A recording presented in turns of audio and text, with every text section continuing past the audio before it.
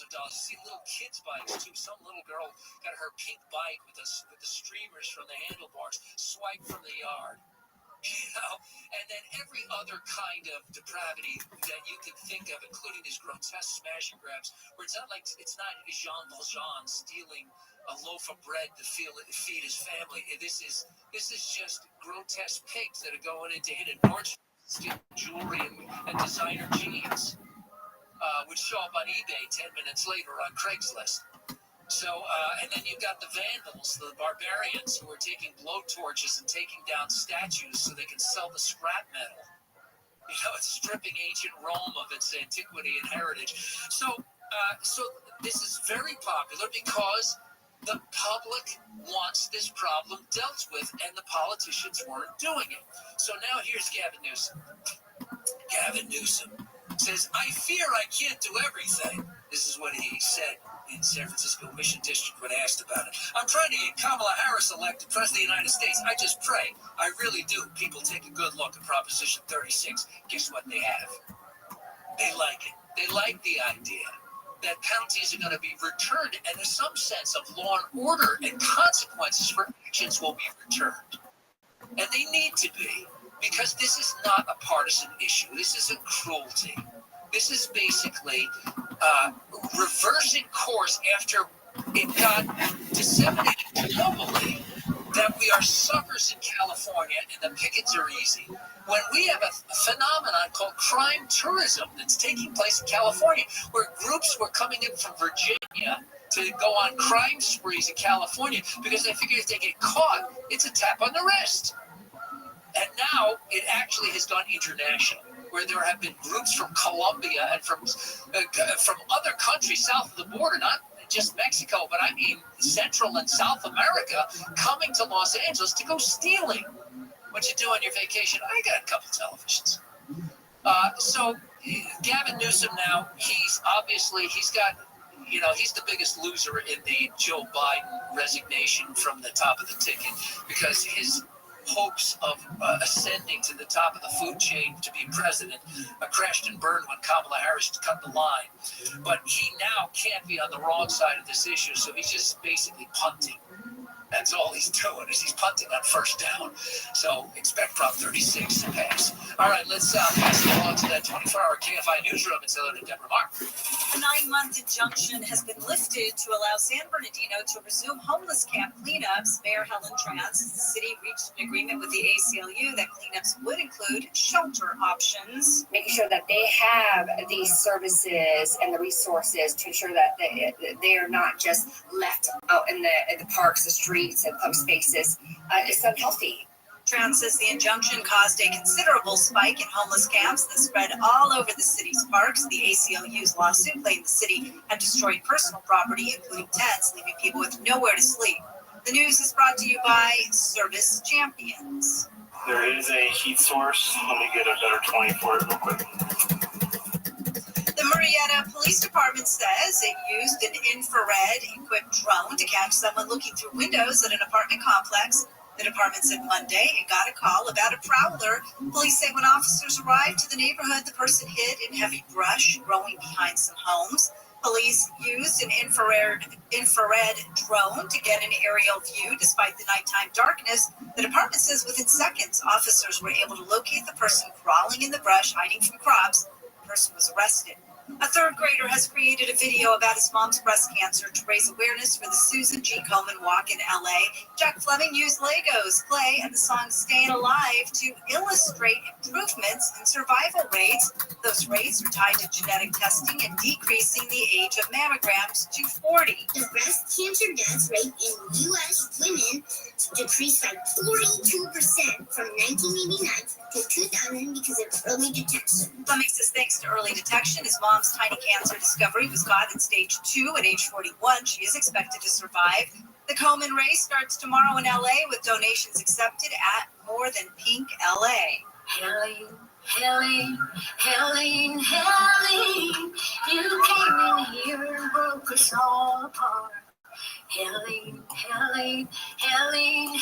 Music legend Dolly Parton is joining Hurricane Helene recovery efforts, announcing a $2 million donation to help survivors and communities recover from the devastation. She's donating $1 million herself, with another $1 million coming from a match from Dollywood partners, including Walmart. Helene has caused widespread destruction in 6 states, including Parton's home state of Tennessee. Southland weather from KFI. Sunny tomorrow, low to upper 70s at the beaches, low 90s inland OC, 80s to low 90s metro LA, 90s to the triple digits in the valleys, the IE, and the high desert. Right now, 70 in San Juan Capistrano, 73 in Staten. We have a stall on the 110 in South LA. It's on the 110 northbound right after Manchester Avenue. This disabled vehicle is going to be blocking the left lane. And once you're past it at Slauson, you still got that wreck over on the right shoulder. In Downey, 105 westbound before you get to Lakewood Boulevard, got a car fire over on the shoulder. In Fullerton, 57 southbound before Yorba Linda Boulevard, a 2-car wreck is clearing to the shoulder, but it's still slow from Imperial Highway. And in Orange on the 57 northbound, right at Orangewood Avenue. Report of some doors and metal debris in the 3 right lanes. With Southern California's only airport traffic reports, I'm Ginny Harmon. I'm a pretty great multitasker. I can wash dishes and do laundry. I can roller skate while walking my dog. I can even order lunch while doing my homework. But I can't use my phone while driving. A distracted driver is one of the leading causes of death in the United States. So when it comes to driving, please, don't be a multitasker. Don't drive distracted. A message brought to you by iHeartRadio, the National Highway Traffic Safety Administration, Project Yellow Light, and the Ad Council. All the good stuff. Yeah. Camps keeps you on top of pop culture. Iconic alt-rockers Pearl Jam first hit the scene over 30 years ago, and fans got a look behind the curtain in a recent CBS Sunday Morning profile. Correspondent Anthony Mason spoke with Eddie Vedder and bassist Jeff Gaiman in a rare interview, sharing their thoughts on the band's creativity, their lasting success, and impact on future generations, and their friendship and generosity with their fans. The piece digs into PJ's history, including how San Diego-based surfing vocalist Vedder ended up joining the Seattle band in 1990. It also covers how the band took on corporate behemoth Ticketmaster in the 90s, long before current musicians in 40 states took on the giant for antitrust violations and excessive fees that are alleged to have driven up ticket prices across the board. And we're taken behind the scenes at a recent show in Missoula, Montana. Pearl Jam's full profile is online at the CBS Sunday Morning YouTube channel, with touring info and links to buy their recent Dark Matter album and all their nearly 36 releases posted at pearljam.com. Alright. And that's what's poppin'. I'm Camps on iHeartRadio. Here's this week's iHeartRadio countdown of the top TV streams. Here's what you've made popular by getting your stream on. Starting us off this week is The Comedy English Teacher on FX on Hulu. That's followed by Chaos on Netflix. In at number 8 for the second straight week is Bad Monkey on Apple TV+. Back a spot to 7 is the new season of Only Murders in the Building on Hulu, followed by Slow Horses on Apple TV+ at number 6. Debuting at 5 this week is the new romantic comedy Nobody Wants This on Netflix, starring Kristen Bell and Adam Brody. Falling back from number 2 last week to number 4 this week is the drama The Old Man on FX on Hulu. The top 3 starts off with the new Disney Plus Marvel spinoff, Agatha All Along, starring Kathryn Hahn, picking up 1 spot. Last week's number 1, The Perfect Couple on Netflix, slides back to number 2, and that means after debuting last week at number 3, The Penguin, starring Colin Farrell on Max, slides up 2 spots and is your top streamed show. And those are your top TV streams of the week. Our radio. Why would you to the mercies of distant AI robots? You went offline? Instruments. Who did?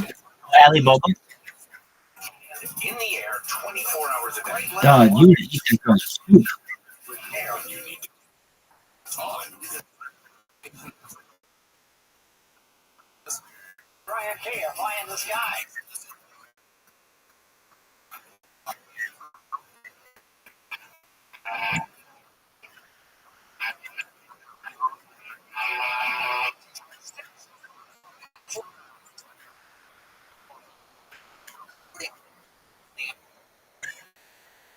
Are in for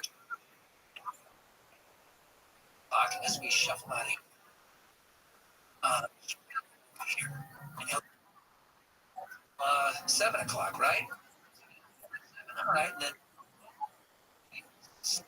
the studios now. I saw he's already Just figuring it out. You enjoy that too.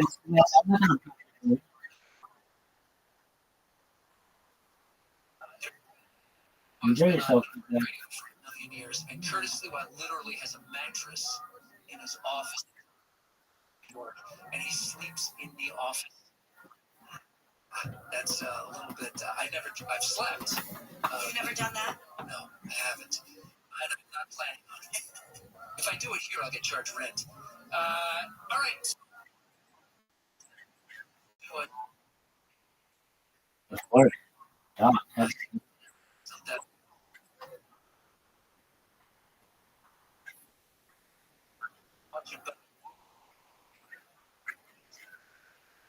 If you find Fuck yeah. Till death do us part, but not death. Oh, wait a second. He or she had a credit card I didn't know anything about, or had loans, or all of a sudden, the debt of your spouse, not all by state, but the federal consumer agencies and legal experts say rules governing such debt vary by state and can be complex. Quote, "They should not assume that they have to pay," said Anna Anderson, a staff attorney for the National Consumer Law Center.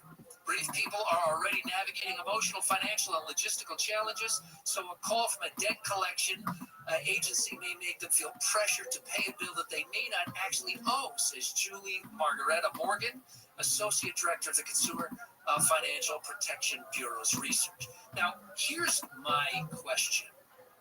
Let's say you are not responsible for your spouse's debts. And I'll start with the gentleman listening to us right now. Fellas, how quick are you going to the Porsche dealership? All right? She comes home from the doctor and says, "Carl, I got some bad news. It's really bad news. My labs don't look good." And you say, "Honey, I'm here for you." And meanwhile, you're speed dialing, Porsche of Calabasas. You're not even waiting until she drops dead. Well, here's the thing. If there's nothing you can do about it, I mean, it's not like you having the Porsche is going to save her life. Now, there's also the opposite of this, Ms. Mark. I mean, because guys die sooner than spouses. You all outlive us. That's Alan King's famous "Survived by His Wife," right? It's always survived by his wife. You outlive us by 10, 15 years. And you know the reason why men then die earlier than their wives? Why is that? Because they can. That's the joke. But, I mean, because the chances are you're going to outlive us, it's much more likely that you will inherit our stupid debts. So, on the odd and tragic, when a tragedy happens and you should lose, as a guy, you should lose your wife if you soften the blow a little. Because, by the way, if we lose our wives, we're totally hopeless. We won't know anything. I mentioned already once on this show that my wife has told her on the day. It's got all nothing. First up. $20. Oh, right? yeah. Enjoy your friends, dog. Whatever. What can our this guy not responsible? Right? This is Joe Biden. I'm going to pay for people's college education and all the who actually like you're idiots. Cycles coming around. People who willingly agreements being told up front what a college costs. This doesn't mean that I don't care about college costs. We had a kid go through college, 2 of them, actually. It's crushingly expensive, and we should be spending a lot more time talking about why people are complaining about the price of a gallon.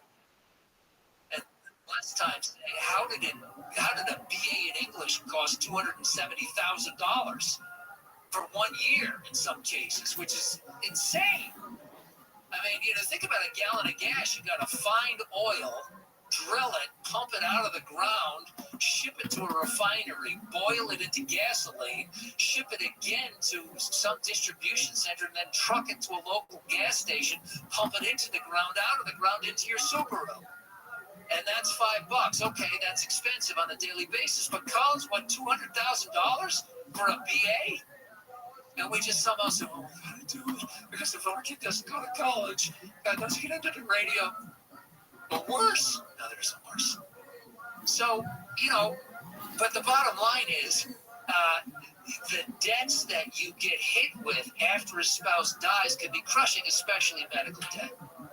And this is something that we have, and I've just gone through this. I've seen what my bills are. I mentioned in the first hour, my year of health issues that I've had in 2024, including a battle with prostate cancer. I shouldn't say a battle. I told my wife at no point while we go through this should you say his heroic battle with prostate cancer, because I had a cowardly sniveling acceptance and acquiescence of what the medical community cooked up for me. And there was nothing heroic about I was saying it was woe is me. And what stuff do I have to throw away before my heirs find it with great embarrassment? Yeah, you have to absolutely go through it. When they say you have cancer, especially aggressive cancer, which is what I was told, you start to immediately start to wrap up your life. Most of these guys that are fighting this way, there is a psychological component. But one of the things, and I was Okay, so you really- glad, one, I have insurance. All right, you fucking slut. Where there is world-class people to deal with this. I mean, great doctors, really great doctors who said, shut up and we'll take care of this for you. All right? That's not the case everywhere, and God knows if you don't have... Welcome back, everyone, to episode 2 of our look at the story of Genghis Khan. I believe there are 6 episodes. Welcome back, everyone, to episode 2 of our look at the No, story shut the fuck up. It's episode 1, man. Welcome back. Episode 1, son. Welcome back, everyone, to a brand new reaction series from Extra History. We're diving into some Asian history today. We are going to take a look at their series on Genghis Khan. As always, there's a link in the description to take you to the original content so you can check it out without the commentary. This is a subject I don't know about, so as it says on the heading of my channel, learning history together. So that's what we're here to do. So we're here to learn from each other. I'm going to be learning along with you. I'll offer some insight, do some research as necessary to kind of fill in some things, but let's go ahead and dive into this story. Gives birth to a son on an isolated hillside under the vast Mongolian sky, surrounded by strangers far away from everything he had ever known. He would grow up to be a leader, to unite the nomadic tribes of Northeast Asia, confound the largest contiguous empire humanity has ever known. So what does that mean, contiguous environment? For the whole country, it's kind of like the contiguous 48 states in Alaska and Hawaii don't touch the rest of the U.S. but don't touch each other's country. Obviously, the British Empire was larger at its greatest extent in this, but this is all in one place. So at the time, just absolutely enormous, especially considering the technology. He's not using a massive navy to do this. He doesn't even have a massive army. He doesn't have communication. You know, it's not like if you're over in Eastern Europe, you can send a message to Korea and put it there. He would grow up with Genghis Khan.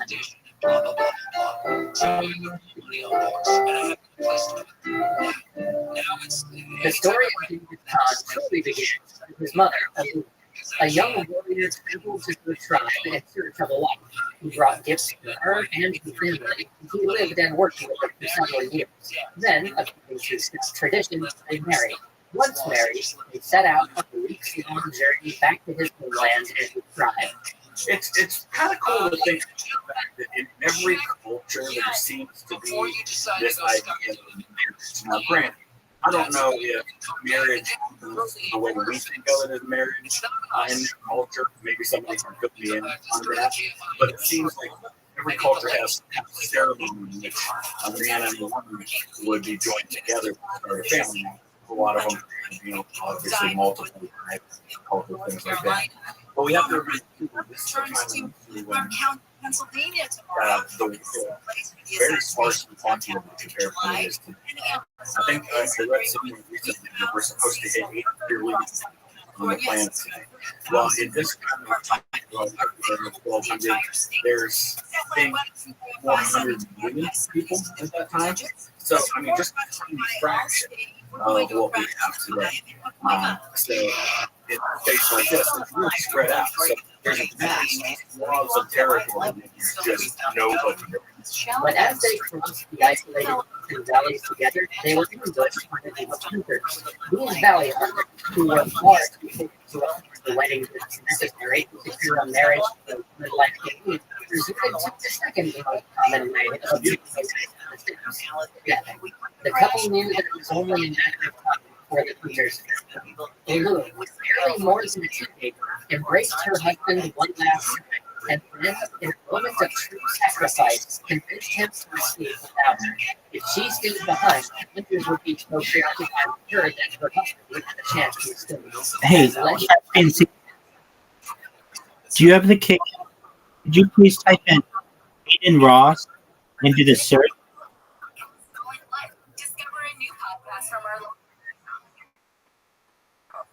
And then after S in Ross, add the letter J. So it's Aiden Ross.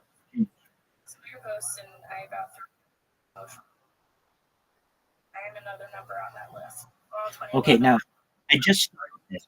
Did you see at the very bottom? It says Aiden Ross. I did. I'm going to populate all of these so that you don't have to type Aiden Ross today.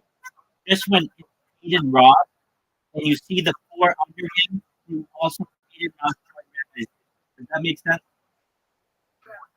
Now you get what I'm saying? Okay, cool. That's it. Thank you. There you go. I mean, there's only so much you can do. But I've never known anyone I've never known anyone to utilize it. 2 things that I've done. People want to know how the fuck were you going to take up the world? A bunch of them. The big one is no one that's in reality, it's, the 2 things that I did a bunch of things groundbreaking, but at least not right now. Everybody's safe.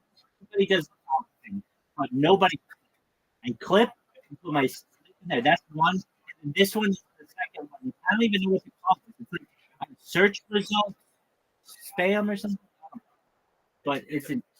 Well, let's see if I don't know because I don't want to take gay after it. I just want to intelligent be one of the top. But I figure if I do it with the camera, you never know. Once even forgetting him and leaving him behind, the guy passed moved to a new camp. So I love hearing stories like this because whether we recognize we are all shaped by the events of our childhood. Those events mold us into who we are. Some people are irreparably damaged by things that happen in childhood. That's what angers me so much when I hear stories about parents abusing or neglecting their children because they don't even realize not only hurting them for that moment, but they are causing lifelong damage in those situations. Not only to that child, but potentially to other people who might become victims of that child because how they were treated.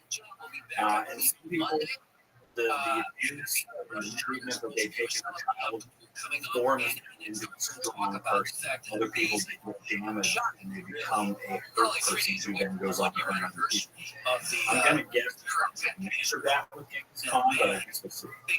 So when Cassian turned 8, the earliest age at which he was accepted to arrange a marriage for boys, father went out to find the singles to marry him off to.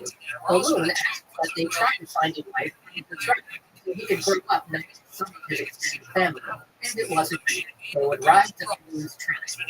A few days into their journey, they stopped at a small yurt to eat and rest. The family had a young daughter named Forte. The children seemed to get along. And after some negotiation, Issage arranged for Temujin to work for the family for several years as a sort of deputy. By the time his service was complete, the children would be old enough to marry. reminded me of a story from the Old Testament, a story of these two sisters, Rachel and Leah, along I've been praying. Jacob, who wants to marry. She wants to marry. Wants to marry one of them. He wants to marry the younger sister, Rachel. She's the one who wants. He makes this deal to work for the father for 7 years, and then he can marry her. Well, he wants for 7 years. Actually, I should work it off first, so you need to marry Leah instead. So he does. Then he works 7 more years to be able to marry Rachel. So it seems as though that was a common way of doing things in many cultures. Much obliged. Border Thus, Jim was and his father left him behind to return to his wife. Along the way back, they came across a group of warriors celebrating. As he sat down, one of them recognized him as the man who killed their father, the man he had his son after, to exact revenge, secretly poisoned his food. The whole family survived his family near and sent a message to become a hunter. By the time Timothy's returned, his father had died. Without anything to provide for him, the two wives and the children were left and for themselves.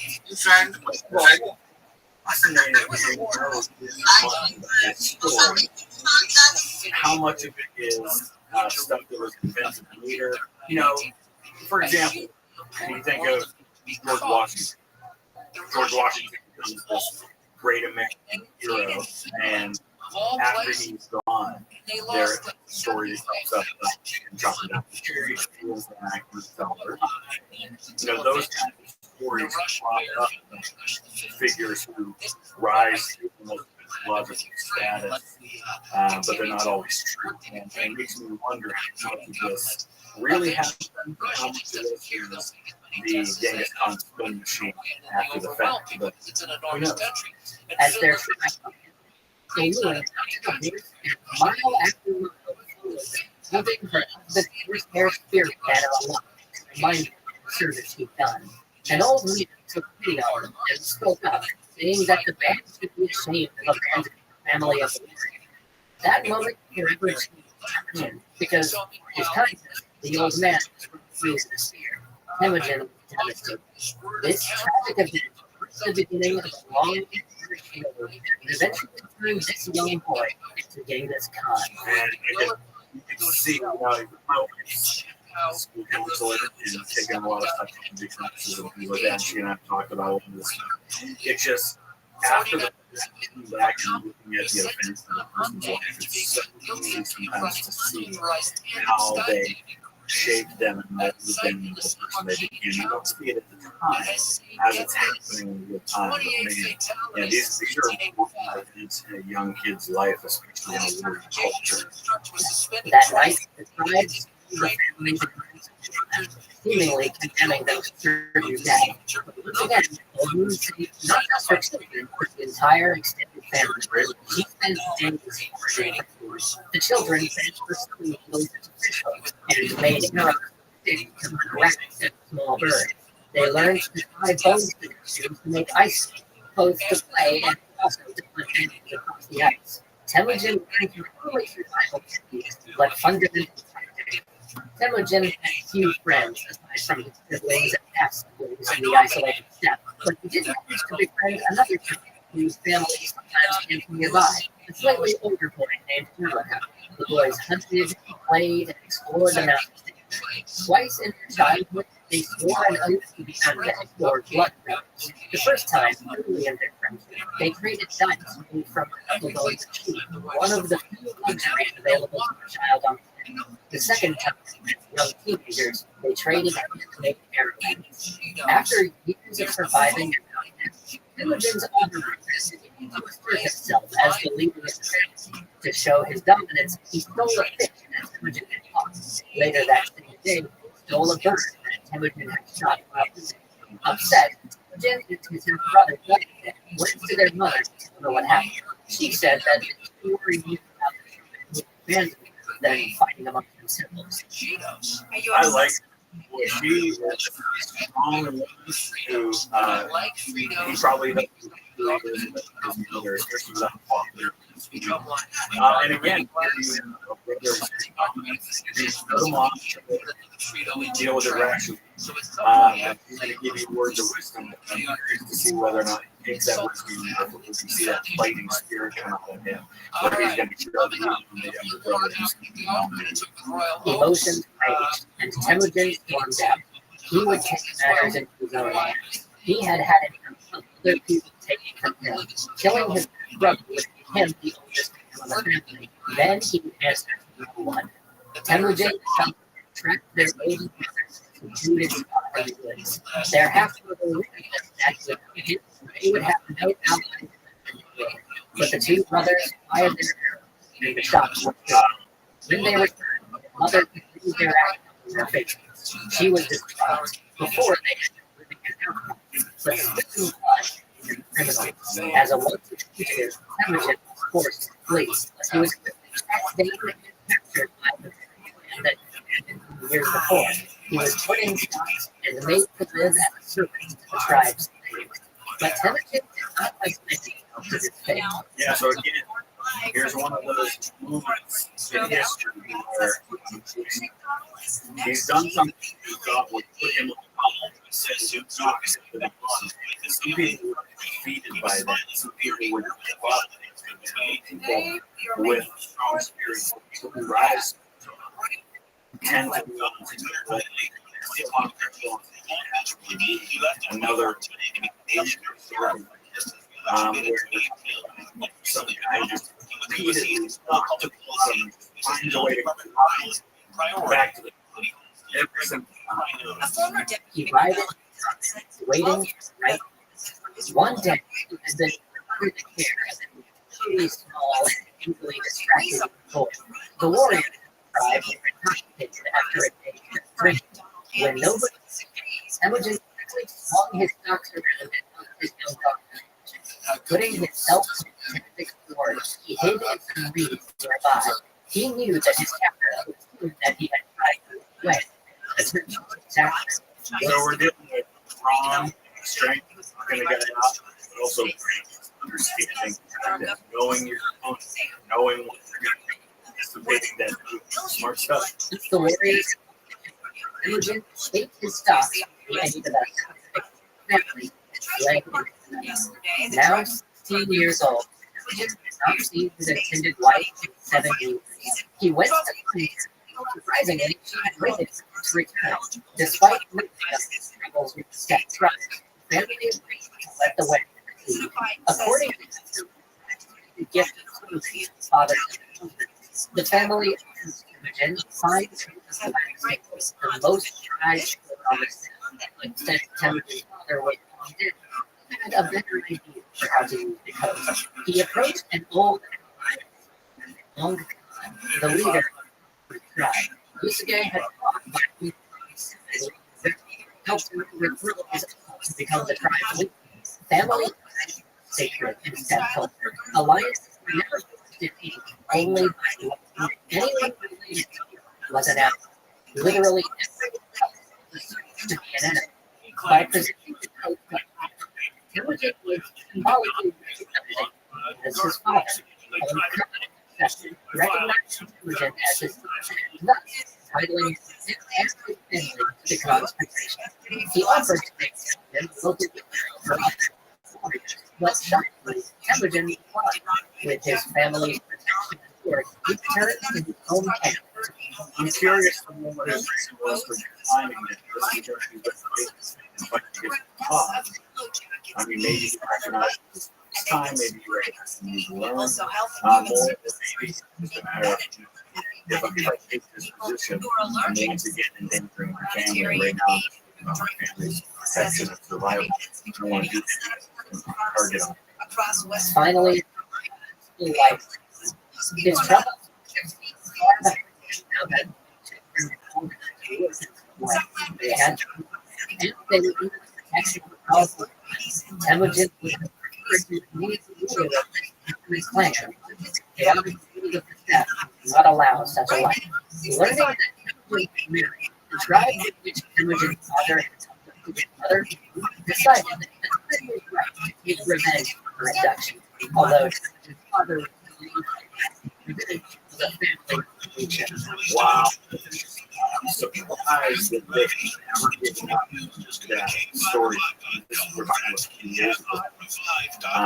Very interesting to see where this goes. I realized much of this was kind of a fantasy and just government invasion. I mean, all these things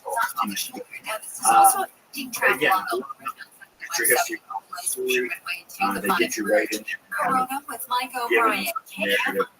Really so I'm excited to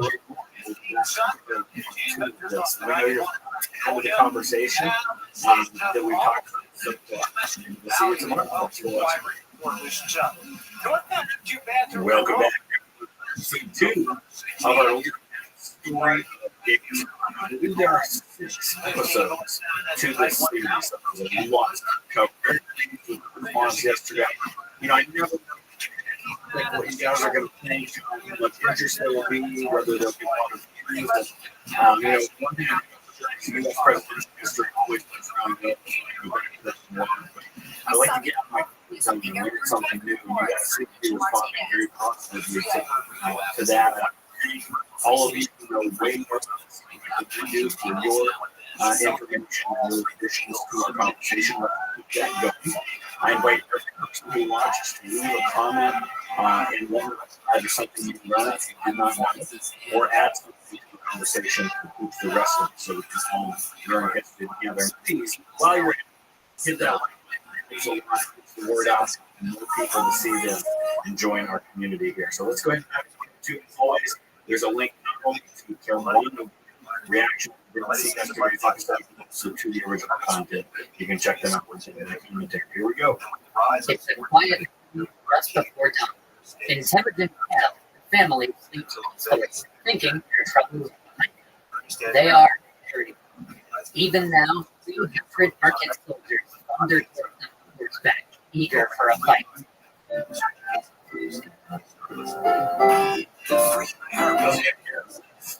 Use host ancient step. The story of Temujin daring his father to rule alliance and art is growing success in the attention of Americans. The tribe his father had his mother from. They saw an opportunity to knock Temujin before he got moved. At Temujin's camp, an old woman was sleeping with her head on the ground. Suddenly, she was awoken by the sound of approaching horses. She alerted. With little time to prepare for the attack, Temujin, his allies, his mother, and a 5-year-old child mounted horses and took flight. I love how much of this story involves and very influential and very important. Just hearing the approach, giving to have. But fortunately, nobody is sure if she volunteered to stay behind for reason confusion, or if related to that yet all. But in the end, it was effective. And the Americans found her, halted them, took her captive. Temujin, for his part, into the mountain, lying low and following the elk trails known from childhood. 4 days later, he emerged, and seeing that the coast was clear, overcome with gratitude for having survived, he vowed he would honor the mountain as the place of his deliverance. Temujin saw his survival as a sign that he was special in the eyes of spirit, truly destined for greatness. But Temujin was not faith that had long. He had freedom. He could return to his old camp and his pastoral life. No matter how much he might build up and care for himself, he would always be the constant risk that some other would come along. He would lose it all. So it's interesting to hear how he felt like he was spared purpose, and that's a very common theme throughout history. Depending on what religious beliefs, whether it's faith, God, the Holy Spirit, or whatever it might be, there's a common theme of having that higher purpose, even were spared for some reason. So it's interesting to see that balance and sense of purpose and calling in his life with the cautiousness he's showing in situations. Some people have the same attitude of being called because they're being reckless. They're like, oh, or what? I'm called to this. They just kind of very recklessly go out there. Seems to be more tempered, more even. It's interesting because I know Genghis Khan going into the series. I just picture of him always more of a warrior, rash, and just go out there. The Jordan spirit.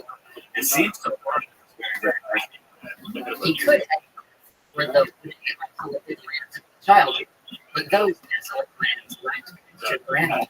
Living there would require his family to scrape by and fishing and trapping and birds. It would be a sick place. Either backwards or the third option, to follow the bigger step, to seek the help and patron of the sun. Those had declined offered to take a position under a support a year ago. Now that his newly built life was shattered, it seemed the only way to recover his body.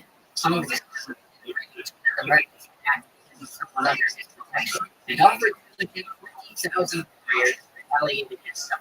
He also suggested that they with the help of his childhood friend and blood brother, who had become his tribe as Jamuk had experienced his own adversities, having been captured by the merchants, forced into slavery just a century. Wow. But he too had escaped. He had built his own plan. So a couple quick things. Number one, in the really extra history, they don't want when doing their animation, keeping things understated. So you always have a little button you have the initial, so you know what you're talking about. Also, it's like differentiating color and things like that. Different colors they have. So I just also nobody gets to the top. We always have gets a little part of the video that my friend did race Mr. Reed on the big self-fighting. One of the things I mentioned, nobody's not there. We all get somebody, but some people get all of it. And just you're not able to listen. You need a combination of opportunity and people who help you. Most people have to fighting spirit. Genghis Khan has that. He's got benefactors, he's got friends, he's got allies, but he's also got that spirit that drives. He was here for a chance to prevent his hands to help his brother, providing another cavalry division to Temujin's force. They sent messengers back and forth across the steppe, arranging where and Jamuk had time and place. Temujin forces their time, beating up on people around it. When they finally arrived, Jamuk was eliminated. He had 6,000 men under his command, each with 2 or 3 spare. The army's 15,000 up to 5,000 was a perhaps per day. Nothing. The families already in battle. So this gives you why they were at, why they had to move. If you are you think you're you don't know. Too fast, right? Very quickly. It's very difficult. You also got to that are so they can ride further. So you can go so far. Your equipment, then you go. So it extends your range versus per man. But it also extends the amount of range. All of his soldiers were geared up for sleeping in the rocks, eating through their limited supplies, and increasingly shifting back to their signal. And moreover, even in the appearance of men and workers not exactly conspicuous. Any wonder things was going down. Jamuk's told the doctor, who were like, yeah, they combined But this was the beginning of intelligent that would only continue. What they may or may not do. Well, it's really interesting the timing issue you bring up. What's going to happen at the November 29th? Albert Einstein. Yep. Okay, welcome everyone. A couple of announcements before we get here. First of all, we have no. We're going to do an audio presentation minus the video to be the project. The reason for this that the doctor is my wife and sorry. Welcome back, bitch. I usually. What up? Where were you? Where'd you?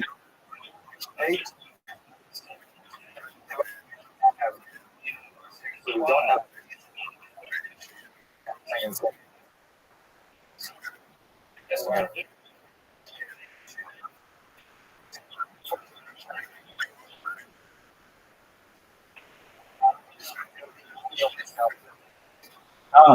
Why the fuck didn't you tell me music party? It's not human beings in the 20th century, so there's. But I'm gonna. They always. I won't say anything. I'll be from start with the joke then. I'm a little hesitant. Tell me. It's timing, right? Turn me up. You. War period.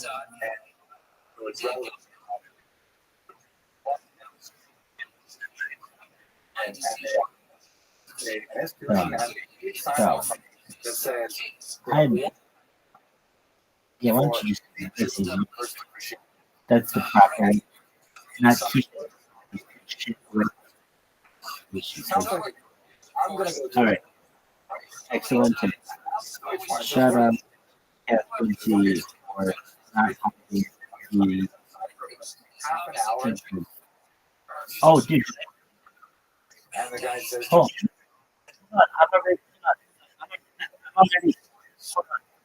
I'm already fucking use it with you. All right. Okay, all right. Anyway, Raging. Nobody's here. Where are you? He's and the Jewish preacher. Oh, they're talking? With tremendous. Really, for world history, another joke. So they were. Okay. Well, I don't. First of all, Einstein, in the world of physics and our understanding of the fabric of the universe, phenomenal in the world. Secondly, Freud, our understanding of the internal workings of our personality, the development of the subconscious, discovered. Go, dude. Higher political.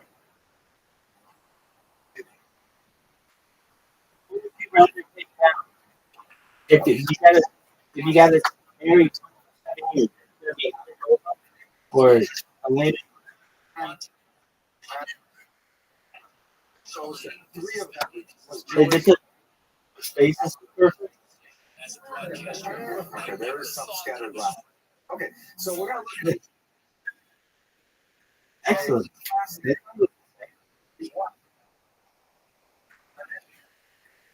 God, she is. Check my DMs for this bitch, dog. She is.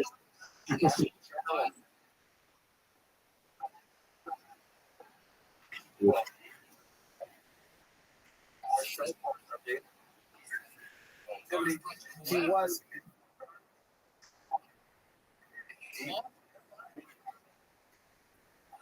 Great. And God.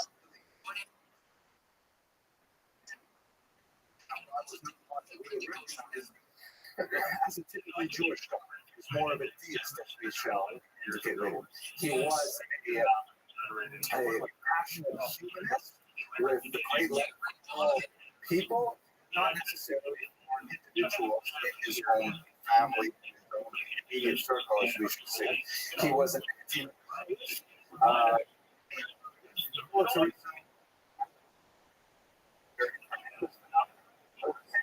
Became a Zionist and was asked to take the position of the president of dramatic contradictions. Finally, he was a pronounced pacifist, but at the same time, he was very intimately involved in the world's most destructive weapon. So he's a man of contradictions that hopefully we'll explore over the next 50 minutes or so. There's some great through. This I just see your core cafe.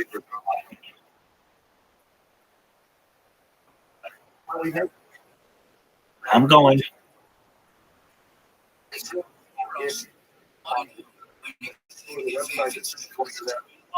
You want me to read? I wouldn't do it. Just tell her that. Just don't ever tell me.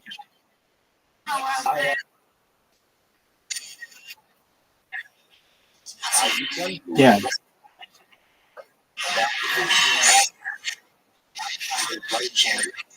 I like this.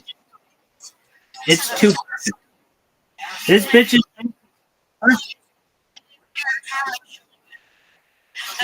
Allie Bob? Yeah. Where did she say? Wait, where did she say? That I say here today is going to be.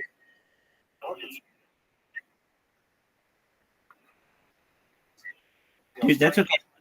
Clip. This is not going to be the place. So you'll be good. Allie Boat. What is it? Dude.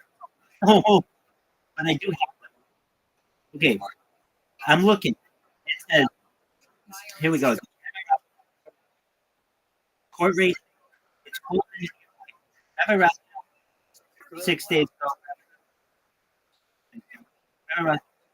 Court race. It's cold. 10 minutes ago.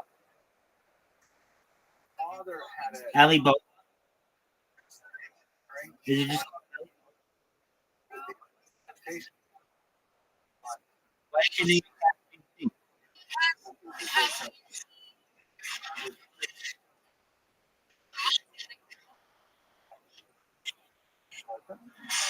How'd you get?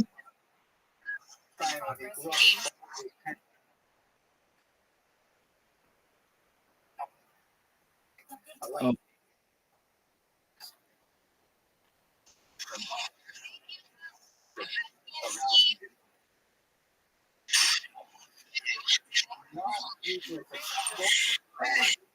All right. Dog. You love her.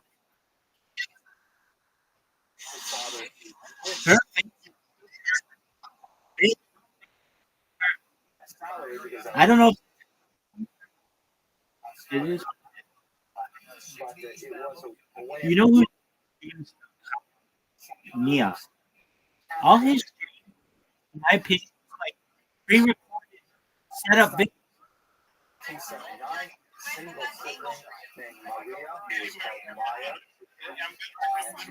Literally watching shit. Like all his street shit. Not as typical, although a lot of Jews use diminutives, mushka. I can't believe his family. Like, how do they allow his early years were spent in a Munich suburb, and he was no Jewish education. His father ancient superstitions. They placed no charge. He attended a Catholic primary school in which there were 7 class, and he was the only Jewish child there. And so, his religious instruction was mandatory in Germany. He received traditional Catholic instruction in school, and he excelled in one subject, tutoring his peers in Catholicism. This went on until he moved up to a higher school and at a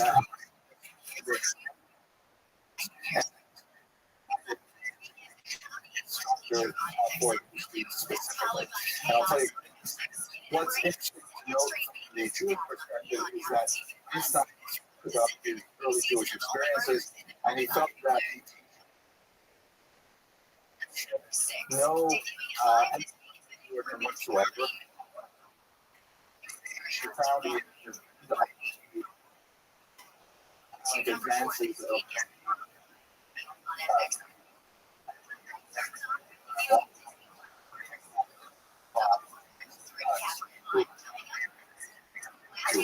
I myself before that I actually in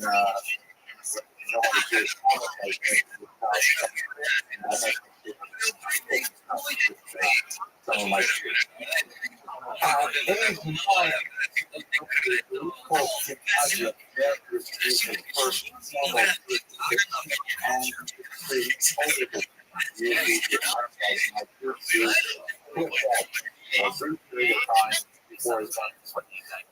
much to his parents' dismay, he observed Shabbos and he kept culture, and he was even known for posing small emphasis that he would make up on his way to school back and forth. He was really intensely religious for a brief period of time in his early life. And this is ironically the way these things go. He would be that tried to demonstrate that science and religion were compatible.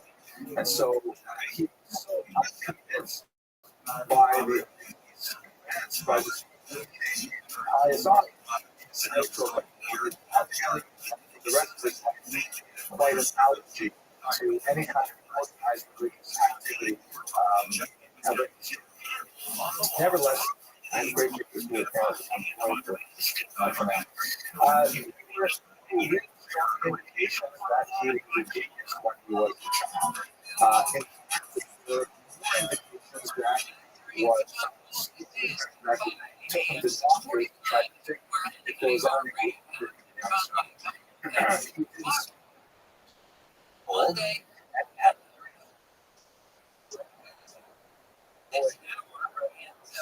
wow.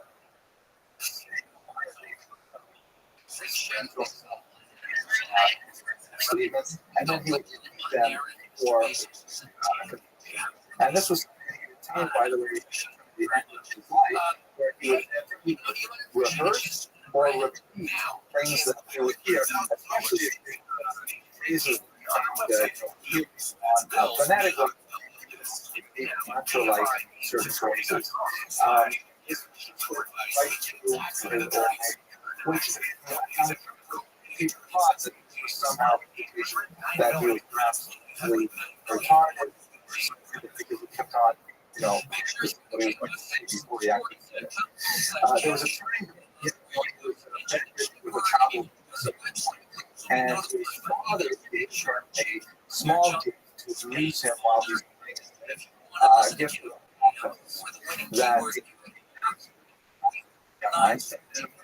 influenced his thoughts because he was completely fascinated with him having field that could interact with material objects. Do you play? And fields was a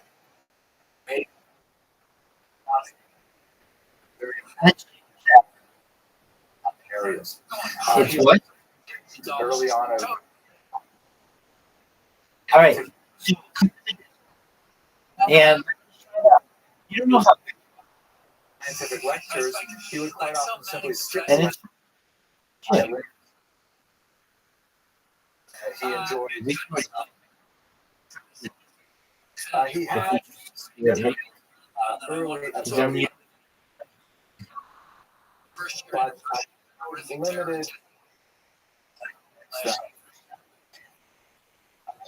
Contrary to popular ways, he never failed to for now. His most important influences in science was a highly Jewish context. His parents was known in the yeshiva world as which means eating days. And what used to work in Eastern Europe was the poor yeshiva boys who had cafeterias, and most yeshivas they had like beg local take them in to feed them, 1 day a week. They would eat at the Tuesday at the park, and that's how they got money. So the Einsteins did not have the yeshiva student, a Jewish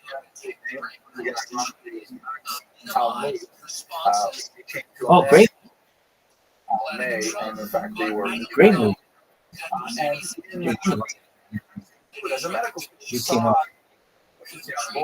and he began popular science magazines teaching him basic physics and chemistry. So he responded with great interest and enthusiasm. And early on in his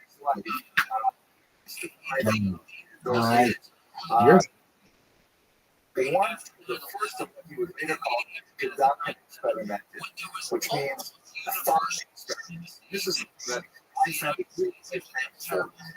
Compared to other traditional physicists, he was rather weak. His computation.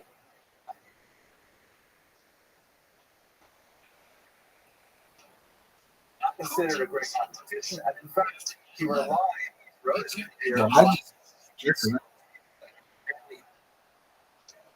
formulation. But what he surpassed him was where he could transform complex ideas, visual images that you could imagine. The first one that he reports was when he read about the speed of light and okay.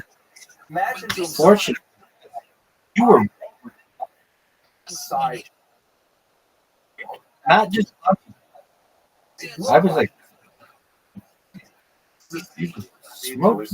Relativity, which I still remember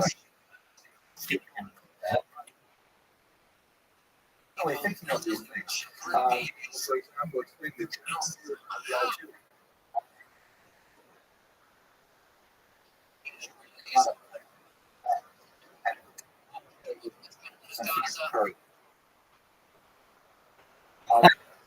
I like it. Or in a box that is an elevator and simply falls out. So the only in the box. It was not an end of a rope. All kinds of features like this, very powerful, easy to grasp. Another one described like and then has pulling after it. And the way you attracted to the ball is really the effect of the ball in the field, the person is pulling. These kids experiments with ways not only he could express these problems, but he could communicate to a wide audience, which helped him really make this leap into worldwide security. If you recall, we had a discussion about Senator Bernie here. This is the age in which celebrity is beginning to come up, the connection Welcome. How you living? What happened? Einstein What's good? Really went far beyond his relative. What? My friend, are you just playing chess? If you don't Decided by his one of the reasons giving him the Nobel is because his felt it dignified. His willingness, yeah, you can. How are you? as How are you? and no Mola. What's good? worry about how when he lived in prison, he's already in his 60s. How'd you find out? 8-year-old girl who lived next door. I over to his Okay. house. Well, we're happy. Like 65. Yep. So it's pretty cool. Hope you I was can't stop me. Rockefeller. School and the instructor of the class interview with Albert Einstein. So we went to David Tower and did my A. Well, a little school paper actually for Trent, New Jersey. Take it out. So these are kind of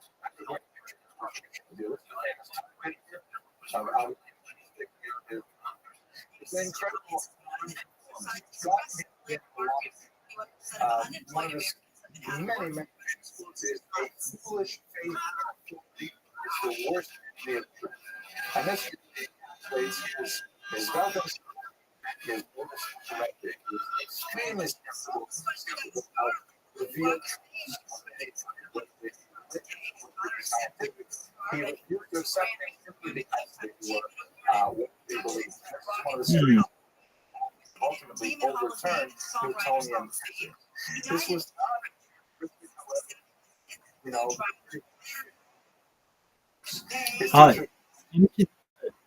offensive. Do you see it? To the student, but Okay, you press on, and then you and then you'll be his teacher. So we had very little disdain he had no patience for honor. He was a relatively poor experiment, and in fact, had a conclusion and so and this research these they get these ideas, images, the photos was trying to formulate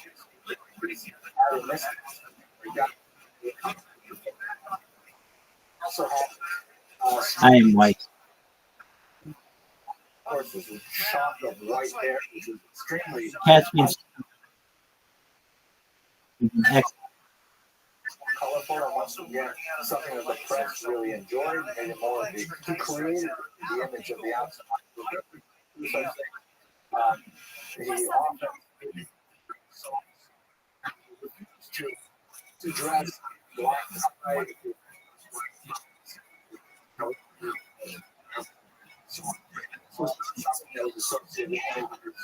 Famous leader. This is the way he was. He was a young man. One last child growing up, he was exposed to a lot of boy. Rage broke into tears and was viscerally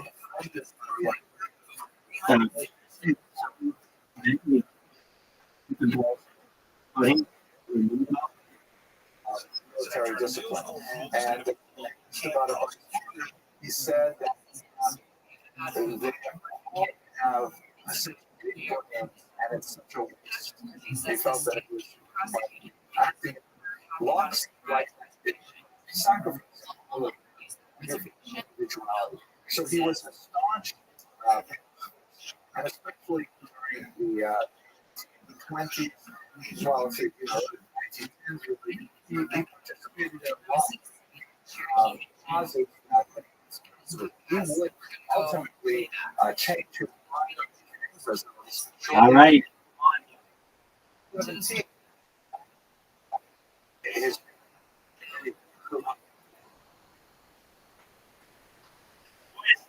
What is that?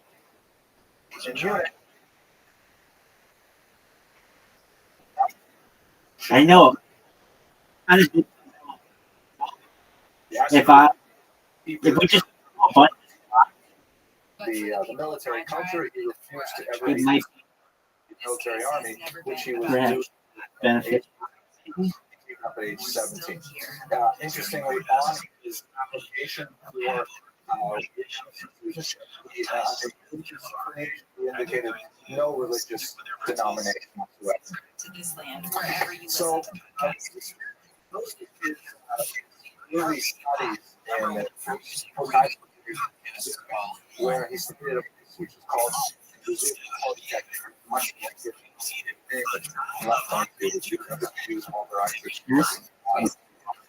once again,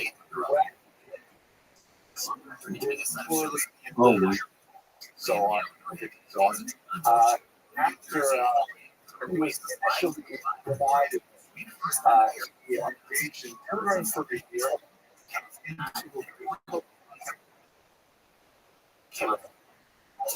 I can't think of it. Amazing. No, this is important. I'm like, oh, how do you okay. To have a sense which broke her heart. She was very, very and we know the extensive correspondence that this is a really quite even in the habit of sending his laundry to sometimes sending laundry and all this that was it. What are you going to do? At the his first one, she was really also there because her relationship with she was the only class for the 20th century. She was a Serbian pious Orthodox, and they constant relationship before that. His parents were very much opposed to the marriage, opposed to the relationship, not because of his background, but they were concerned about for. She was 20 years senior, had a pronounced student, and she had a personality that ultimately descended to and they want to suffer from all personalized most of this. Nevertheless, and produced a child whose existence was not known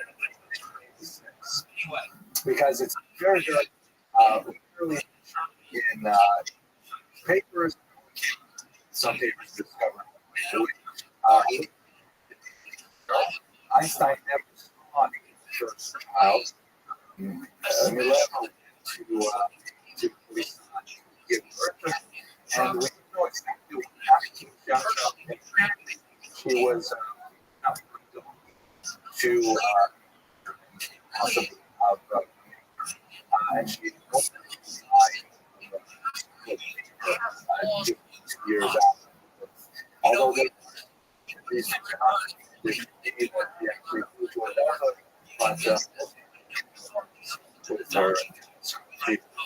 but shortly after she came out of her married and other professor in California who also very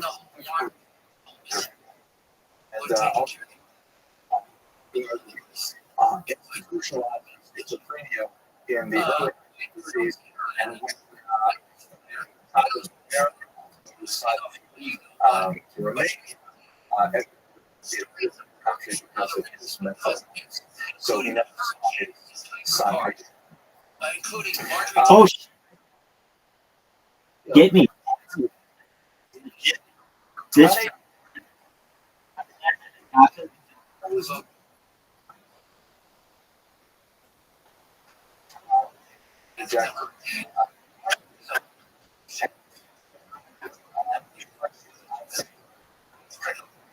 hey, man. Could have been sufficient mentors who would help him through it. And he was perhaps difficult to get any kind of teaching position whatsoever. Isaac produced a small based on local paper said, first free, you can imagine seeing an ad like this.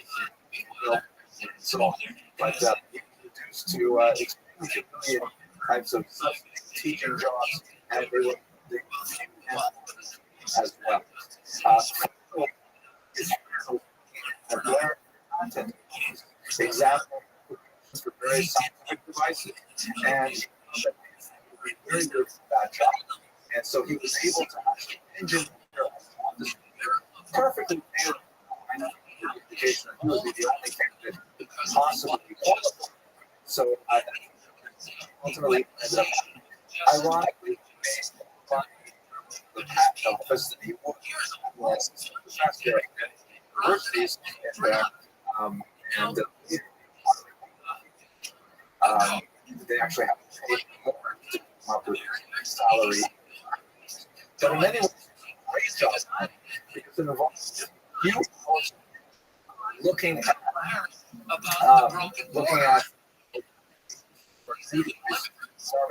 their work other patent applications, and the rest to explore his physics.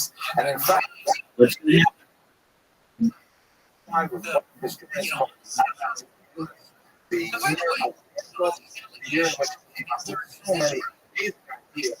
We're going to spend short months, few short papers published in the analysis. He really changed the world, including his theory of activity in a short completely different space and time. There you go. Now,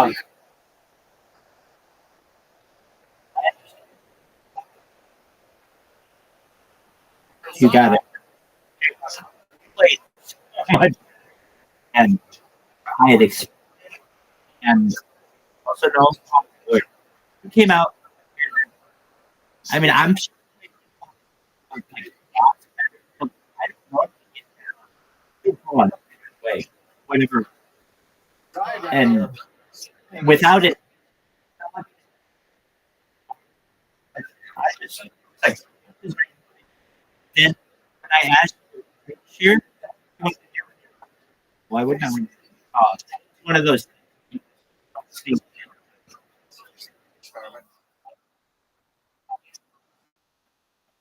You know what that guy? You know what that guy? Music business. Yeah. No, but that's why everybody would you spam that shit out. But this guy was like, I don't know. Instead of being like, oh, I clicked that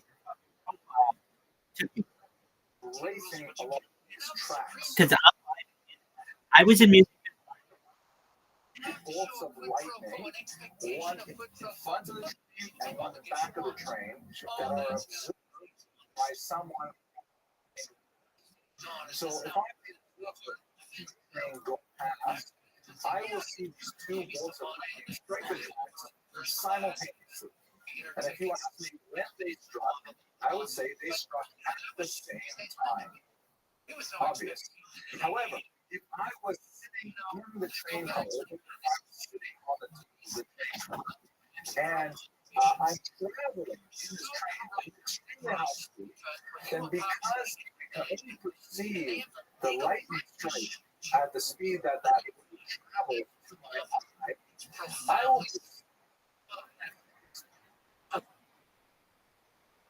perceive. You typed that.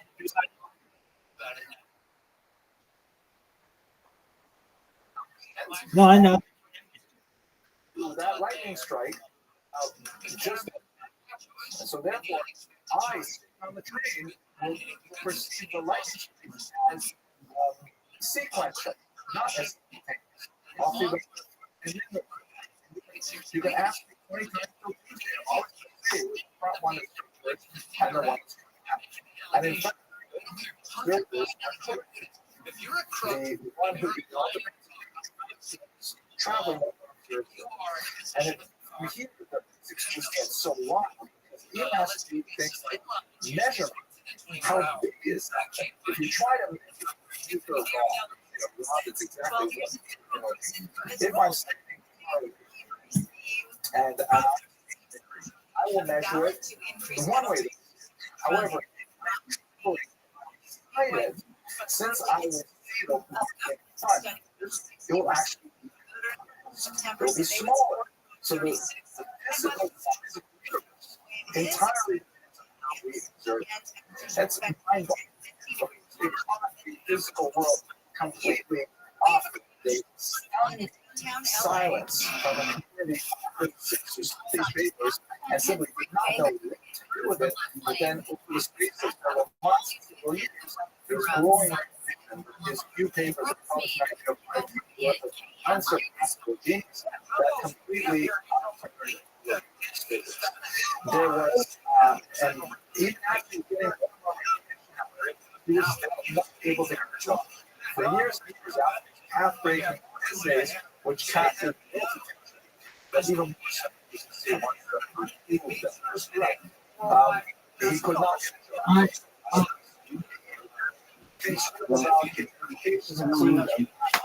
you cannot unpleasant peculiar intrusiveness, impudence, and a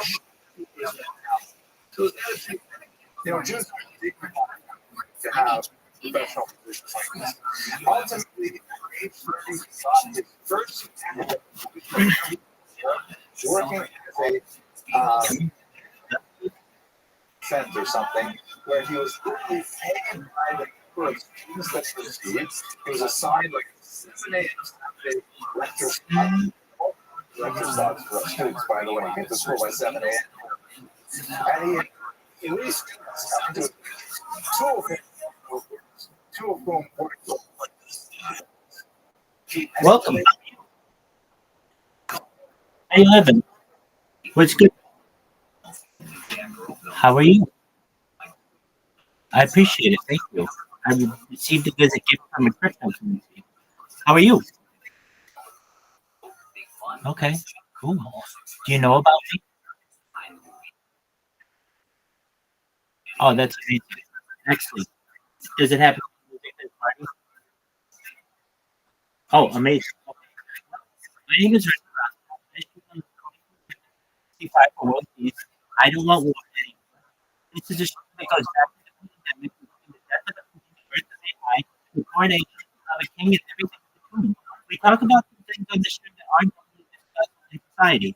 Things like anti-gravity, fascism, triangles, dark matter, dark energy. We talk about geothermal energy. We talk about fission energy, where you two atoms and split them apart. We talk about fusion technology, where you slam them together. We talk about life extension technology, things like ambrosia therapy. We talk about ambrosia, the utilization of younger people's blood and platelets for older people. We talk about the stem cells. We talk about human growth hormone. We talk about things like cold shock therapy and nootropics.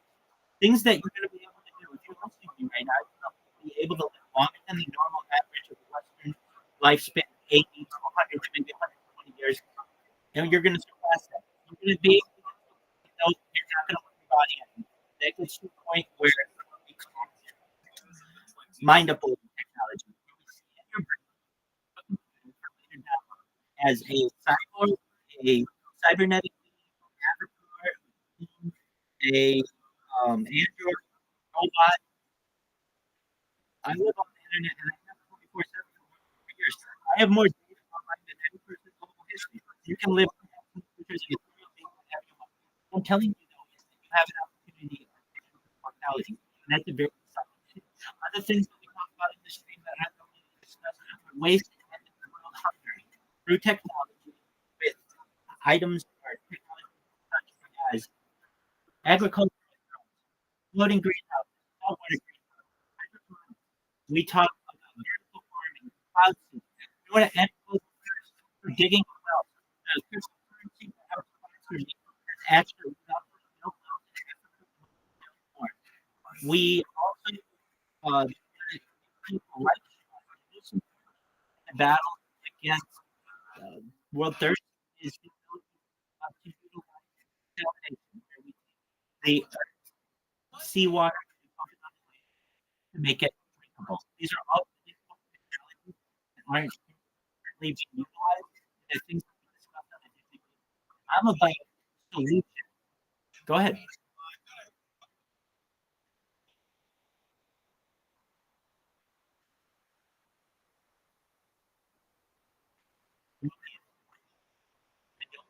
I don't want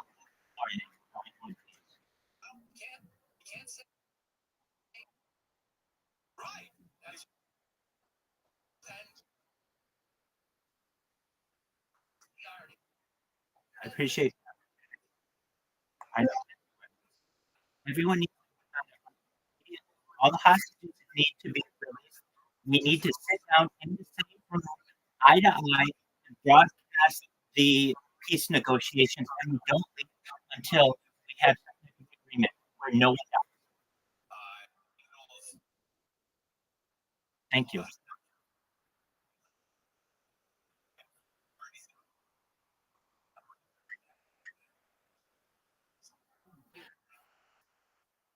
I get stuff all the time. I can tell you that if we don't know the answers, we're going to get the answer and we're going to find a better version of it. Why? Because we have AI, and AI gives us the opportunity to be able to get the answers to any questions that we may have. So if I don't know the answer, or I don't feel that I can give you a complete answer, we're going to look up and get some support from AI. That's why it's a really exciting time in society. Oh, and let's say, I would say the same thing to Russia and Ukraine. Zelensky and Putin, I want to get them in the same room. Let's televise it. Let's hear the discussion. And we don't leave until we have an agreement. As simple as that. No more wars. I appreciate that. Excellent. Other things that we discussed on the street that are really exciting. One of them is deep extinction. I don't know if anybody's aware of what deep extinction is, but essentially, it's already taken place. This is the type of technology that takes an extinct animal species and brings it back. Many has been done. It's done first in 2003 with the Pyrenean ibex. You hear so and so the goat. Well, guess what? The goat is the first animal to be de-extincted. The Pyrenean ibex is a type of goat that was common in northern Spain, southern France. Scientists were able to get a viable reproduction of it through DNA in the year 2003. Fast forward to 2021, a company called Colossal Bioscientific is founded. Their goal is by 2028 to have calves of the woolly mammoth reintroduced in the Arctic. That's less than 4 years. That's less than 3.5 years away. That we may have on the news, you may see on television, in the newspaper, on the radio, but you'll see it somewhere where we have woolly mammoths that were brought back to life. That is a very exciting opportunity. Following the extinction of the woolly mammoth, Colossal Bioscientific has it on the list of goals to de-extinct then the Tasmanian tiger, and then followed by the jungle bear. These are not my ideas, though I've been advocating for these things for a long time, even prior to 2021. But you should know that these are finally coming to fruition. If you want to see what's going on, just take a look at their website, Colossal Bioscientific. On the front page, you can see the woolly mammoth. That's their goal.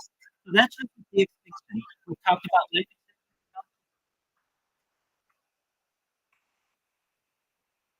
No, I don't think so either. Oh, hold on. What we can do though is hold on. What we can do though, hold on. What we can do though, for those people who want a woolly mammoth burger, we can 3D print a woolly mammoth. Just one moment. about to go to a very important. Wait, you don't understand. You haven't given technology a long enough period to be able to work through the technology. Eventually, the taste of a 3D printed woolly mammoth burger will be indiscernible than an organic one.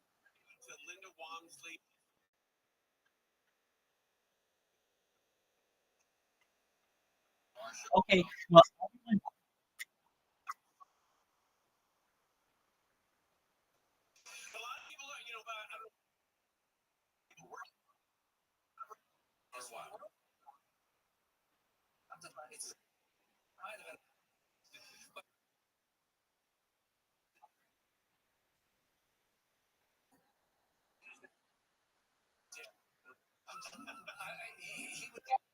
we have some news you haven't been reading before. Quite interesting. Some hypothetical technologies you may be seeing as a reality in the near and future duration. Biologically, an acne vaccine, anti and anti artificial bodies, and artificial growth. Imagine being able to read undergoing artificial mitochondria, carries vaccine, the extension, which we already talked about, licensure. This is an important one as well. This is a hypothetical genetically engineered plan, perhaps presented capable of growing inside a tummy, suggested by physical screen devices. These are opportunities perhaps in the future.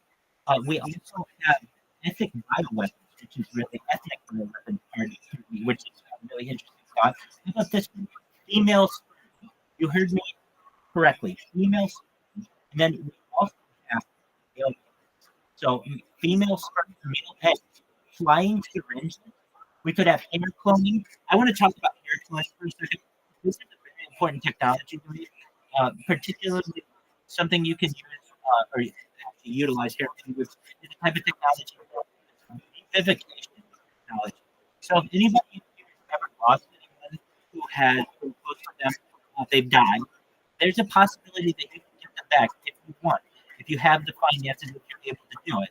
And if anybody's like, well, I don't have the finances, Rabbi, that is something you may not have them now, but in the future you may, particularly with cryptocurrency and what may happen in the future. So depending on how you're invested, you might be able to afford this in the future. And if you can, you may be able to bring back someone from the dead. Now, I understand we're going to think it's not the same. They don't have the same memories, et cetera, et cetera. Well, hold on 1 second. We have to talk about some of the possibilities out there. There's certainly the idea that we just read with the idea of DNA or hair cloning through DNA. But what you may say, well, that's not the same memories. Well, you have pictures of them, you have videos. In the future, there's a layering technology where we can remove their facial structure, turn their skin, we can see their muscle structure, we could see their organs, and eventually we could perhaps mimic their brain and know where every atom is in their brain. And eventually be able to use that information to recreate the memories that they would have had with you as a parent, as a grandparent, as a child. And look, I'm not saying we can do this overnight, but I'm someone out there who has seen a lot of people die unnecessarily in the world, and I don't like hearing about it. And one day I want to bring those people back if it's possible. I don't want to close the door to anything technological. And so this kind of technology is going to be mimication technology, and a lot can be done with the cloning.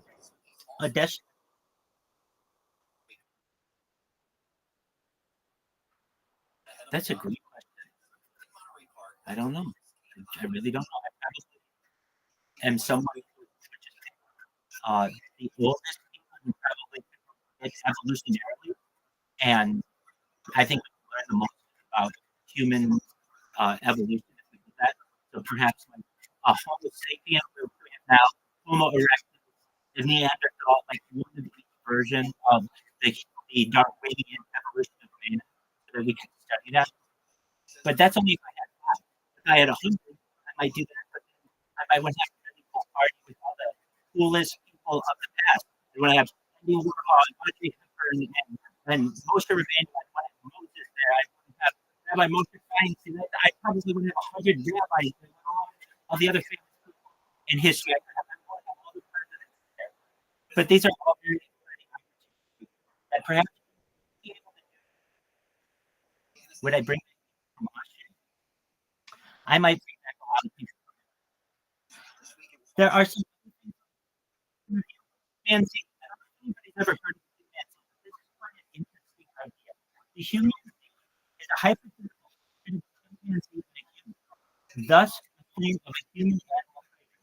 Serious attempts to create such a hybrid were made by Soviet biologist Ilyana Ivanova in the 1920s and possibly by researchers in China in the 1960s, though they say neither succeeded. But that's for you.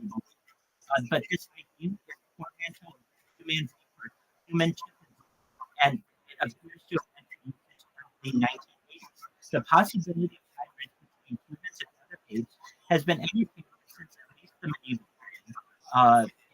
It was claimed to have been told of the independent human woman who had made it with an ape, and so the Italian Franciscan. Hey, I'm reading right now. You can wait until I'm done reading, and then I'll answer your question. I can. You're good. No, you're good.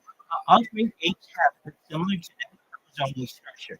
Humans have one pair of human chromosomes than apes, as humans have 23 pairs, while all of the other apes have 24, with 8 chromosomes, 12 and 13 fused in human genome to a large chromosome, which contains fragments of the centromere and telomere ancestral 12 and 13. So it seems like this is at least an attempt. There have been no scientifically verified specimens of human chimpanzee hybrids, but there have been substantiated reports of unsuccessful attempts to create one in the Soviet Union in the 1920s, and various unsubstantiated reports of similar attempts in the second half of the 20th century. Ilyana was the first person to attempt to create a human chimpanzee hybrid by artificial insemination. Ivanova outlined its idea as early as 1910, a presentation of the World Congress of Biologists and Partners. In the 1940s, Ivanova carried out a series of experiments culminating in inseminating 3 female chimpanzees and with human sperm, but failed to achieve pregnancy. These initial experiments took place in for comparison with known statistics. In the case of male family crossed the probability that insemination to pregnancy was approximately 1 in 6. In 1923, and human volunteers, but was delayed by the death of the next year, fell under the Soviet government and the Central Trial in some part of the society. He worked at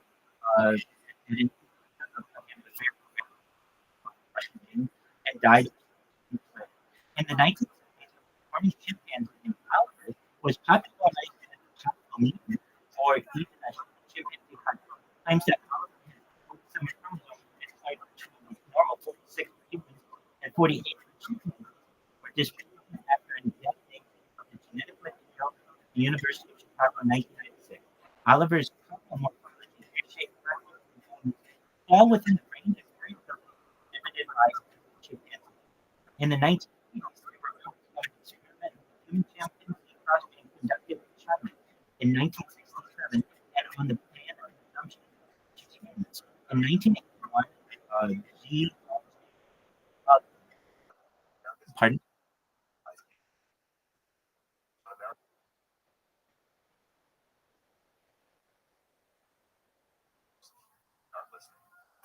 The free iHeartRadio app is #1 for music, radio, and discover podcast for 50,000 titles. Here's an iHeartRadio podcast preview. If they haven't landed yet. That's it.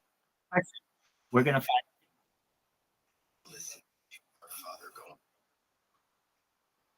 I have. Call it a hurricane. Well, that's what we're talking about in Dave's section, and I think that the decisions have already been made. I don't think it's a publicly broadcast discussion. I believe in the scientific community, the idea of de-extinction has already happened. It happened in 2003. So it's just a matter of time and perhaps the technology available to bring back the animals.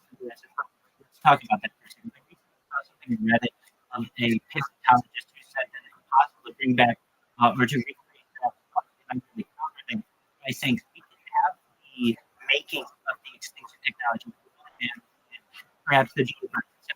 And I understand that we don't have the DNA preserved. DNA isn't preserved in amber or in ice or anywhere else with dinosaur DNA. But that isn't to say that we don't have current version of essentially extinct dinosaurs through reptiles, and we have AI that can essentially recreate these things. While not saying it would be an exact replica, I'm imagining it would be perhaps 99.99 within 6 sigma of its accuracy of what these animals may have when they do roam this planet. And I think really what you saw during this trip would be a reality. Probably somewhere off the coast of Costa Rica, I've heard, is a possibility. There are islands, one could be purchased, and eventually it becomes essentially a theme park, a luxury theme park, and it will certainly be a destination. I've heard this being referenced as biotourism, where people travel the globe, essentially ecotourism, but it's another version of that even. So maybe this is something that we may see within our lives, and if we do, we will say we saw it when it was just on the big screen. And then to the other question, which is a really great question, can soap on the floor get dirty?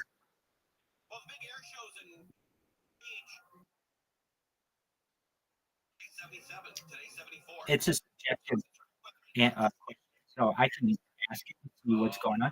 It's a yes on the floor can get dirty. Not a settle on it, especially if it's not exposed for a while. Additionally, if someone steps on it, it can mix on dirt with shoes, making it even dirtier. So yeah, let's see. What if I pick it up immediately? You're exactly right. You pick it up immediately. Less likely to get dirty. However, any contact, exactly. However, any contact with the floor or surrounding air might still introduce contaminants. It's always best to keep soap in a clean, dry place to keep it fresh. Yeah. So it does seem like soap can get dirty. All right. So I am sponsored by the cryptocurrency. It's known as Harry Potter, but it's not a Angel. The ticker is Bitcoin. It was 7 cents last week. It's worth 15 cents this week. Get your hands on it as soon as you can.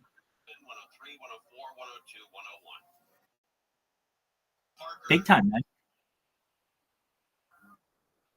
No.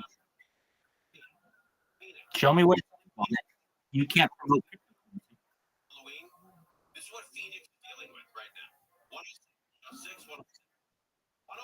Okay, well, you can live in your own laws, and that's cool.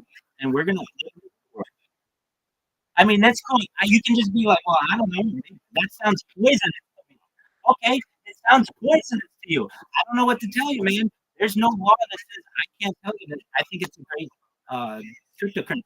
And here's why I think it's a great cryptocurrency. It has a really long name. All that stuff is cool. It's really top on Twitter, but it has data.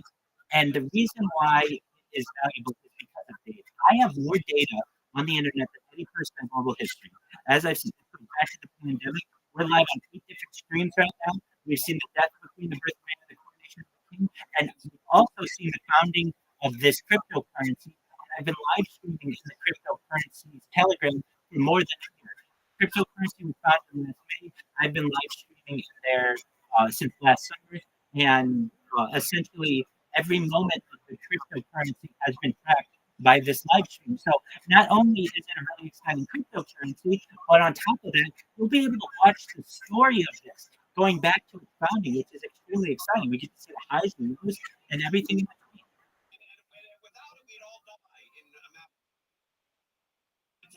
between. Yes. Anything is echoing, you go to it and mute it.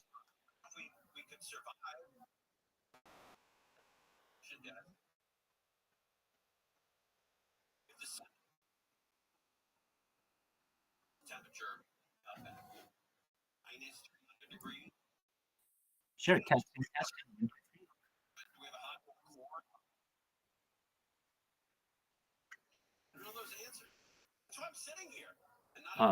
This,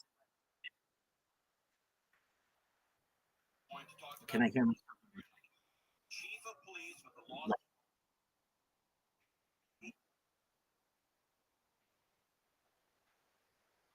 Yeah. In order for me to be able to hear you on my phone, it's not loud enough. Let me change the microphone. Let me see. I've been told though the new microphone that I'm going to use is not good. But we'll try. Just a moment. Yo, dog. Okay. Yo, dog. How about this one? Can you hear?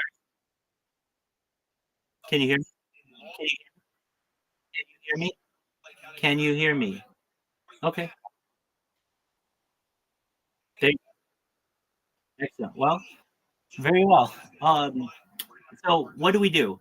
I stream my life 24/7. Watch everything from the just a moment. We've watched 3 Olympics on here. We've watched multiple World Cups, both men and women. We watch every kind of podcast that you can imagine. I've watched just about every single Joe Rogan on here.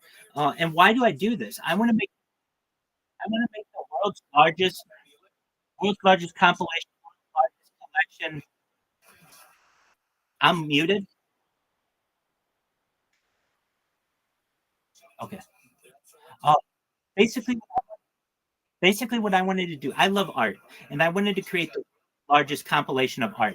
Basically, in the future, AI is going to be able to cut this up so that you don't see 24 hours of my day. You only get the most exciting 10 minutes, and then you get a little update every single day. It's going to be very easy for AI to edit down 3 years into highlights, and I'm very excited for that. I have over 100 YouTube accounts. I have over 100 Instagram accounts. I have over 1,000 TikTok accounts. I have over 2,000 Twitter accounts, and I'm pretty close to 10,000 Kick accounts right now. You guys don't know this, but I have the most intelligent set of Kick bots on Kick. If you know what Kick is, I can show them to you. Just for a moment. Excellent. Well, I'm the king of Kick, and why do I say that? Just watch this. If you go to Kick and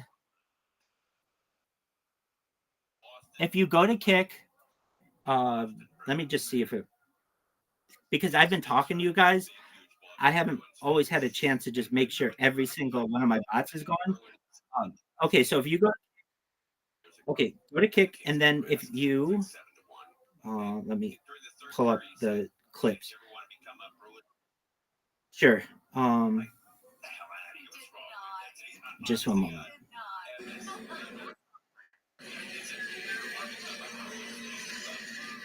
Okay, so what we're gonna want to do, let me see one of the people who we just did. If you, yeah, the only reason I can't see it on my own, I'm sorry.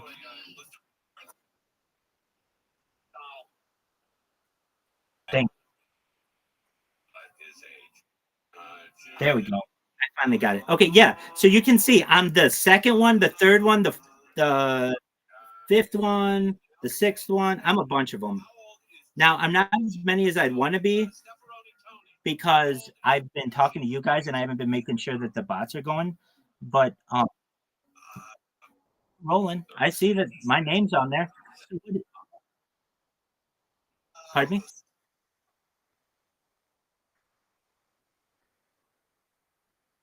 You're good for.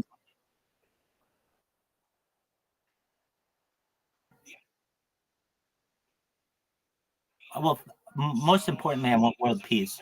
But I know the importance of data. So yes, I've done my best to essentially create as much data as possible.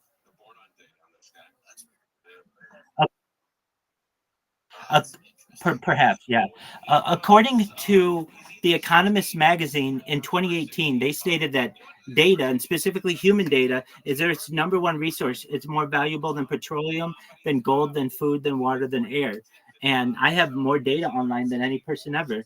And if I'm able to, I'm going to be a very rich person. I'm going to help a lot of people, including everybody in this call, all your friends, all your family. I'm going to make sure that you get to utilize that life extension technology that I've referenced, and that if you want, you never die. Absolutely. God will- No. God willing, my actual consciousness. Essentially, what we'll be able to do is upload my brain, an avatar, a cybernetic being, a really anything you want. You could even put it into an animal if you wanted, and you can live out your consciousness. You have to understand that given enough, we there are no there isn't anything that the human psyche can't accomplish. Meaning, if we have enough time, we can do anything. And sure,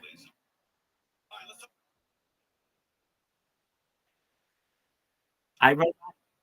Yeah, so definitely, you're 100% right. 100% right. Okay, so when we talk about uh,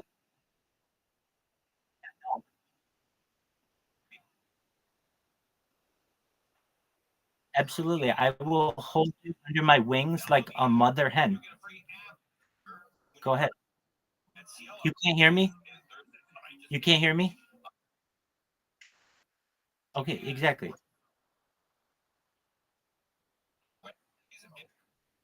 Yeah, you can. And if you know anything about dolphins, they fuck a lot.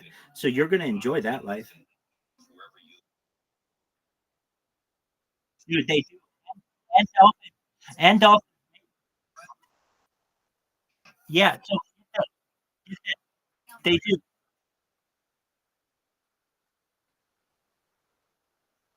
All of that is true. All of that is true. And additionally, female dolphins mate with as many male dolphins as possible so as to have as many defenders of her as possible. Because if there's any unfamiliar dolphin that comes in the area, they will attack any baby dolphins unless they think that that dolphin came from them. They're very, very aggressive. So if you want to know what the movie timeline is of what we can basically expect with this iRobot kind of future, essentially the next movie that might resonate with you, these might not all, but we'll talk about them. We just basically have moved past Soylent Green. If you ever saw that, you can order Soylent Green on Amazon right now. If you don't know what Soylent Green is, it's a movie from the 1970s where, like, spoiler alert, basically people end up eating themselves or eating Soylent Green as humans. And essentially, yeah. So next is 2027. You can't do that yet. What they have done is make it so that you can just order like a carbohydrate based Soylent Green. But you have to understand this is predictive programming. Exactly. Right now it's not. And right now it's not. But 50 years from now, it could be. They're just predictive programming these things. So the next thing is Children of Men 2027, then 12 Monkeys 2028, Demolition Man 2032, V for Vendetta 2038, Event Horizon 2047, Minority Report 2054, Total Recall 2084, AI 2101, Alien 2122, The Black Hole 2130, Sleeper 2173, The Matrix 2199, Forbidden Planet 2220, The Fifth Element 2263, Zardoz 2293, Star Trek 2337, Logan's Run 2500, Barbarella in the very distant future, Planet of the Apes in the very distant future, and finally Dune in the very distant future. But essentially, if you want a timeline of what humanity is going to look like in the future, that is Hollywood's version of it, and I would tend to agree. Oh, one other thing that I didn't read in here, I may have missed, which is kind of funny that I missed. I did. Idiocracy 2505. That's what we're running towards. If you want to know what humanity will look like in the future, we will have the haves and the have-nots, and the have-nots will look like Idiocracy. Is anyone here familiar with? Yeah, isn't this essentially? Well, I could be wrong. Is this like a paradox essentially of being in two places simultaneously?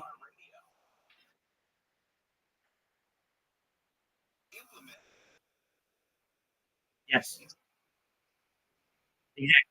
Exactly. Great question. Yeah, this is what I was thinking. Exactly. Yes. As I understand it, yeah, I understand. Yes, when you go in that first portal, you die. You technically die, and then you are remade very quickly on the other side.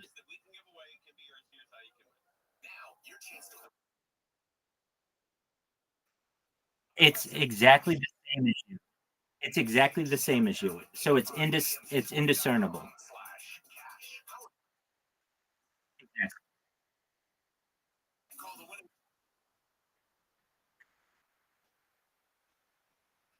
No, no, there's no other version. No, you die. There's something that I mean, there's the idea to replicate.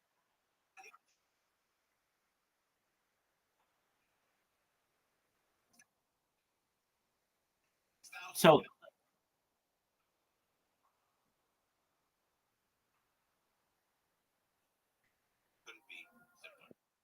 I don't think anyone has that true answer. I think that's a subjective. But what I would tell you is this. I would tell you this. Uh, if we have to define what the soul is, and I think we can. Okay, this is how I define the soul.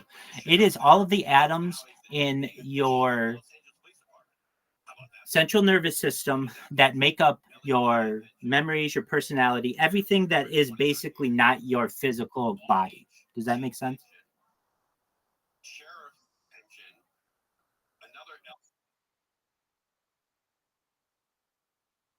I agree. No, I agree. That's what I said too. So I'm saying, in my opinion, that's what it is. If you don't think that, that's fine. But then, if we don't agree with what the soul is,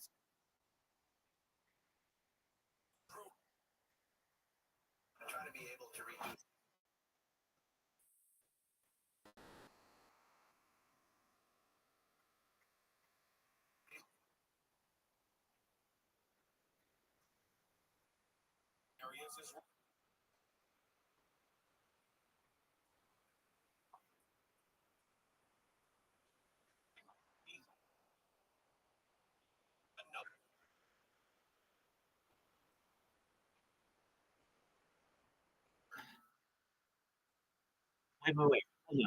All that, hold on. I'm in agreement with all of that too. So let's not say that these are separate ideas. I think they could be one. I think they can be unified. How can they be unified? Okay. Very quickly, how could they be unified? Let's say perhaps your friend had at one point on another, if we're really going to dream here, on another planet, this mind uploading technology take place.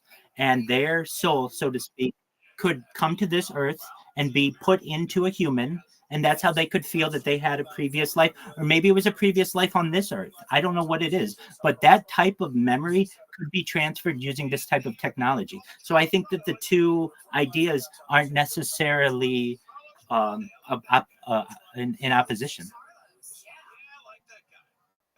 I think both can be true. And when it comes to the spiritual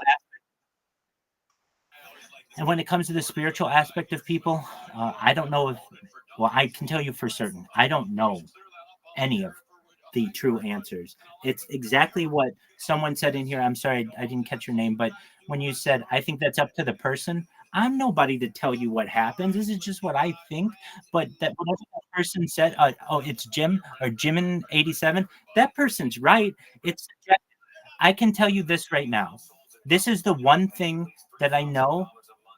Well, I shouldn't say that. There's some phrases. The only thing that I know in life is that the more that I learn, the less that I know about the world, essentially. Like the more knowledge that you gain, you realize how much more there is to learn.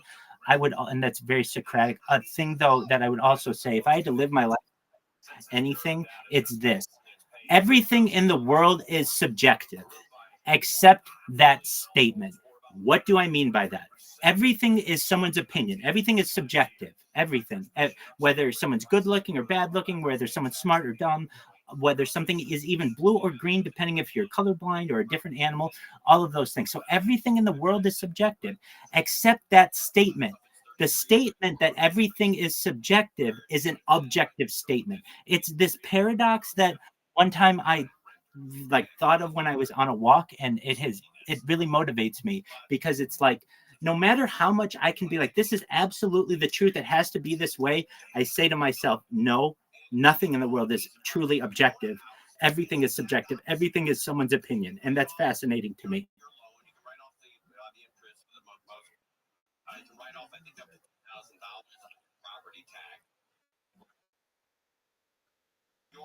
Yeah, I'm in the storage room. Every month, every single month you have a home in California, it goes up for the most.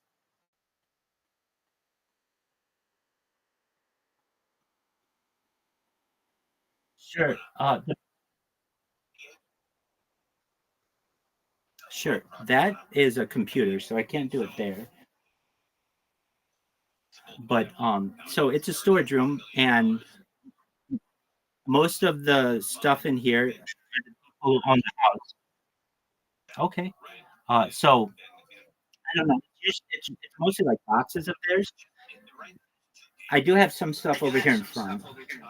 All right, just a moment. Okay. Here we go. I've got my Harry Potter Obama Sonic 10 new telegram here. You're also live on this phone here. We have a bot here. I've got Discord going on here. I've got my Siddur, my religious books here. I've got my Tefillin here. I've got some bots going here on this table. Over here, behind me, I've got Introduction to Jewish History lectures with Professor Henry A. going behind me. And then over here, I'm on another Chromebook. No, I wish if I could get my hands on it. Then I'm a 420 advocate. 420 advocate. And then I have 3 Chromebooks here. And then I'm live in Aiden Ross's Discord there. I have a ceiling cam. I have 3 Word dog. And then I have 3 computers here, and they run as robots. Just a moment, you'll be able to see it work. Right now, it's getting a random number generator. The reason why I use a random number generator is because I randomize what my username is going to be, but they all say join Rabbi's Discord, and then I spam people to come to my Discord, talk about world peace. So all of this is happening in automated form, and you're more than welcome to stay as long as you want. I live in here, and I'm going to continue to live in here until I go viral. And then when I go viral, I'm going to travel the world and help as many people as I can. What the bot is doing currently, it's going to get an OTP, a one-time password, about a minute to do so. I won't bother you with that, but essentially, I've got 3 of these bots going, and that's what I do.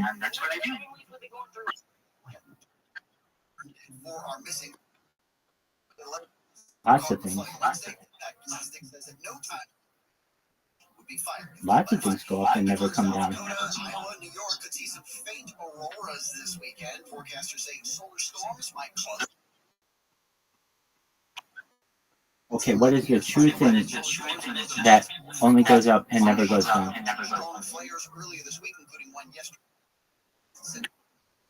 I would love for you to enlighten us. It's helium, hydrogen?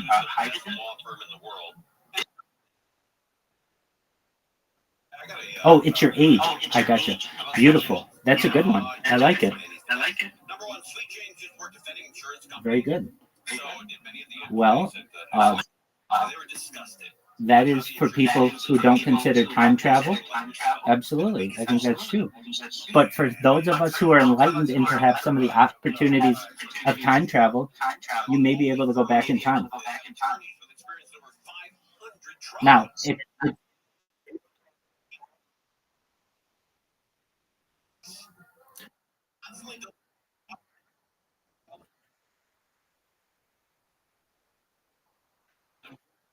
a great question.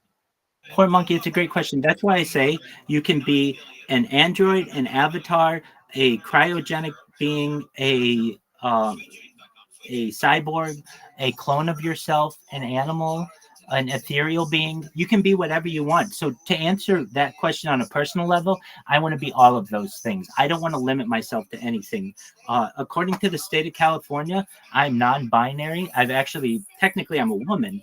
I don't want to limit myself when it comes to anything. Now, I love chicks. Let me say that. But I feel that one of the first steps in being transhuman is perhaps recognizing that if you're going to live perhaps tens of thousands, if not millions of years, and you're going to have sex with every chick on earth and you're going to get really bored of chicks, maybe one day you want to have sex with something else. Not that I want to, but I don't want to limit myself to that. And additionally, I also don't think it's that big of a deal. I want to be a trailblazer for people who aren't comfortable perhaps with their own gender. I recognize that my gender is I like having sex with really hot chicks. That's what I want to continue doing for the next, I don't know, million years maybe. But if I can live forever after 2 or 3 million years of that, I might get bored. I'm not saying I will, but I might. And if I do, see, I've thought of this in these terms. I think I would start with like really, really, really good transgender like people, like probably people who you couldn't tell a difference. Like I'd want to have sex with the hottest chick on earth and start working my way with every single hot chick, moving towards then like the 10. We'll do the tens, the nines, the eights, the sevens, the sixes, the fives, the fours, the threes. I'll even do the twos and the ones before I'm going to even look at anything that is an XY chromosome. But then if I've had sex with all those people, all those chicks, only hot chicks, okay, well then, and it's been like millions of years into the future, okay, well then they might have an ability to have. That's a great question. That's a great. Is it really gay, or are you just bored? And what is it? What is it? So this has made me. This has made me recognize. This has really made me recognize. At the end of the day, what is it that you want to feel on your opposite person? Do you want a little bit of muscle when you touch the skin? If that's what you want, then perhaps you're going to want a man. If you want that little layer of fat that women have before the muscle, then you're going to want a female. And that's generally how it goes. So a lesbian might want a little bit of fat when they touch the opposite person, and a gay male might want muscle. When a heterosexual man would want to touch a little layer of fat, and a heterosexual woman would want to touch a little bit of muscle. That's all that matters in the future when you really think about it. And the woman, you can't discern that she has a vagina or whatever that has been remade, so that, like, let's say she started as a man, but she's had everything redone in her so that you can't tell a difference. At the end of the day, the only thing that's going to be different is that little bit of layer in her fat skin. Do you want it to be, if you have a little bit of muscle there, then you're going to want a dude. And if you want a little bit of fat there, then you're going to want a female. As many as possible. To be honest with you, I think I might be the person who may be seen as in society as someone who might be the world's most eligible bachelor. Every girl, but everybody wants to be famous, and they want their progeny to be famous. And I give anybody who is associated with this stream fame, because I have everything archived, and I have it archived not just on YouTube. You're live on YouTube, you're live on Rumble, you're live on Twitch, you're live on many different platforms you've never heard. Like Billy.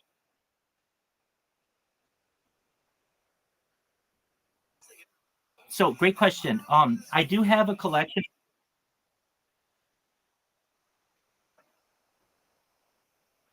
Yeah, definitely.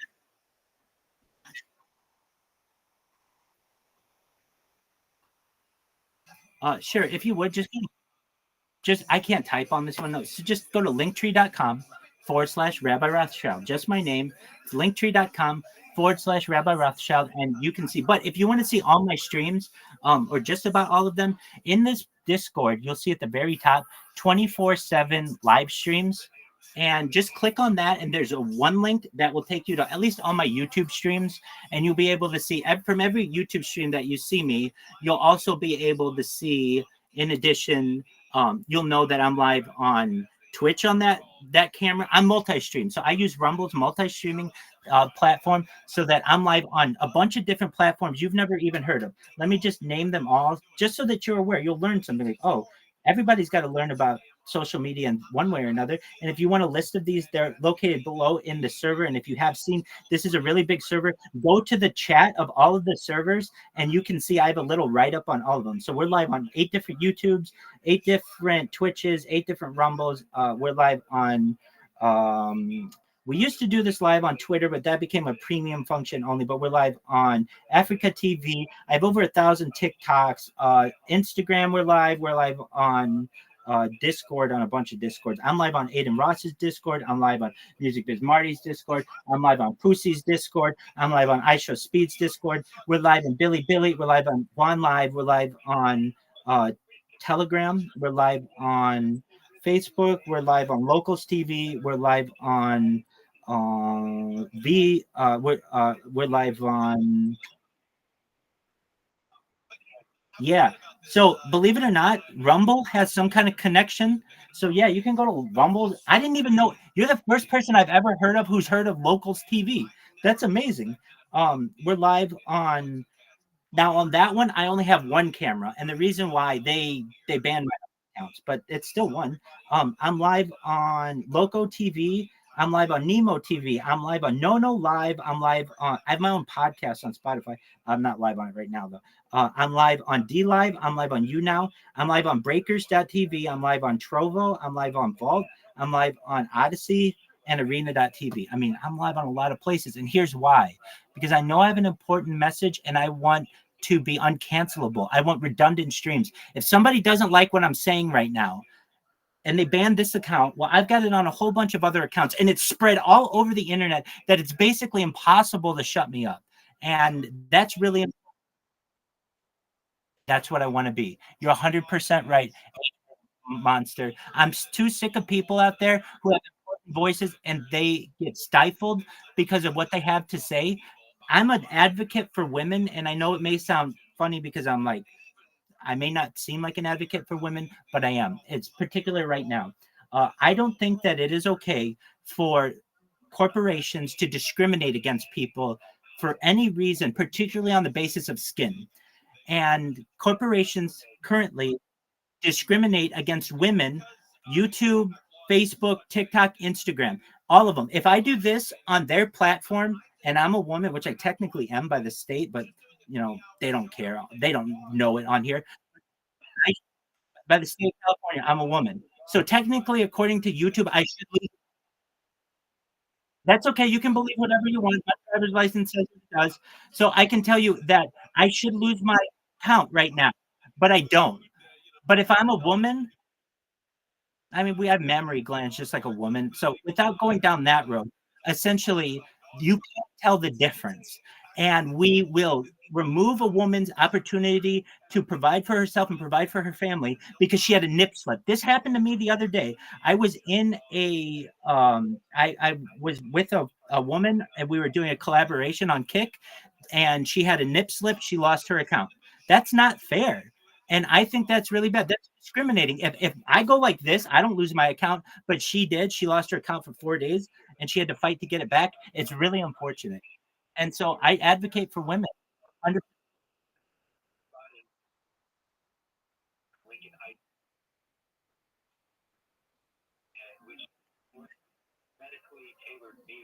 How what? We went out there with Senator LaFont.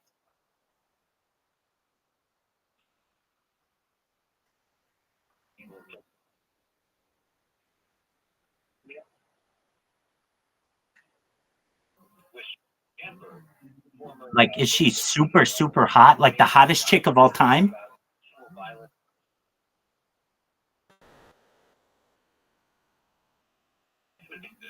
Yeah, I know what you're talking about. Do you understand what I'm talking about? You're saying it could be any chick. Is this like an 11? Is she coming in like hotter than fuck? Hell yeah, I'm gonna have that lady take me out. Even better if she's a no. If you're asking me if I will tell you the truth. If you're asking me if I'm in a horrible accident and I can't move and I can be saved by some big burly dude, which is cool, or some super hot smoking MILF, I would choose the MILF. Exactly. Exactly. I get a shot to shoot my shot with her as she's carrying me out. I can spit game at her. Well, that it is. I would have to make sure that she's okay with our lesbian relationship. And I'm sure she would be. Absolutely. It's a beautiful thing. Definitely. Now, to be honest with you, I respect our first responders and I think it'd be great to be saved by either of them. But if I had to choose one, dude, why wouldn't you want to have the opportunity to be saved by some super hot chick?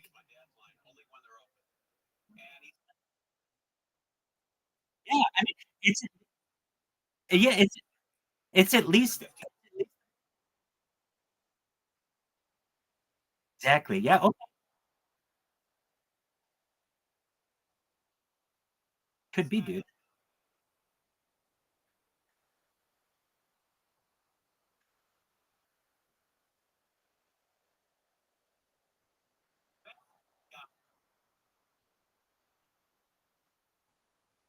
Dog.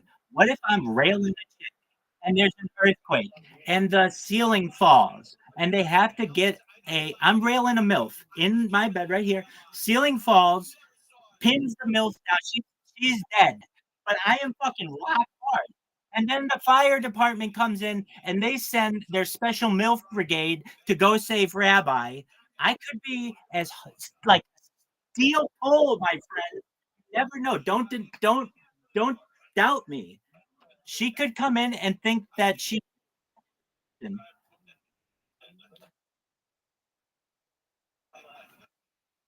I hope so. Hey, if you want to see, I did an interview 2 nights ago that came pretty close to going viral. I mean, I had a bunch of people who came in at the end.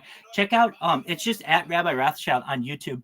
It's the most recent post that I have. I was interviewed by A Flax Life. He's a really nice streamer, and we talk about life extension technology, mind uploading technology.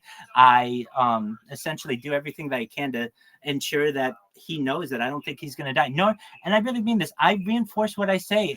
I don't think anybody in here is going to die. You're all young enough. And if you're like, Rabbi, how somebody could be in here, Rabbi, I don't have any money. I don't know how I'm going to be able to utilize all of these technologies. That's fine. We're going to take care of you. How? Cryptocurrency. Crypto is the future. I am the spokesperson for a cryptocurrency. This no. I'm just a leader. No, God is different. If I can, I'll do my best to define God for you in my own words. No, that's somebody that sees in the future, and that's a different story. What I can tell you is this. This is how I define God. God is energy. That's it. We're all energy. So there's a little bit of God in me. There's a little bit of God in you. And I feel that you're a sweetheart. Thank you so much. I appreciate it. Well, I'll tell you this. It's a beautiful thing to be on Earth and to have an opportunity to speak with all of you. And I just want you to know I really appreciate you all being here. You're always welcome. I've been live in this Discord 24. Absolutely. Jin, you're amazing. Jin, you're all amazing. Thank you. Thank you. So let's blow your mind some more. Let's blow your mind some more. What are we going to advocate? Like once this thing blows up, there are two important places that I want to bridge physically. And once we bridge these physically, we can come together as people. Okay, what are they? The first is a 51-mile stretch of the Bering Strait between Asia and North America. Basically, the part by Russia and the part by Alaska. I want to either create a tunnel or a bridge to be able to connect Asia to North America. By doing so, you would be able to drive from New York City to London or New York City to Cape Town. That I think will be a very important connection to the world. Yes, exactly. And the other connection that I want to make for people is a 76-mile area in Central America, South and Central America, known as the Darien Gap. This is an area between Colombia and Panama. It's about 76 miles that has not been completed yet. Once we complete the what's known as the Pan American highway, you will be able to drive from Buenos Aires to Cape Town, South Africa, or Buenos Aires to London, or Buenos Aires to New York, or New York to Madrid.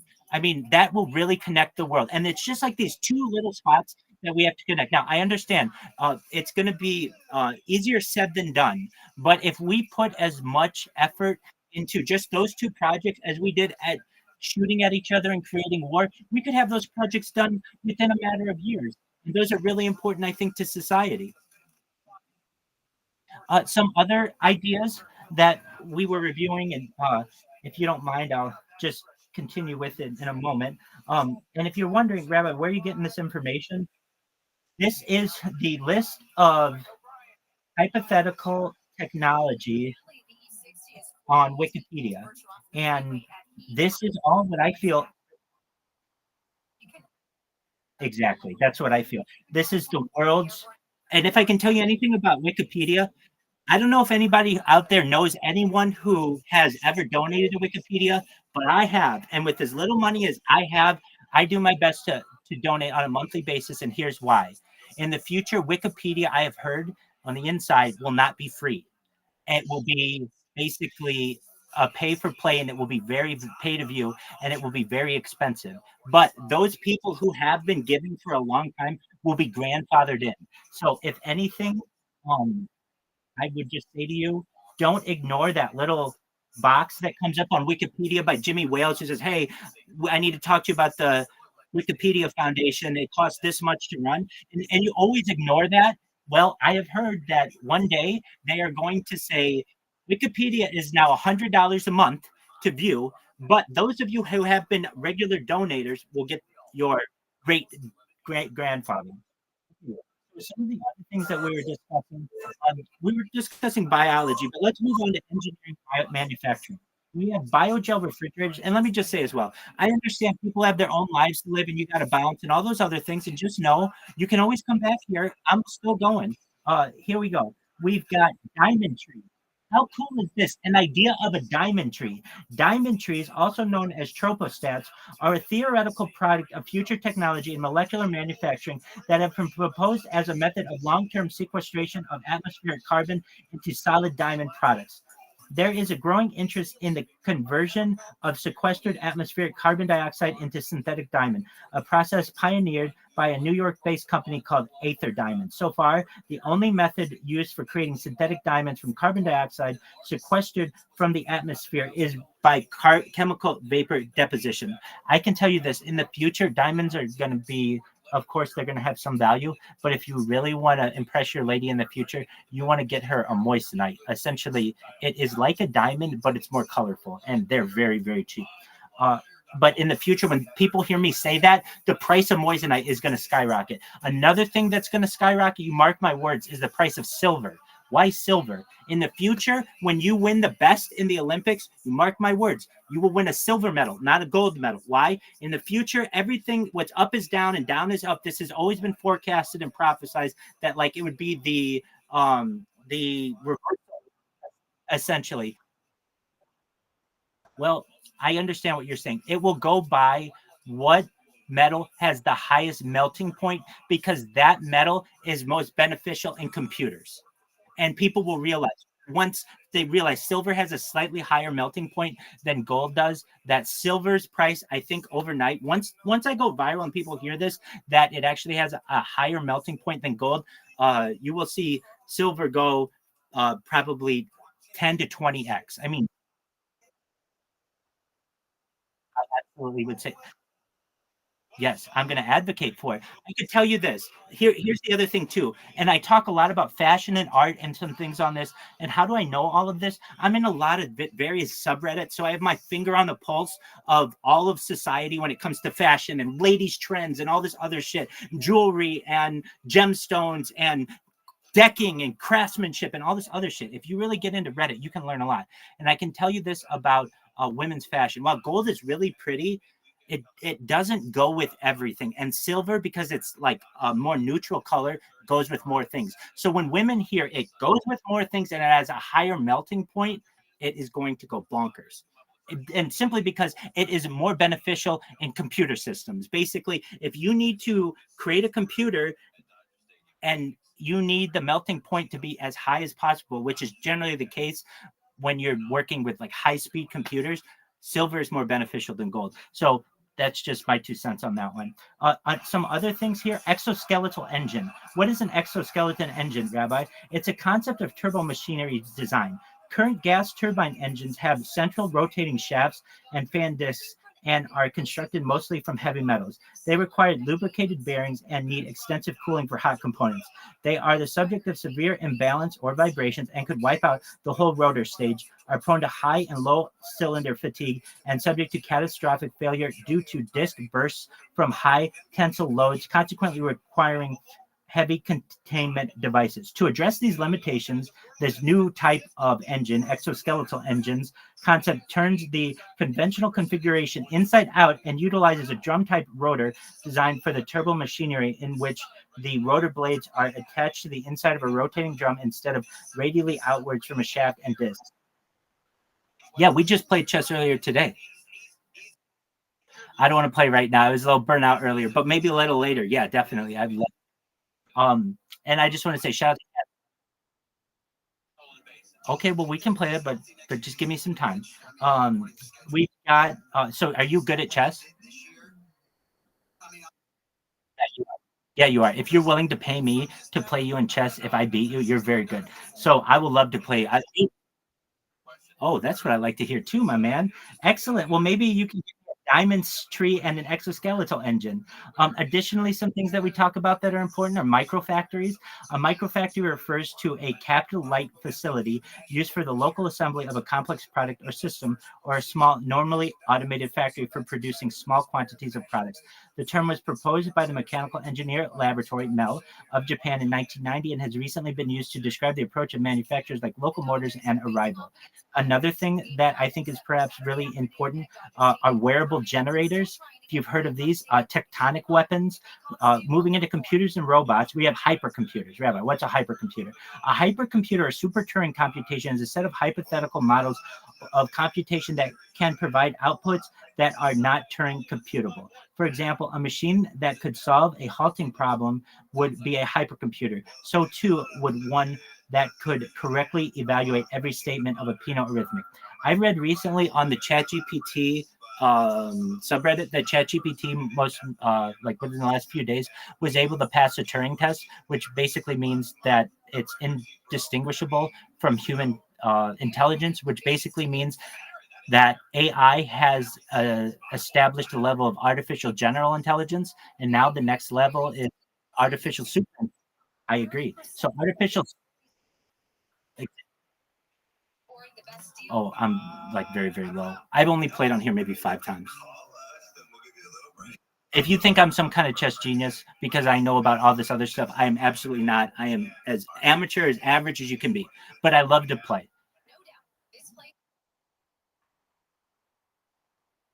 You're a sweetheart. Everybody, let's listen to HV Monster and their beautiful, beautiful words. Thank you so much. HV Monster, I love you, and you can stay here whenever you want.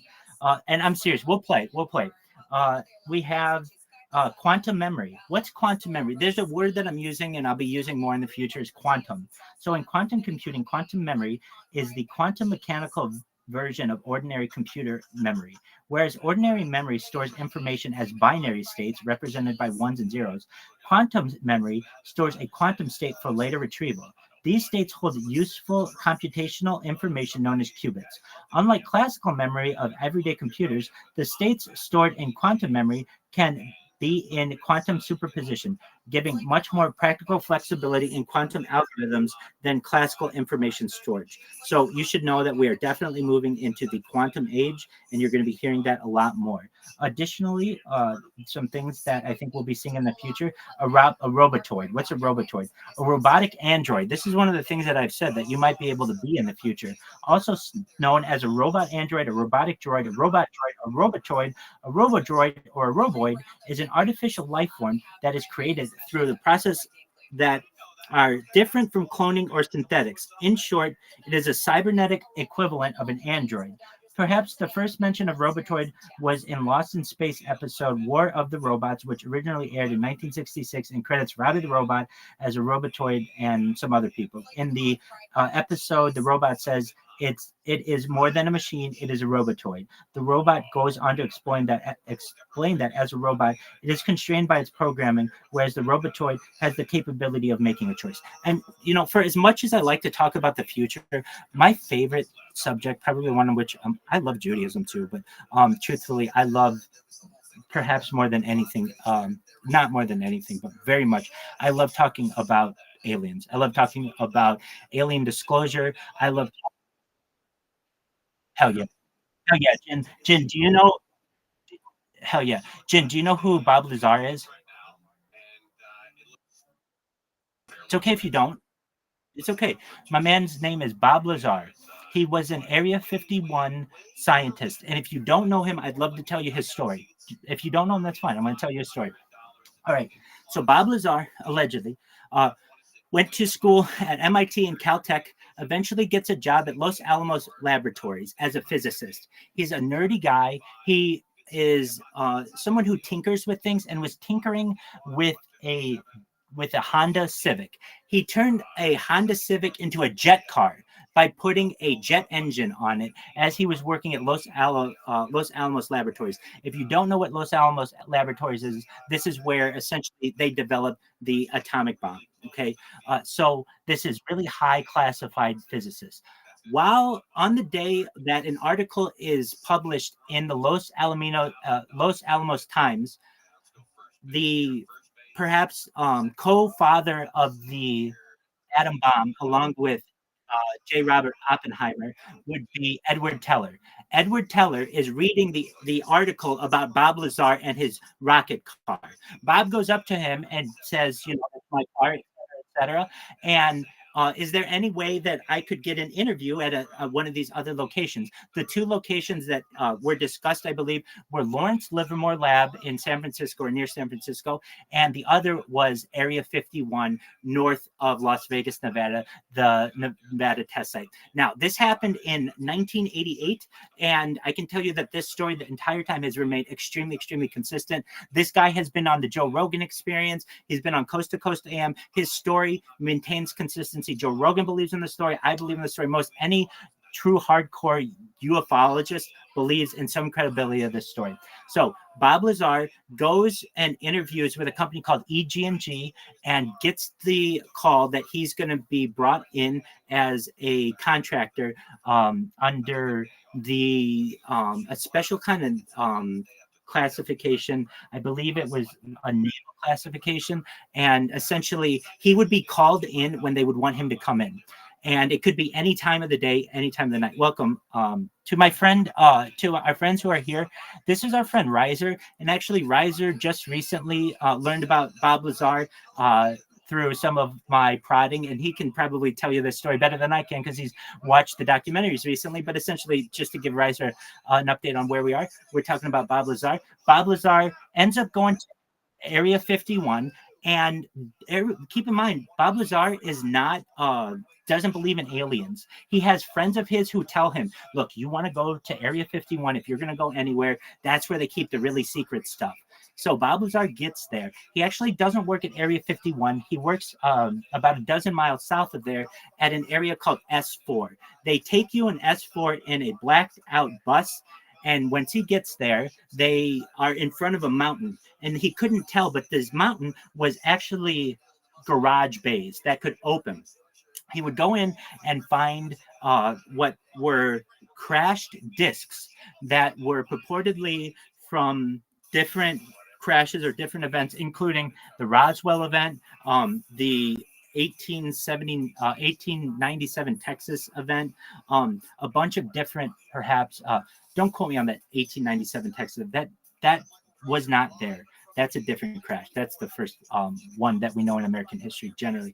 But what I can tell you is at least the 1947 Roswell craft was there, and some of them there were like eight bays, and like 6 of them were filled.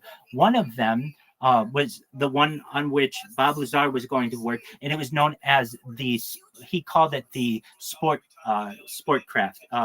And the reason why he called it that is because it was a sportier version. It was about like 40 feet across, and it had 3 different levels. He was able to look in 2 of the levels. On the top level, it had these 3 little chairs for like figures that would have been smaller than a human. And if you're like, Rabbi, I want to see what an alien looks like, I'll show you all that shit. We'll get there. But basically, the way that it looked inside was completely pewter. Everything was perfectly smooth, like it was almost like a wax mold. And when Bob Lazar would talk about when Bob Lazar would talk about this in 1988, we didn't really have a way to describe it, but now we know that could be done through a 3D printer, but we didn't have the words for it then. No one knew how some of these shapes could have been made. Well, in the lower compartment of the 3 compartments was where the essentially the gravitational controllers were, the thing that gave propulsion. And it was powered by element 115, which is known as moscovium, which is also known as unpentium. Bob Lazar was talking about something on the periodic table of elements. He was talking about it 15 years before it was ever found in a lab.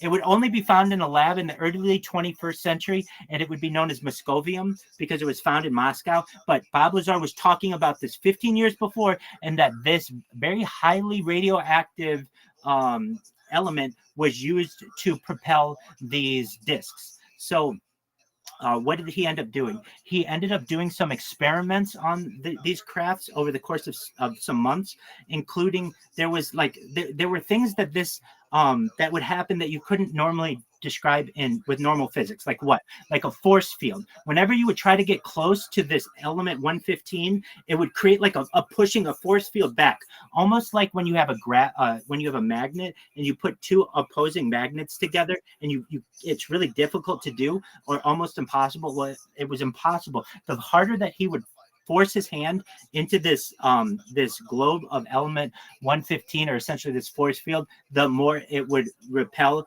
his force. Another thing that he was able to see, this thing fly. So it would get up off the ground, fly in like maybe for like 20 seconds, and then land again. It gave off a very low-pitched hum, and maybe something like some kind of electric field around it. Just very fascinating how this worked. Now, if you're like, Rabbi, absolutely. If you want to see a disc, I'll show you one right now. Just one moment, and I can pull it up for you. I can also show you what an alien looks like. And where do I get this information? It's from a documentary. This is different than Bob Lazar. Let me just finish the Bob Lazar story as I finish this. So Bob Lazar was like really deep into the testing of this, and it turned out that his wife, it turned out that the government was tapping his phone as a government employee. He had given his consent to this to get this really secret position.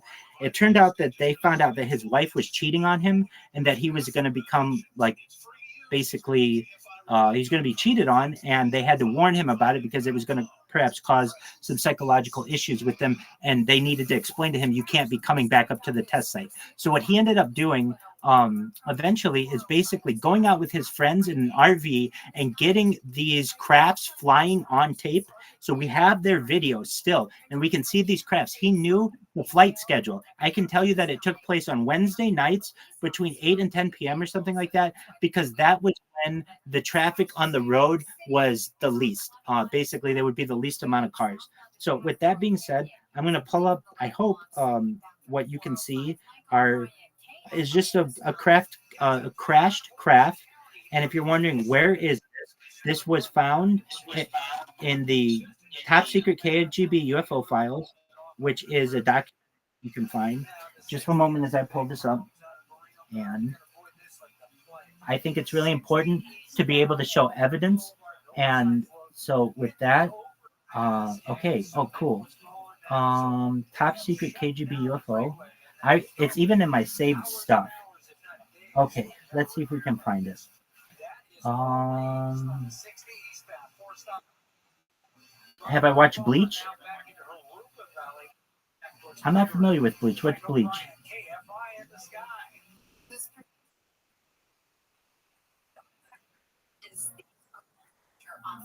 No. Let's see. Well, I can show you what an alien looks like, or perhaps let's see what this. Okay, here's what an alien looks like in my opinion, and the reason why I say this on the aliens page, they offered a $10,000 reward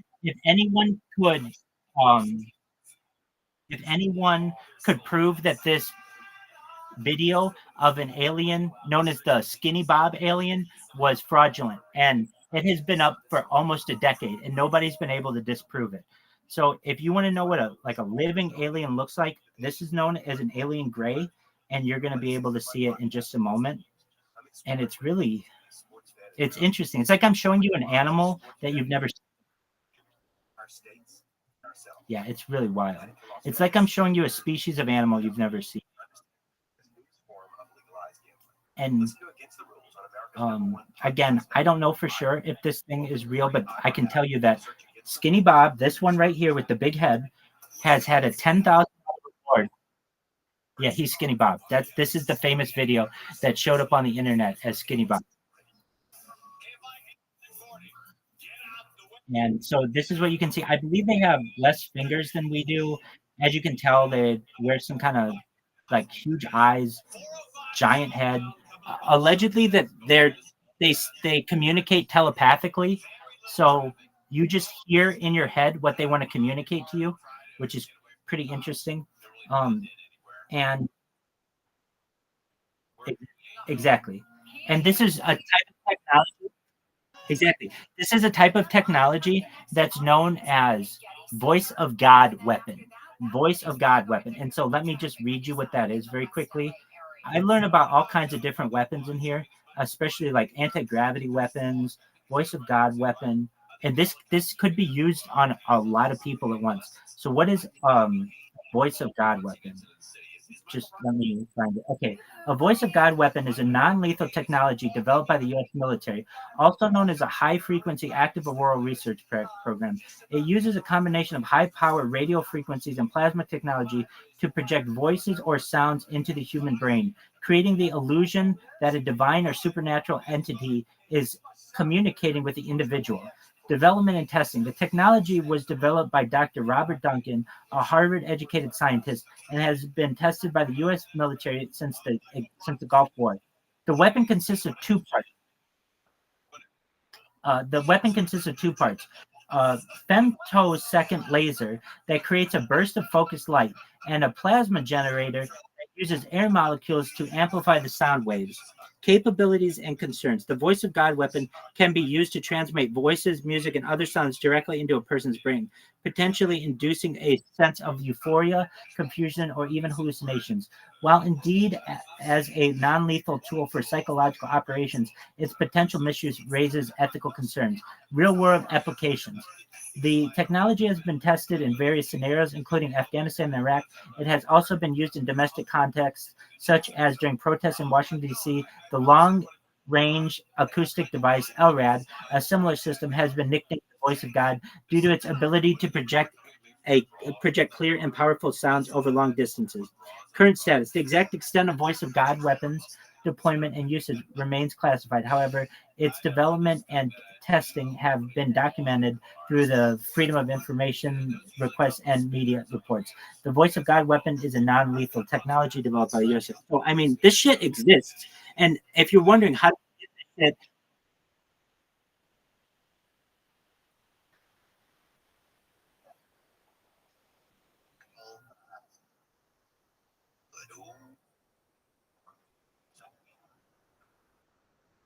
we're dog. We're dog. All that is true, and they even are starting to work on being able to read your brain waves between those two ear pods.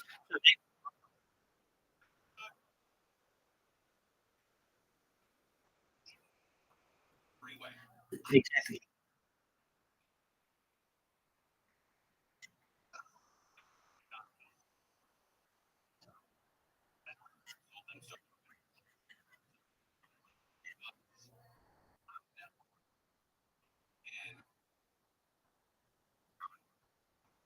Oh, if you have a chance, please go to the.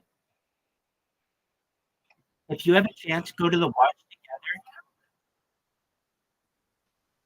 If you have a chance, go to the watch together function. I'm going to show you what I think an alien disc looks like up close, and I've never seen footage as close as this. If you want to know what this is from a documentary called The Top Secret KGB UFO Files. It stars James Bond actor Roger Moore, who just died not too long ago, and you're going to see what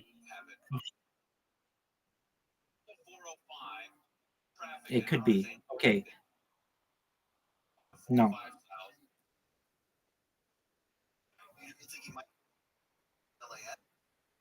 agreed.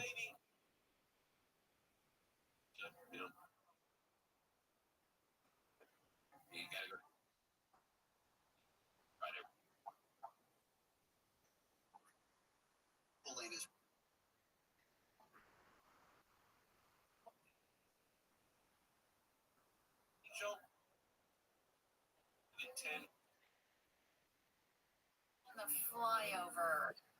I thought my Just right. I think it.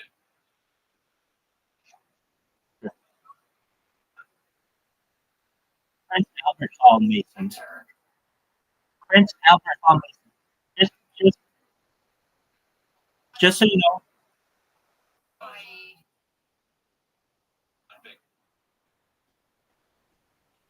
just so you know, that could. I can tell you. I can tell you, I am a Mason. To my knowledge, I know him to be a Prince Hall Mason, or what I've heard him rumored is this, but I haven't heard it confirmed. If you would take a look at the watch together just for a moment, I want you to see what it is. Apologies, it's hard for me to know if you can see exactly what I'm saying. You're going to see these guys around the. No, you're absolutely right. So you're going to see, and it's exciting because all of this is really exciting. Once you know, I'm excited. So you're going to see all these guys with the KGB, and like they've got machine guns, and they're around this disc. And this disc is purportedly was founded by the KGB, the secret police of the essentially the Soviet.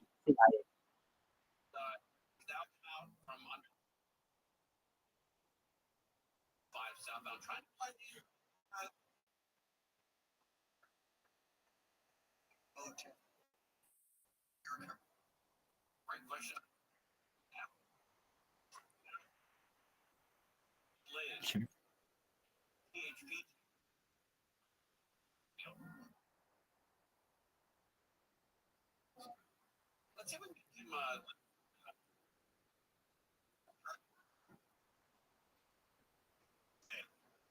Yeah, so we can talk about it.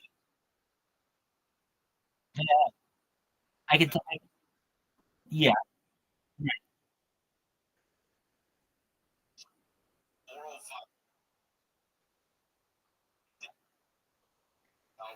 Could be. I get what you're saying. Right. As I've understood it, it's been called the Priory of Sion, but I've seen that on things, but there's a lot of things. I can tell you that you're saying absolutely could be the thing. It could be extraterrestrial knowledge that we're being told.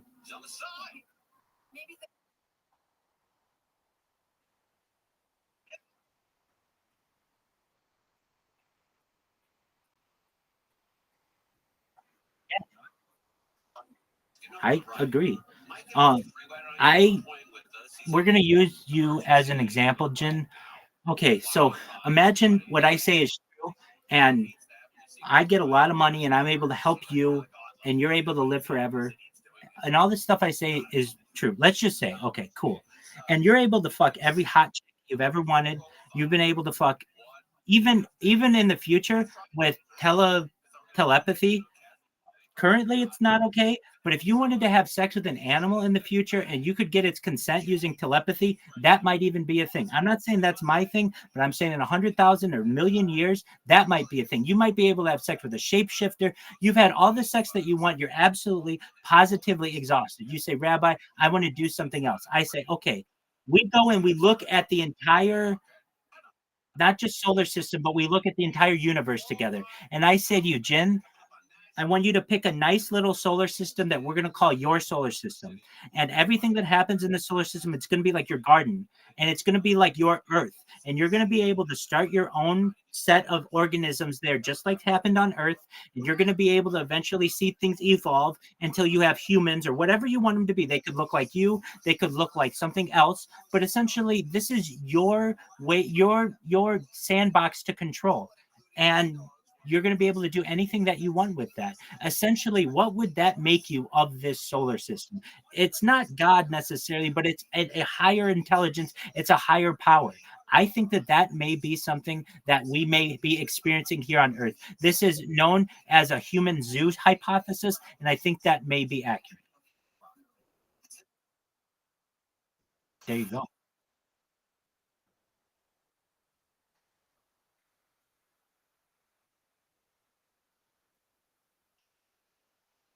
I hope so. Gen 57. Excellent. That's what I like to hear. Excellent. Well, with that, guys, I'm going to let me get some water.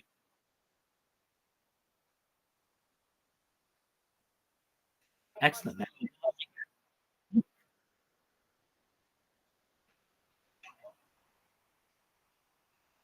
Oh, excellent. Well,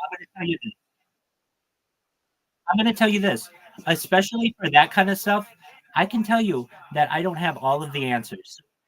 So what are we going to do? I have something that does have all the answers, though.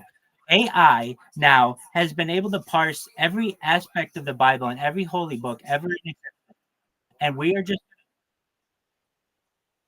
yeah, absolutely. And we're going to utilize that technology for our own benefit, and we are all going to benefit because of it. So we're not only going to have the right answer, it's not going to be like, well, this is Rabbi's opinion, because I could be wrong. No, this is going to be AI and Rabbi's opinion, which is a lot stronger.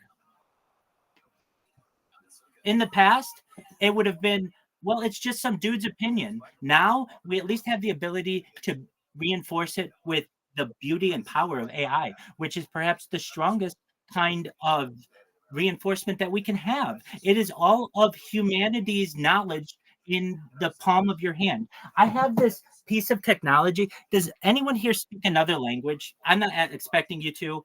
If you do, great. If not, that's fine. But there's this type of technology.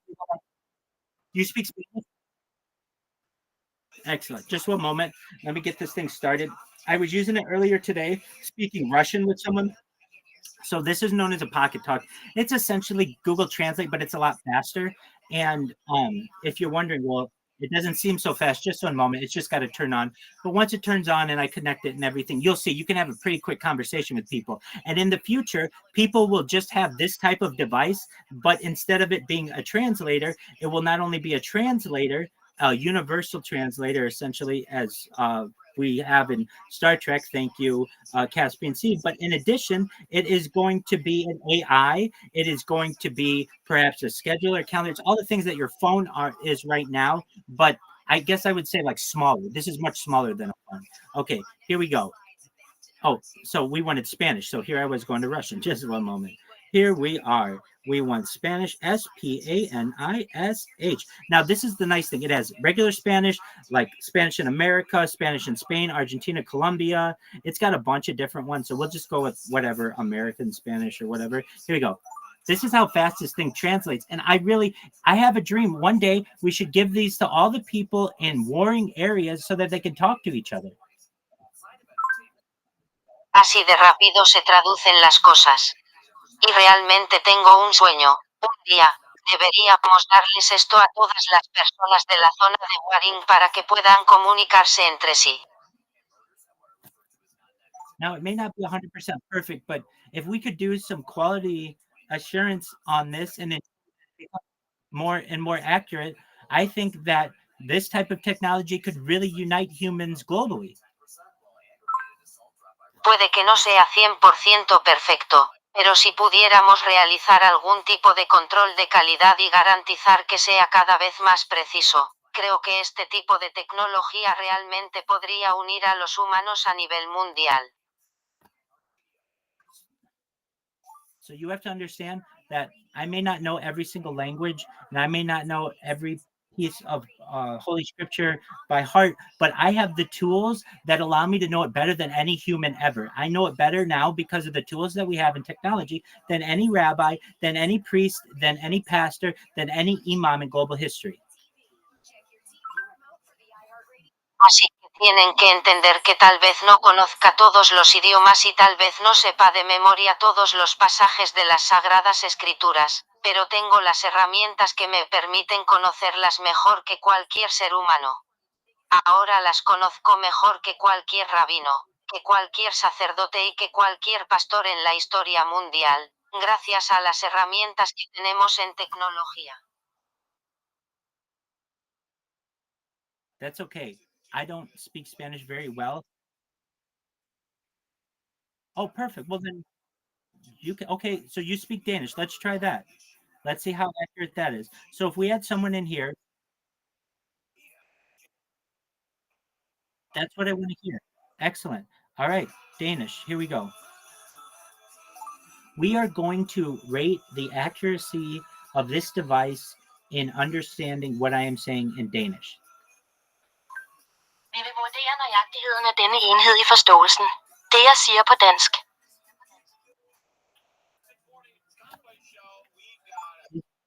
Is what I said pretty accurate? No, Det er, hvad jeg sagde, I didn't say ret that correctly. præcist. Is what I said pretty accurate? Er det, jeg sagde, ret præcist. It gets some commas off here and there, but it gets the overall. Here, let's talk about cool words. Here's what I like. Some of these like phrases that I use, like, I don't know, anti-gravity, antimatter, aren't always phrases in other languages that just don't really talk about anti-gravity, antimatter that much in some other languages. So let's see. We talk about some really interesting things on this stream, like anti-gravity, antimatter, faster than light travel, dark energy, dark matter. We talk about life extension technology and mind uploading technology. We talk about geothermal technology. We talk about tidal power. Vi talte om nogle virkelig interessante ting på denne strøm, som antityngdekraftens antistof hurtigere end lysrejse, mørk energi, mørkt stof. Vi talte om livsforlængende teknologi og upload-teknologi. Vi talte om geotermisk teknologi. Vi talte om tidevandskraft.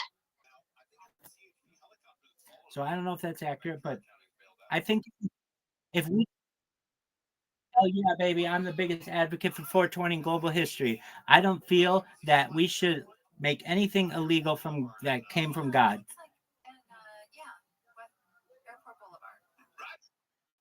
Excellent. Yeah, I'm a huge advocate of 420 culture. I think that it has many benefits, in particular when it comes to people with different ailments. In particular, we have people with Tourette's. It can help. It helps people with epileptic seizures, like instantaneously. If you've seen some of these videos of people who have like epileptic seizures, they're having them, and then they smoke a bong and they're absolutely fine. I mean, I just think that it's amazing. If I could, I would be high 24/7 probably the rest of my life. It's just really expensive, but perhaps in the future I will. And you should know that I'm a huge advocate for it. I'm a huge advocate of decriminalization of all drugs, but in particular, I think that cannabis offers a huge amount of wonders for humanity, and I'm excited to see it be utilized in mass.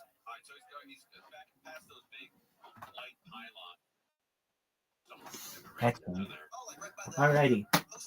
Oh, I take it that you are a big advocate of cannabis. That's amazing. Good on you. Okay.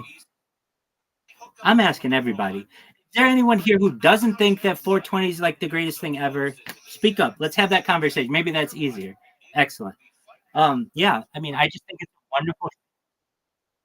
Yeah, man, and to have seen it go from basically completely Schedule One illegal to being decriminalized in California, and then to be or recreational, and then like get it to Schedule Three nationally.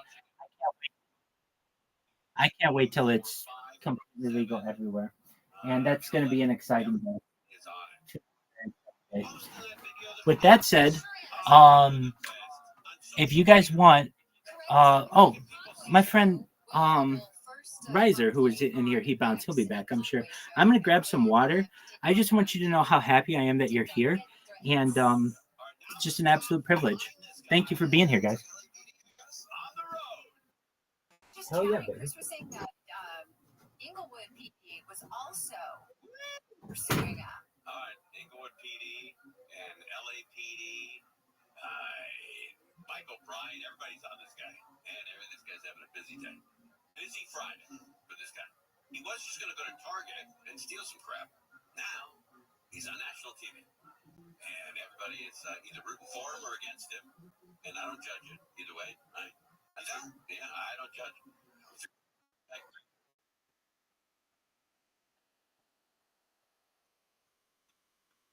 And interesting, like the Bruce, this guy in the money. Like underdog.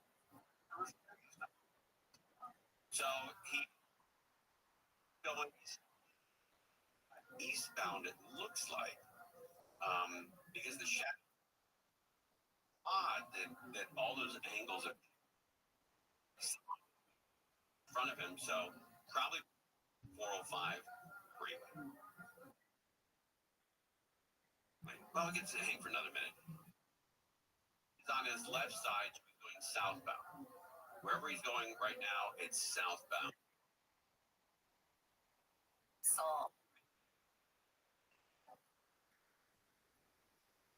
Inglewood.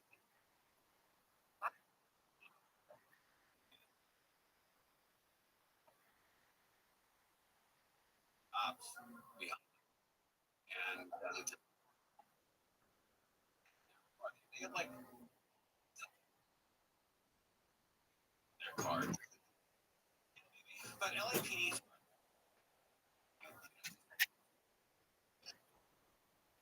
that was worn down on the door of an LAPD cop car there are. And I asked the cop one day, I said, why are your doors all banged up? All right, if you would just give me a few moments. If you're wondering, and I showed you a little bit, I created like 8 bots that spam kick, and I'm gonna go viral because of it. And I'm telling you, I'm taking you guys to the top with me, and I mean it. When you go to bed tonight, I want you to think about philanthropic. That's tight, man. Then we'll be up to all night. I have plans not to sleep. That's what happens, dog. We're gonna watch college football tomorrow. We're gonna watch pro football on Sunday. I live stream all that shit in here. So we watch NFL Red Zone. We watch all that shit, all pirated. And yeah, we love sports. We watch Monday Night Football. We watched Thursday Night Football last night. I'm in a fantasy football league with some of the people who sponsor the cryptocurrency, of which I'm a part. Does anybody in here do fantasy football?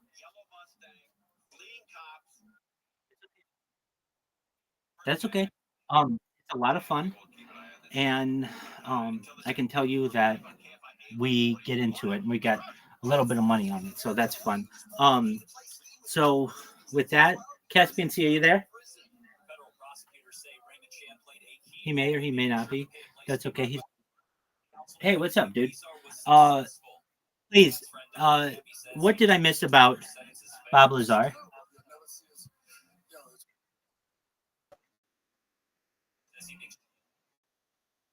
That's okay. Oh no, I didn't mention that. Talk to him about that. Or I can do it.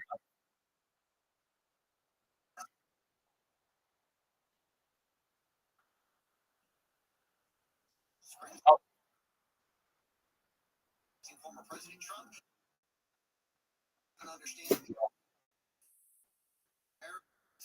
Sure. Okay, cool.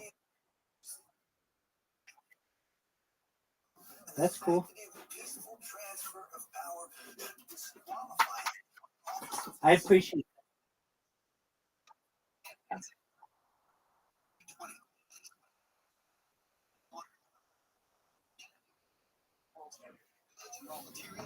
I gotcha.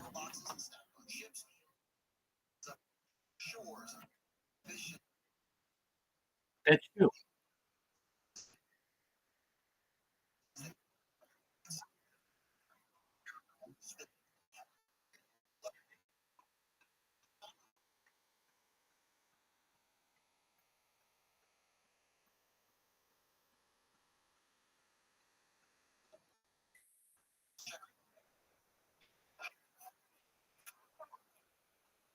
No, it was by far. It was the second biggest I've ever had. That was really great. Exactly.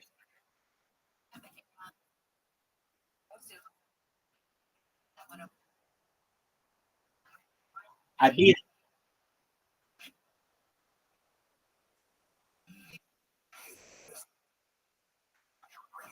I beat him.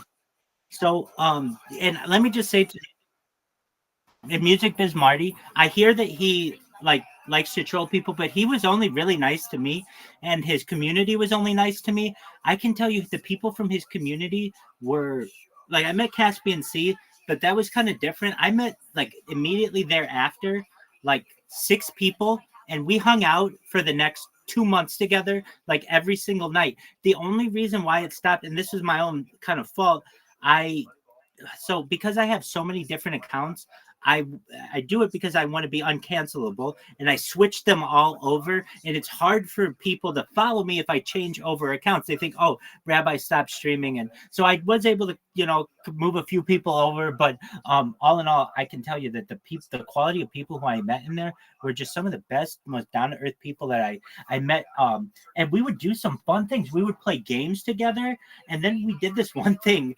Two of the people in there, one in particular, were really, really good at television trivia. And I'm pretty good at television on a couple shows. I'm pretty good. So we did The Office television trivia, and we did Seinfeld television trivia. Oh man, this one lady and I did it for like every single night for like months. And she would come into my stream, and we would just quiz each other basically. And that all happened because of Music Biz Marty. And then the crowning jewel of the entire scenario was meeting Caspian C, and that has just been, I mean, really the closest person I've had in the Discord world, and that's the nicest thing I can say. I mean, there's not been another person here who has spent as much time as Caspian C. I've had a lot of people over this time, and I don't want to disparage any of the amount of time that people have spent. I mean, I've had a lot of people watch me for a lot of time, but no one as dedicated as Caspian 2 I've been able to develop friendship with, and we've been able to grow with and see do really great things. And I hope the same for everyone else here and for myself too. And I was describing recently the fact that there's a meme, if you've ever seen it, of a diamond miner, and it's like he turns around just before he's going to break through into the diamond mine, and we are mining in a diamond mine, and we're just inches away, I feel like, from breaking through. And how is that going to happen? Aiden Ross, if you know who Aiden Ross is, he already knows who I am. He was in my YouTube stream just randomly, like 5 months ago. That's how he found out who I was. And how did he find out? Because I was streaming in his Discord, and he was like, I mean, I showed him my ID, I showed him my driver's license, I showed him my credit card. I mean, I showed him a lot of shit to prove who I was. And then he's been really, really nice. He's been allowing me to stream in this Discord, which I'm currently doing.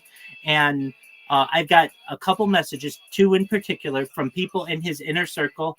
One of them is Cheezer, I believe, and the other one is his Shafet or something like that. His name escapes me, but he wants to do an interview with me, and it's just a matter of time. I don't know when he's going to get me on the schedule, but he's at least shown interest in doing it twice recently, and I'm excited that one day he's going to pop in here. He's going to ask me to pop in his stream, and we're going to talk about all of these things that are really groundbreaking technology and perhaps change the world.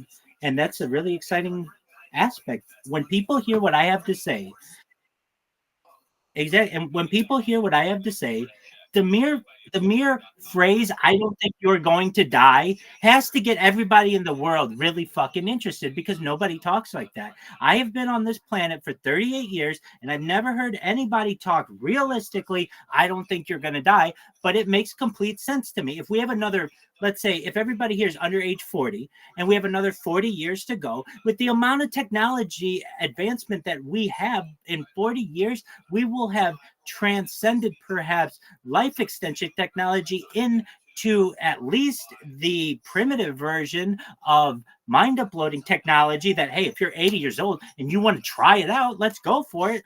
That might be a real thing. Think as well that we've already had the first successful BCI, the first successful brain computer interface transplant into a man named, his name is Nolan Aspero. He was interviewed on the Joe Rogan Experience not too long ago. This is a man who can play video games while he's quadriplegic. Meaning he can't use his hands or his legs. He can play video games better than this whole Discord. He could beat all of us. Why? Because the BCI, his Neuralink, is essentially an auto aimer for him. So it's an aimbot, which is a really exciting opportunity too. That like we have people here who are essentially going to be able to transcend normal humanity into the world of being superhuman. I mean, and that's what I'm getting to. We are on the cusp of something known as transhumanism, and you will hear a lot of people out there bash transhumanism, and I understand a lot of times they're scared of it because they don't know what the future may hold. But I can tell you, if you can hear my voice right now, whether it's people in the Discord or people in the future, if I have the opportunity, and I have more data online than any person ever, and according to Economist Magazine, data is worth more than anything, which should make me like the Scrooge McDuck of data, I'm going to help every single person that I can, and I'm going to make it so that all of you can experience life extension technology and mind uploading technology yourselves. I think you're right, Bert. I think it is trimmed from the bottom of that car. But this can't last much longer. And he is going to... Just for a moment, I didn't catch that, and the reason I want to apologize for that. Now I remember why I don't always use this computer, because I have to leave and come back a bunch. Just for a moment.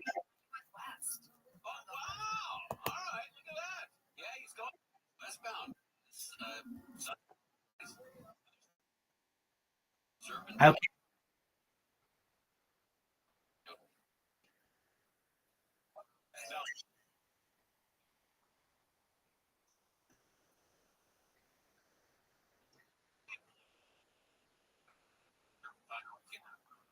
Hell yeah, man.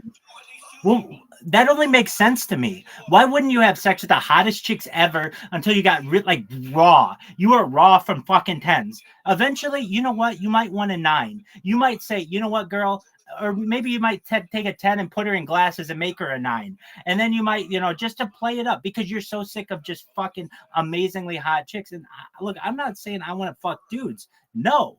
I don't actually, but I'm saying if I live forever, I know I might get bored, and I don't want to close myself off to anything. And if we're living in this world where people can be whatever they want to be, I don't want to close myself off to it. Ideally, I think we should live in an X and X chromosome, X and Y chromosome world like we did for all of evolution. But I don't get that call, we're moving into a new world. And so long as we do that, I'm going to make sure that I don't limit myself in any way. I'm going to try to pull up. We'll see if it works. I had a recent interview with a streamer named Flax Life. And is it my best work? No, but it's kind of funny, and it shows you some of the shit that I have to go through. And if you want to see what some of my surprise streams are like, let's see if this pulls up.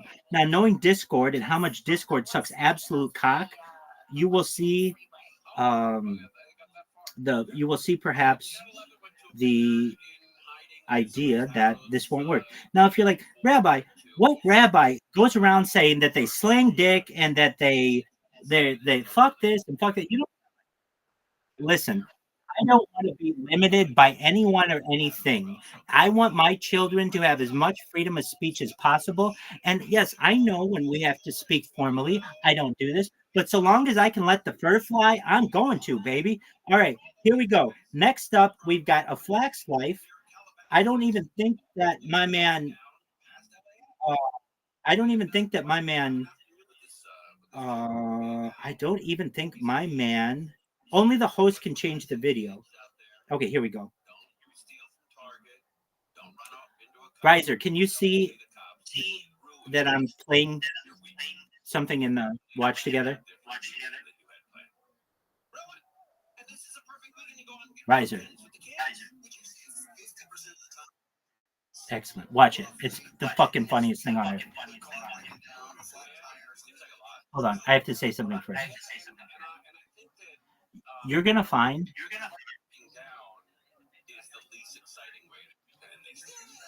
Fuck it. Just watch it.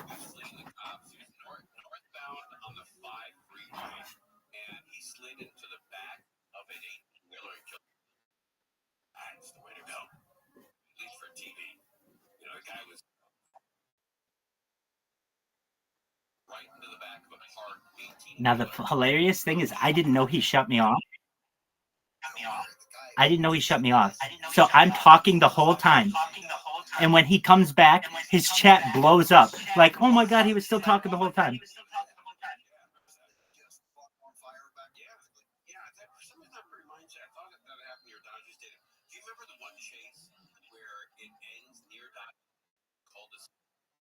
Another guy making out with a woman in his car. It's like his secretary or his like assistant.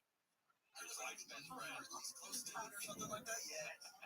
Yeah, he got his wife's best friend in the car, and they're. I know. He just had no idea. Yeah, she got spotty. All right, that's a code for buddy. Michael Bryant too. He was part of this chase as well. Thank you, Michael. We're live on KFI AM 640 now. Pollution and greenhouse gas emissions are down. They say going from diesel and fossil fuels to green energy stuff like electric and solar, as well as improved cargo operations, has helped with the air. The U.S. has hit a number of Houthi targets in Yemen. A U.S. official confirmed the Iranian-backed rebels. And LeBron James and his son Bronny played the Lakers for the first time at some point this weekend. Lakers kick off their preseason play against Minnesota Timberwolves in Palm Desert tonight. They'll play the Phoenix Suns Sunday. Clear, cool tonight, more heat tomorrow, and the slowly gradually cooling down starting Monday this week. This report brought to you by personal injury firm Owen Patterson and Owen. Let's go, Princess. Where you going, Angel? We're starting in Gardena at the end of this pursuit, Crow. This is where all lanes are blocked, where the pursuit came to an end. And currently, traffic's backing up off of the 110 freeway. That eastbound side is pretty messy as well. Goes from Avalon Boulevard in stretches as you continue all the way to Green River. We've got Mike O'Brien, KFI in the sky. Yeah, no, it's probably my phone. Apologies. It looks like they are trying to clear out the carpool lane there. So extra tight into C there. Yeah, there's just a little gap. You'll be back on the brakes, Diamond Bar Boulevard to the birds of the 60. Now, wise, that's going to be heavy now. Fortune Road over to the birds with the 57. Mike O'Brien, KF. West Southern California's only airborne traffic report. I'm Angel Martinez. If you missed our 2020 Music Festival presented by Capital One. Watch the best moments exclusively on Hulu beginning Monday. Festival headliners from around the world assembled on one. Welcome, baby. How are you?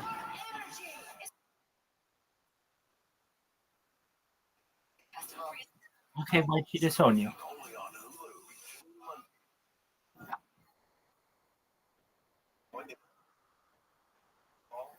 You like Donald Trump and she doesn't.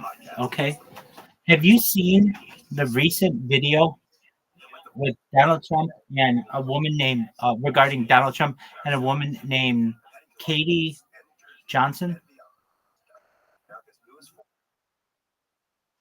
No, she was a model with Jeffrey Epstein, and she talks about the 3 encounters that she had with Donald Trump and how he raped her and essentially took her virginity. Anyway, if you haven't seen it, I think that it's a good idea so you get a lot of the story. But when it comes to your mother, the best advice I can give you is don't mention politics with her. And do your best to get on her good side and to get back into her life. You don't want politics to create a rift in your relationship. So what you can do, give it time heals all wounds. Give it a little bit of time. I don't know what your relationship is with your mom directly, but give it a couple days and then come back with a text message saying, "Mom, I wanted you to know I've had some time to think about it and I'd like to make up or I'd like to have coffee or I'd like to just talk to you and be your son again." There's no reason why what's happening between the right and the left needs to split your family.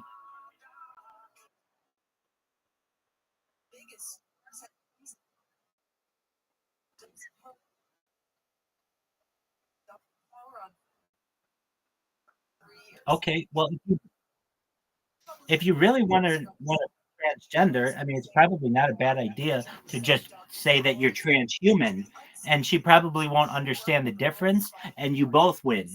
So she thinks that you're transgender when you're really transhuman. You're someone who feels that they're just not going to die. That you're going to be able to utilize life extension technology and mind uploading technology and not die. So you could be able to tell your mom, "Mom, I wanted you to know that I really took what you said to heart, and I want you to know that I am full on going to embrace the transhuman lifestyle." And she doesn't know the difference between transhuman and transgender. And she thinks that you're going to come to her house next time with purple hair. In reality, you're just going to show up like you normally do. Do it. You win both ways.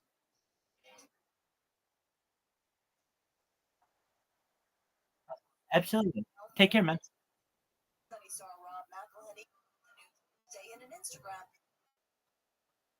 I know somebody needed advice. This happens quite a lot. I do the best that I can to provide people with the best advice that I can, but it's up to people to make their own personal decisions. At least in that case, though, I think that he'll be fine if he just cools off with his mom a little bit, makes up with her, and if she really wants him to be transgender, then just say you're transhuman, and she won't know the difference.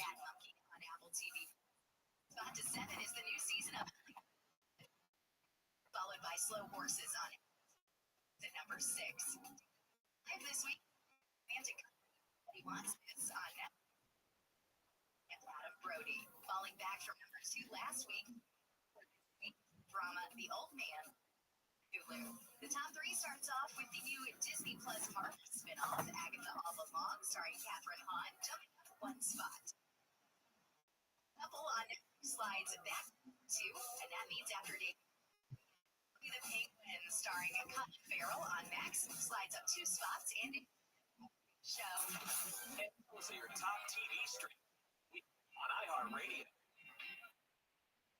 It's Neil Savadra. Saturday, broadcast live from Paquito Mas in 6-5. I'll be giving away swag. We'll also be giving away some gift cards. One lucky person will win a 40 must be present. The Fork Report. Savadra, Saturday afternoon on and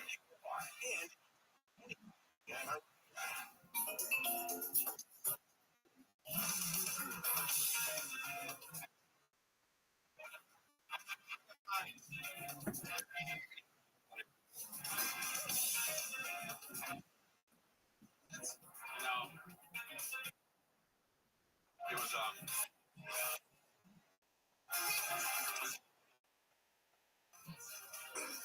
so it's in the back working on my tan and like I do, yeah. I'm a sleep. I have the right nice cheek. They're not alone. No, I don't.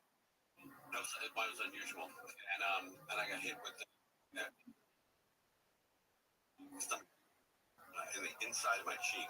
It hurt like hell. Went home. I didn't get rid of it. What do you do after they sting you? Do you spit it out? Do you chew it? Riser, if you're watching my video, watch how many people come streaming in, and it becomes just overwhelming. If you're a grasshopper in my house, I try to catch you and throw you out. A lizard. I had a grasshopper the other day inside the house. And you put a paper towel over me, you try to you don't hurt him. And then you take me and throw him out into a bush, and you hope he makes it. And you hope he tells that story to other grasshoppers and other bugs. You know, how kind this guy is in the house. And I don't think they do. I don't think they relay those stories. Usually leave as a warning to the rest. Oh, all right. There's something going on there. Joe Biden today, the briefing room, and since he's been president, this is the first time he's been in that room. I didn't know that. The very first time he went to the briefing room, the press room at the White House, and because they had no prior warning, and all of a sudden he just walks in, press secretary, into the White House briefing room. So that's interesting. I'll play the audio. See if you find it interesting.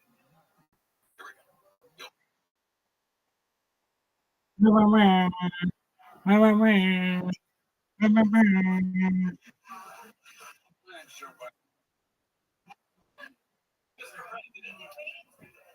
been waiting for you. Objective. Somewhere. I'm waiting for you. Hello, folks. And good afternoon. Oh, you can't see this. But we've been waiting for you. She took off her underwear and threw it at him. Did it on his hair.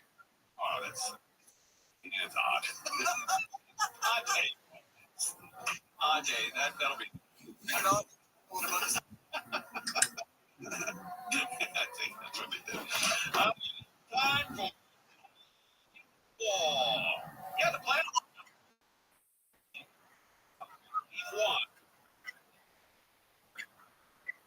Hell yeah, baby.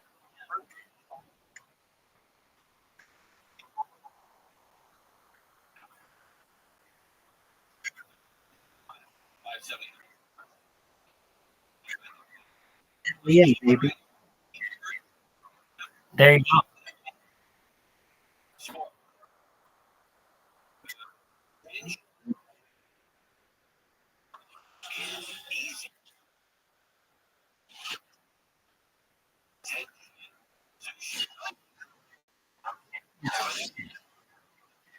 Look at Jin. I'm watching Jin here. Is this similar to Super Smash Brothers? Oh wait, this is multiverses, isn't it? Oh. Oh, okay. So it is Super Smash Brothers. Sure, dog.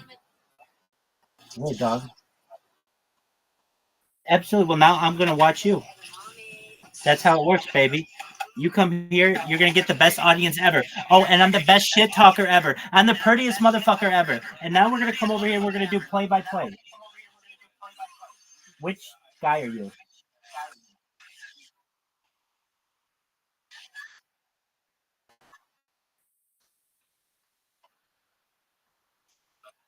God, he's whooping ass.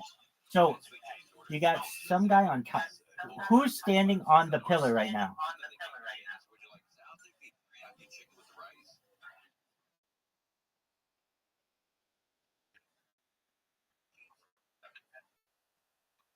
You're good. I'm gonna do play-by-play on your.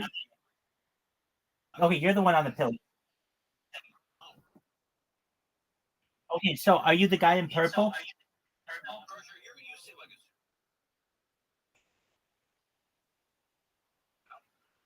You're in white. You're in white. Okay. Well, let's see you roll, Jen. Here we go. We got Jen who's whooping ass and looks like the Acropolis.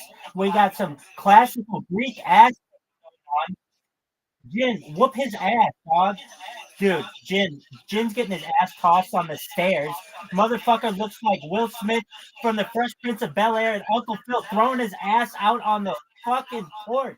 Look at this motherfucker. He's taking it on the front. Get the fuck off the map, bitch. Get the fuck off the map. Jin's about to take his fucking ass and toss it. Toss this motherfucker's ass off the map. Get the fuck out of here, dog. Get the fuck out of here. Dog. How dare you take on Jin?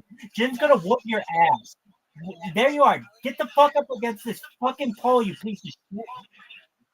Dude, he's gonna whoop your ass. You're gonna look like fucking Demi Moore and you're gonna be on that pole so much, bitch. Oh shit. Oh boy. It's gonna be close. We're gonna need revivification, dog. We're gonna need life extension technology for Jin, it seems like. Whoop this motherfucker's ass. Oh, hell yeah, there you go. 1-1, B. That's how it's done. Get your ass over here. I'm going to have Jin whoop your ass on the Acropolis.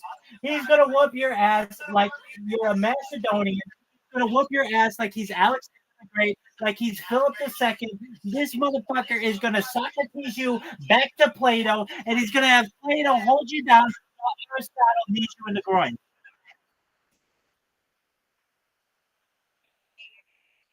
Robin.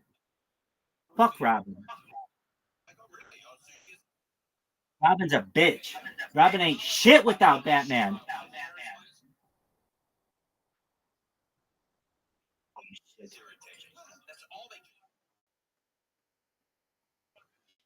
Hell yeah. All right. How it goes, baby. I like it. Whatever you want. Jin, it's your world. We just live in it. Here we go. Well, thank you so much. Trust me, I'm sure a lot of people on Kick could hate me because I spam them so much, but I do my best to apologize. All right, here we go.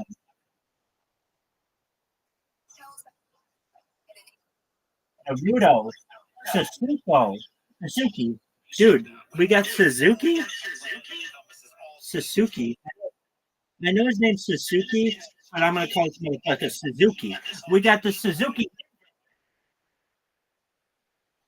You're good.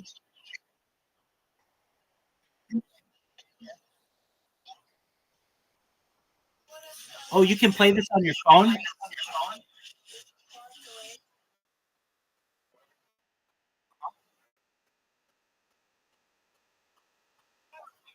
That's tight as fuck. We're gonna have to do that. We're gonna have to.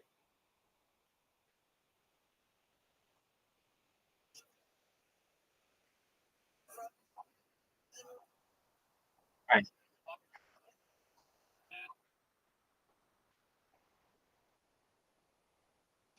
That's all right.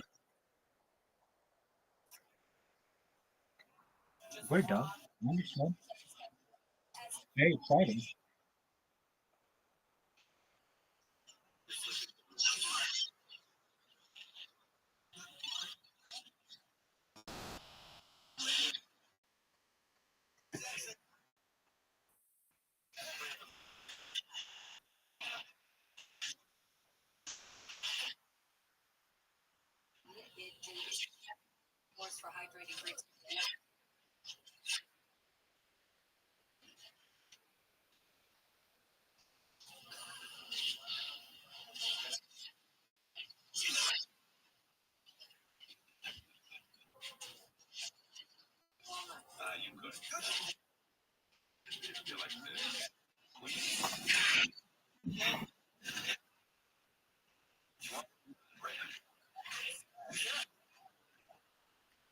Oh, whoa! He just threw you into the screen.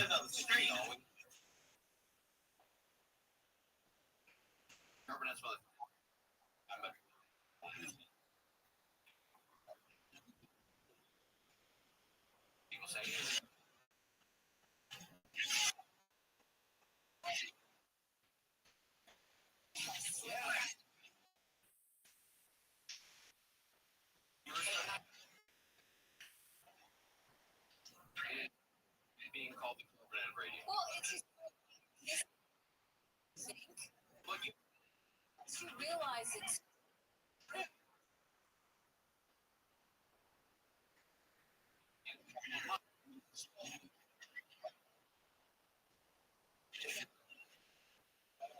Oh, there you go.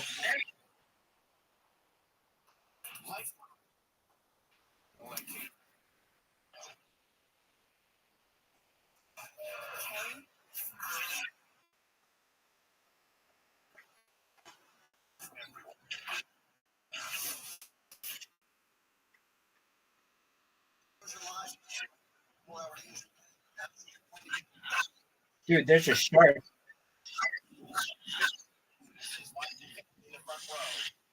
What was that for the shark position?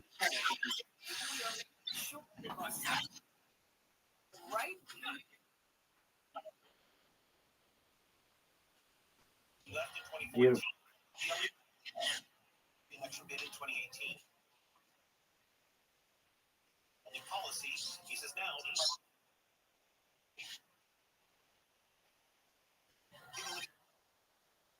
Sports, say management. Oh boy.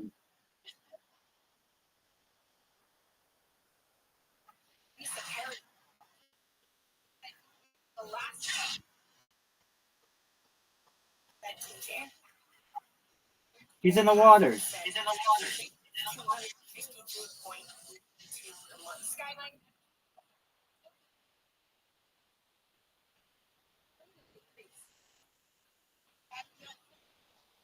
Asking management to reconsider. Plan for Woodland Hills has moved forward and an appeal trying to stop it. Now representing is the lone voice.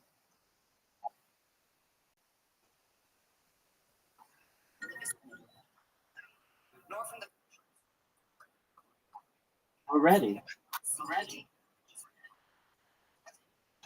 and out have been given being able to forego it. Expressed concerns about traffic. Ventura Boulevard.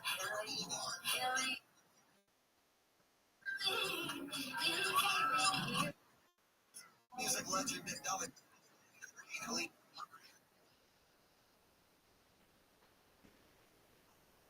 $1 million herself, with another $1 million coming from a match.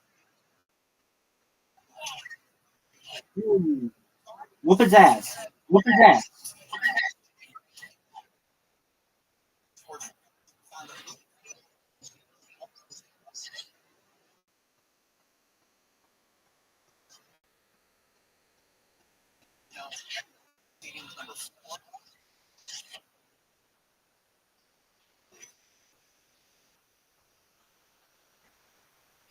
Dude, he's juicing. This motherfucker is on roids.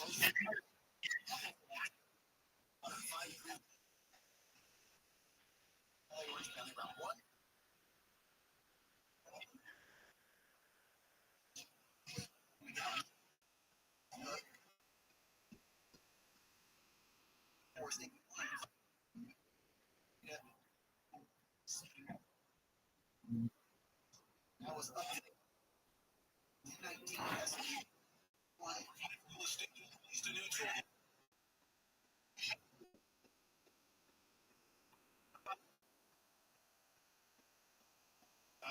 there's a crash.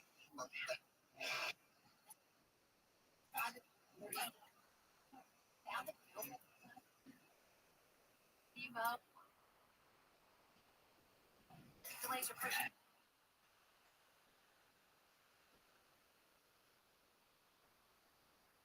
Heading out of work.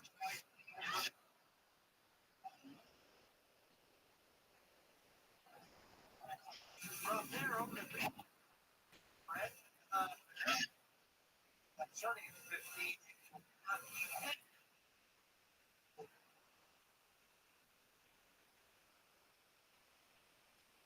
Dog. 1-1. And some decent news in Moreno County, 6 East. Much massive. More traffic.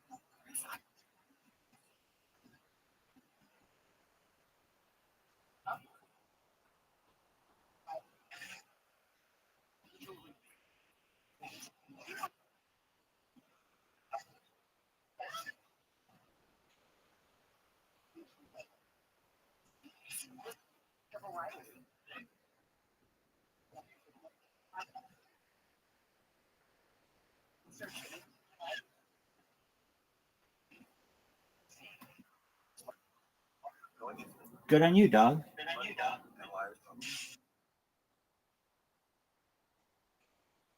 Naruto. With the rise of sports On. and ourselves, I'm heading to Las Vegas and New Jersey. Stand America's newest What's your favorite? There you go. podcast network. Open your free iPhone app. Hell yeah, I'm talking to you. After this one, I want you to pick your favorite map. I want to see what it is.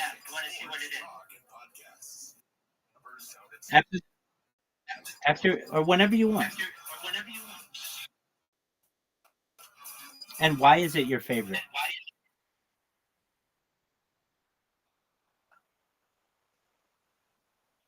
Hey, tomorrow we got something cool.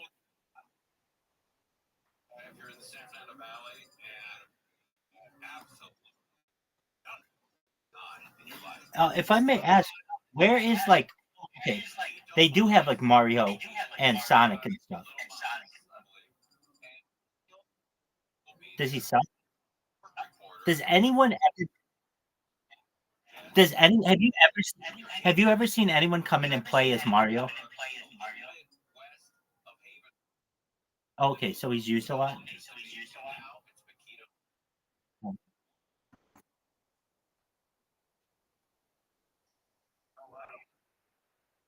Right, no. I remember the OG one.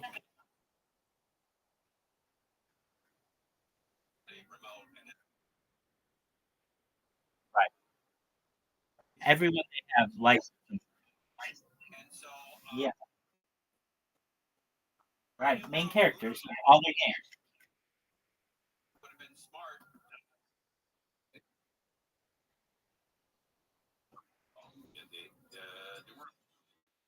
Ready to fight. Hey, I'm going to judge you by the content of your character and the map you chose. Oh, cool. You like the one with the Greece. All right, here we go.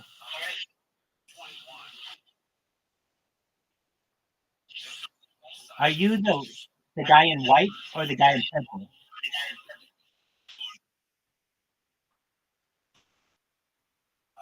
Okay. Does he have? Are you on the left or the right?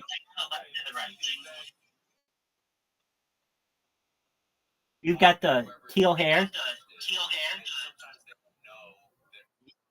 Excellent. I'll never forget you. Excellent. That guy sucks. He sucks hot. He's been juicing. He's been roiding. Everybody can see it. Look at that. There you go. Oh, you looking his ass on the bridge.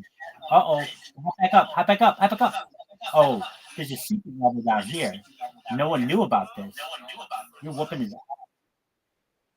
Yes, it is. Yes, sir. And we're gonna have some fun. We'll be out there at Dolman's Beach event. We're gonna be out. Okay.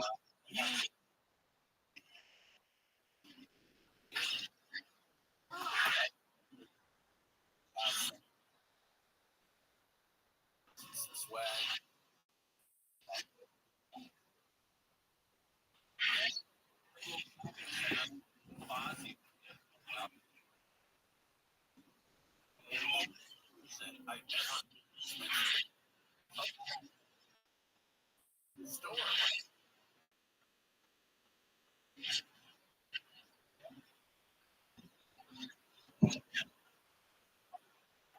Wow. One door to enter. And you open another door.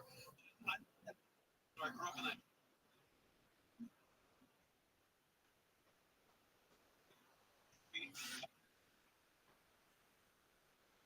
Encino's my hometown. That's where I was born.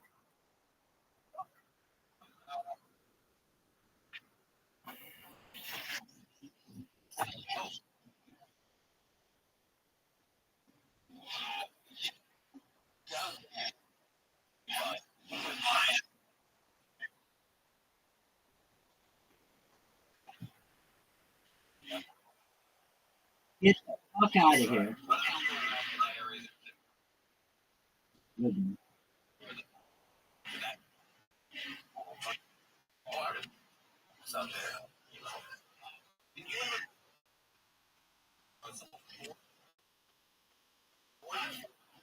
It is there.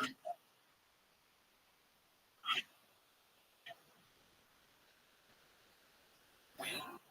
And well, have a good. I love the guy. So quick. He right slowly over the one. Yeah. He has one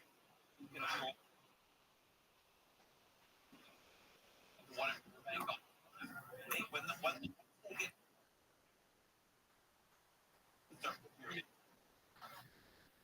at a Peking Moss ever. It's great. Always delicious. Not fast food as they can make it or however they can. And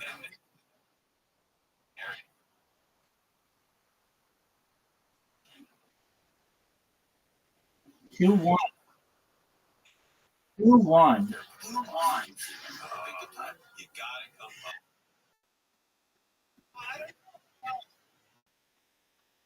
Light on you and celebrate at the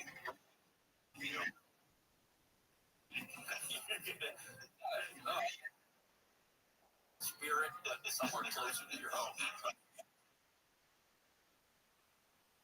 And a little closer. Yeah, no, I can.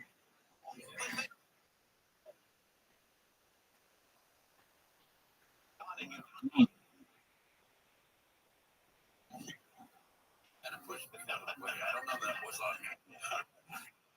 So you beat Ryu? Okay, can you fight multiple guys at once? I want you to fight Super Mario and Sonic at the same time.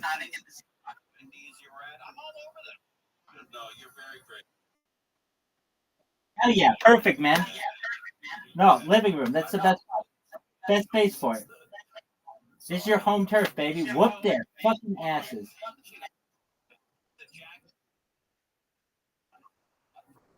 Can you be Donkey Kong? Yeah. I want you to be Donkey Kong, and I want you to beat the shit out of Mario and Sonic. It's all like Donkey Kong.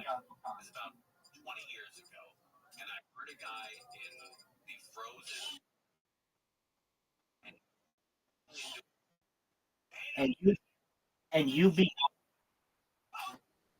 Donkey Kong. And then the next one, I want you to be Donkey. 2 to 5 tomorrow. Yes, sir. Oh wow, you're really good. You're turning them up all the way to the top.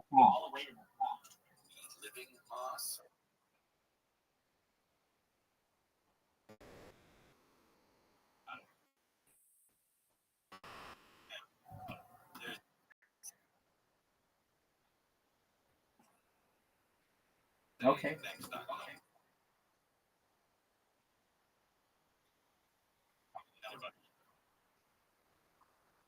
Excellent. I say that earlier. When I started here, she was 3. 2009.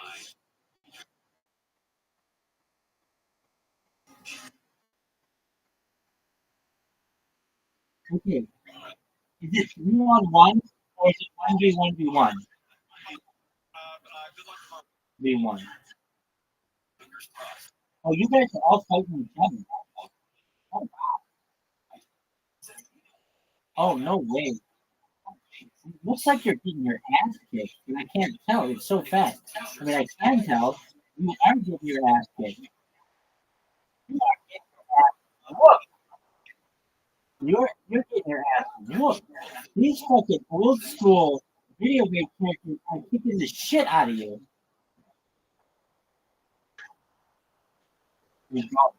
I'll admit that was wrong. Oh, I like this map. This might be my favorite map. It's just like old school.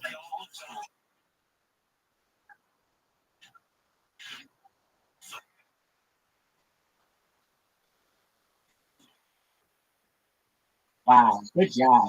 Dude, you took down like 7 guys at once. I like watching this so much more because I know who you are now. Like, a lot easier. I mean, I kind of know, but like, you just took the shit out of Sonic. There goes Donkey Kong.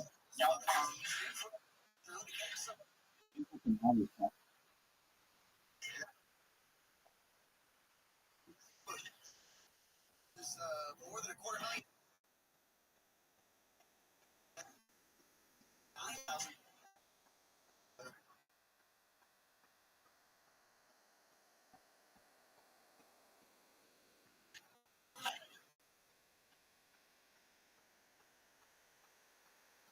Park visits. Gonna use them between January.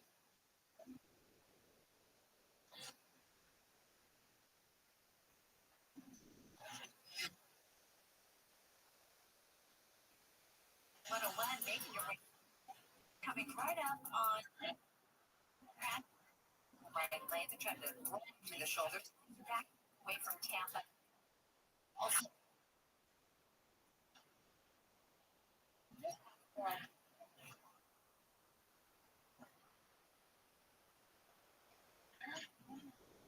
this is the 60 eastbound. Just across Econ Street. The cargo lane is open.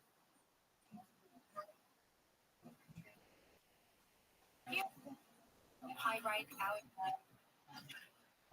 The southern.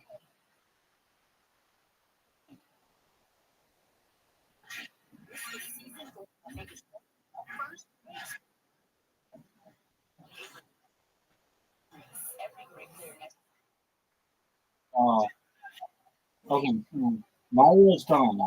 Sonic's gone. Now it's just a 1v1. Oh, he's small. There he is. There he is. He's coming after you. 39. Oh, what is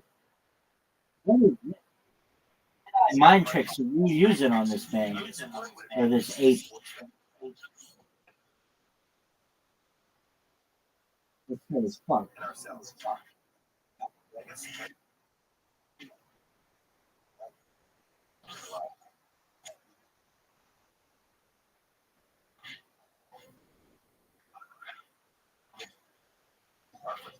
Dude, you got him where you want him. On top of his block. He's doing spin moves. Alright, alright. 97 versus 85, 94. Oh, wow. Game. Dude, you did it.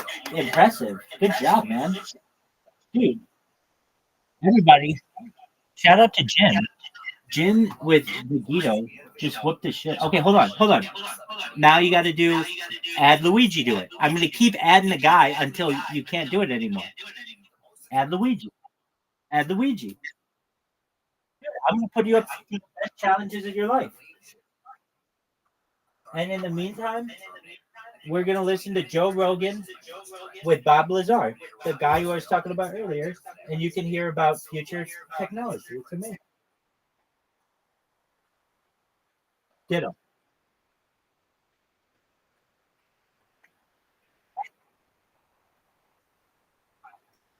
Welcome to your new home, my friend. You are welcome. All the time.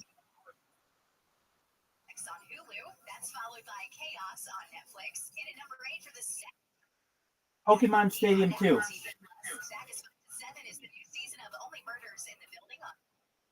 You got it. Oh no, Yoshi's. Oh no, yeah, Pokemon Stadium too. If you win one, then you're taking on Yoshi, and I don't think you're going to be able to beat Yoshi. Yoshi's pretty tough. Joe Rogan podcast, check it out. No. He's the next one. No, I think you're going to win this one, and then you got to take on all these motherfuckers plus Yoshi. So beat these guys first. No. How many guys can you play at once? It's got to be you. Okay. Oh, hey, you can add all these guys. Okay, let's do it. Okay, add Yoshi and Bowser and Princess Peach and Toadstool, and replace Sonic for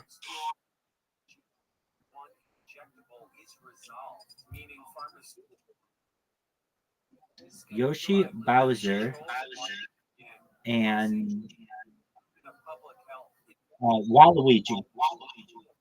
Oh, Princess Peach. That's okay. Is Princess Peach? That's okay. Luigi. Okay. Well. Okay. We got Mario. Okay. Let's remove Sonic because he's not like a Mario guy. So Sonic's the second one. Remove him. Yep. And let's get Toad.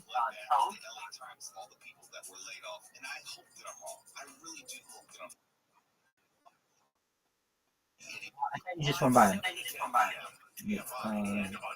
It would make sense to make this alphabetical. Piranha Plant, maybe a second scary choice. Yeah, I don't. Oh, Peach. I shot Peach. That one. And then we need another one. Do the Piranha Plant. That thing's gonna fuck you up. It's just gonna be sitting on your ass. Here we go, big dog. It's like the Royal Rumble. Here we are. In the Pokemon. Get lit. Dude, Donkey Kong is already about to fuck your ass up. He's 40 feet in the air, ready to fuck your ass up. Dude, the Piranha Plant is already in the air. Mario is already body flopping, just belly flopping into the air. This is cray cray. This is absolute pandemonium.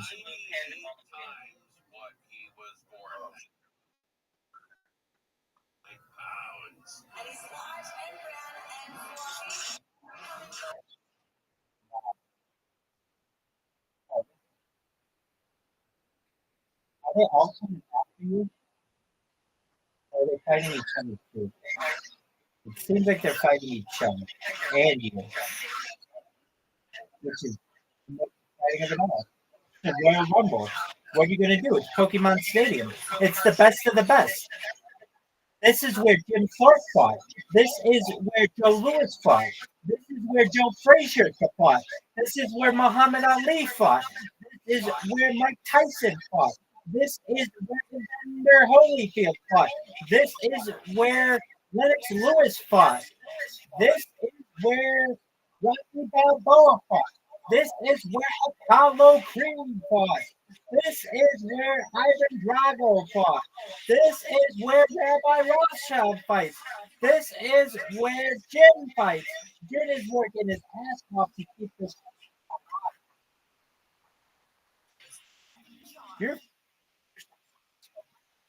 This is wild shit. Wild shit. This is cray in a good way. This is the wildest shit I've ever seen, and perhaps you've ever seen. I don't even know how you can keep track of what's going on. It's the most wild shit I've ever seen. God, exactly. There's no way you're coming back from that. Dude, look at that. I knew it was going to come up as that piranha plant was going to fuck up everybody. And it did. It did. It did big time.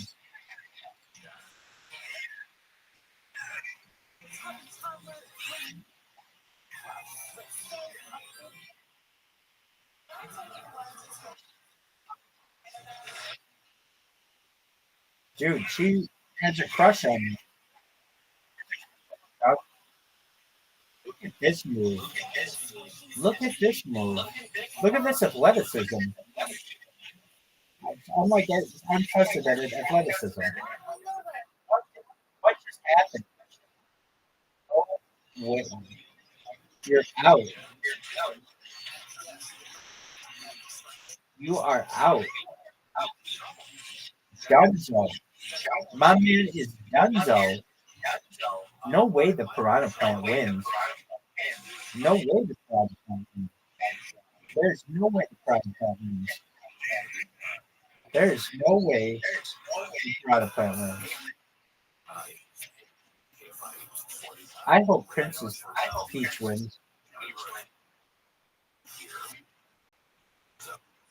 Dude, the piranha plant has been.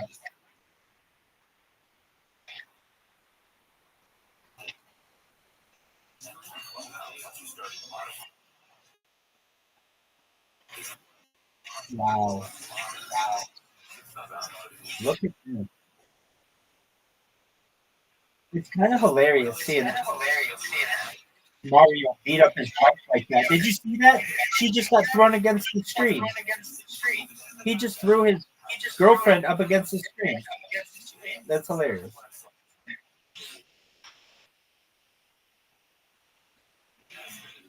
Wow. So the piranha plant won. Dog, that was amazing. Dude, the piranha plant whooped your ass, dude. You got 7. That's terrible. You need to get good. All right. Do the same thing on Yoshi's Island. Yeah.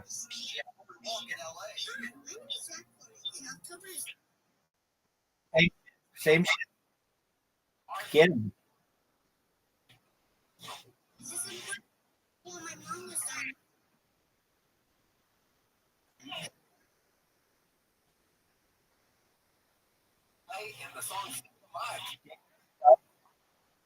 Get good, son.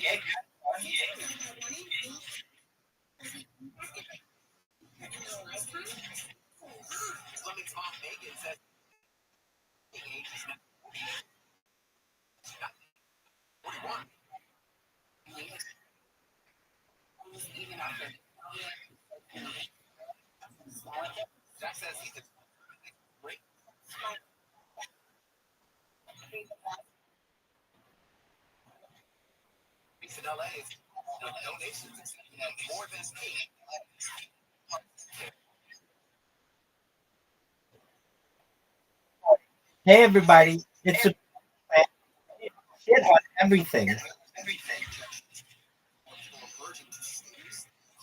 Dog. That piranha plant fucked you royally.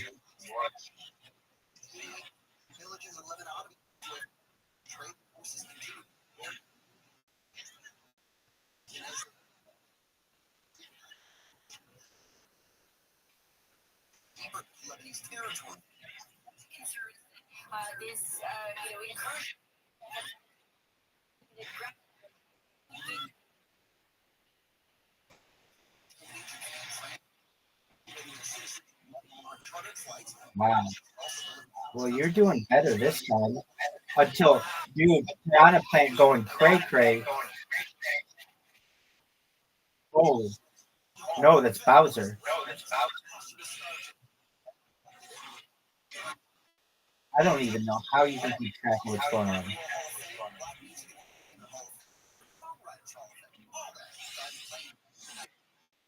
No way. No way. Dunzo. Dunzo. Don't give up. Don't give up. You're still in this until this. Whatever the hell this is gonna fuck you up.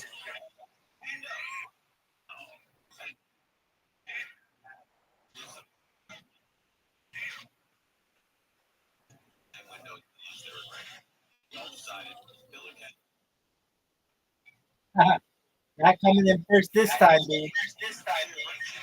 My man put Roundup.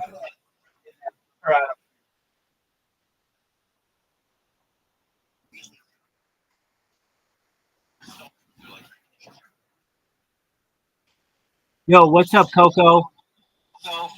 How you living, Pimp? Just for a moment. Somebody's in one of my other chats. Hey, how you doing? Hell yeah. Keep it going, baby. Yo, Coco, what's up? How you living?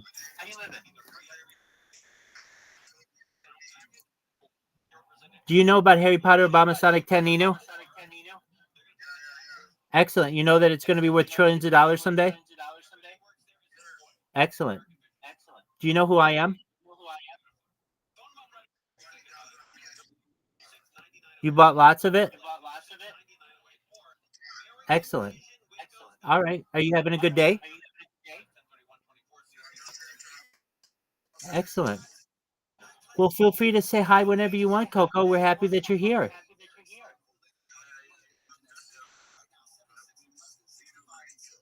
Oh, thank you. I appreciate it. Hey, Coco, I'm going to send you an invite to my Discord. Feel free to come whenever you want.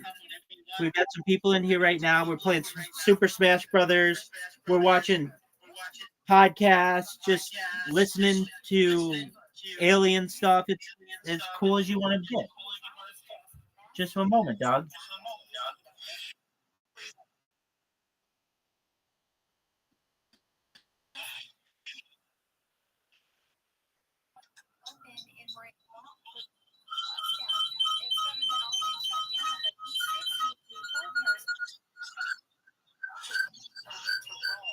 Apologies. Sorry for the feedback.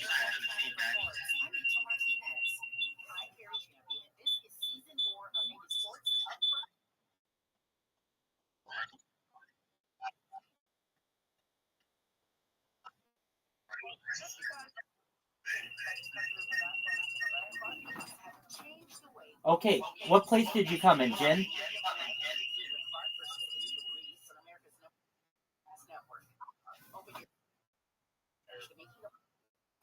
Okay, so let me just explain to you right now. We have some expectations. It's first or nothing.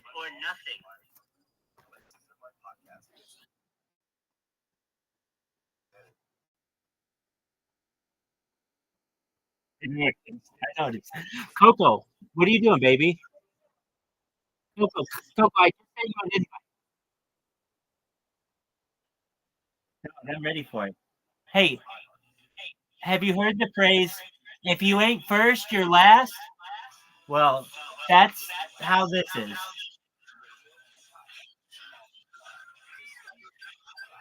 Are you going to win this time? All right, Jim, we're going to hold you to it. Kids, in the future, know that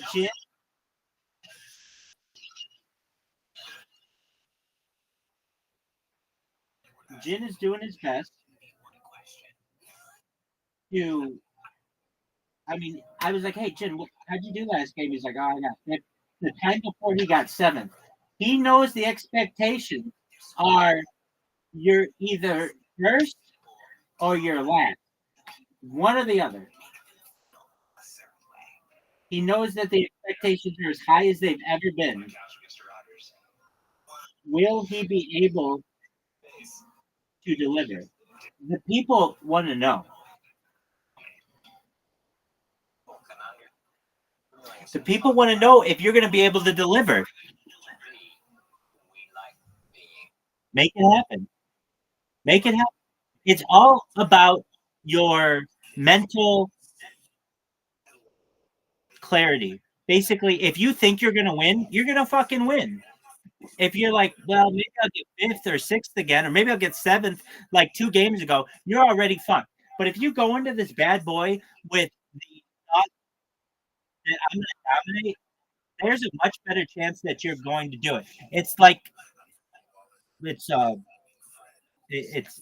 basically seeing your plan. It's planning.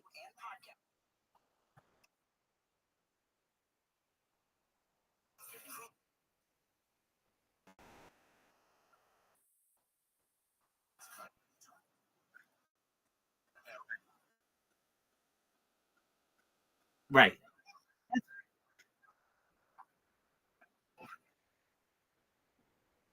I like it.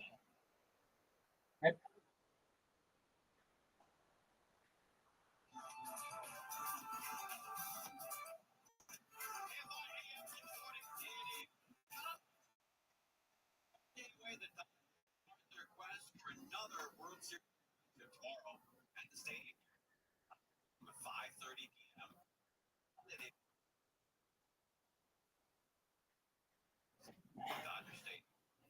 You got it. Envision yourself getting first. Envision yourself getting first. Mario ain't shit, dog. This fucking piranha plant can teabag you. You're the best.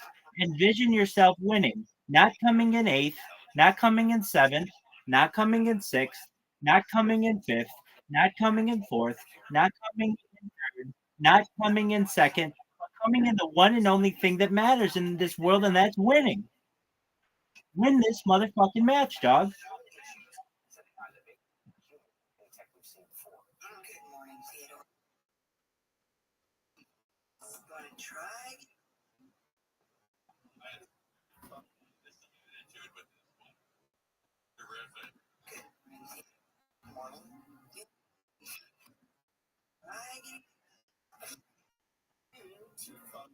This morning, what we heard, fiction not that long ago are now becoming all like update companion co-pilot.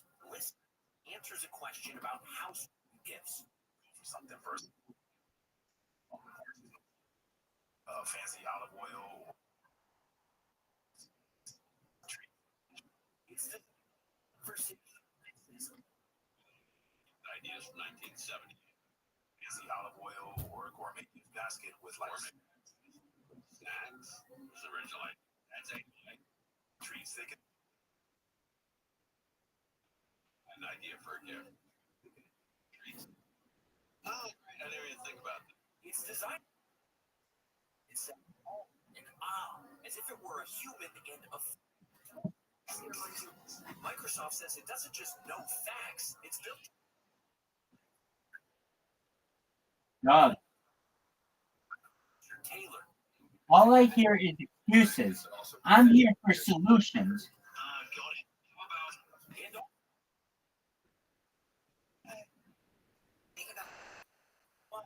You can allow you intelligent. That too. That's how this.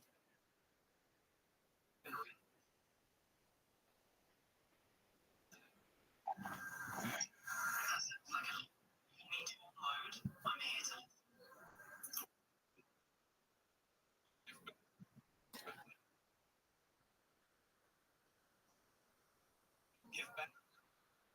Well, they're all.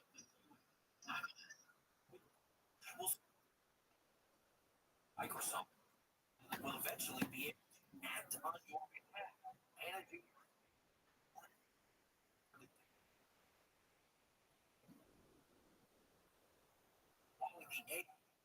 on major levels.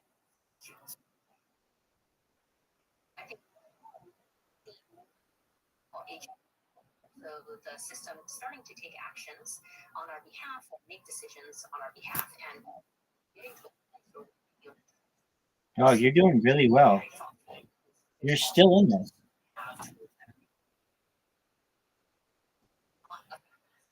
Donkey Kong is just, he's very difficult.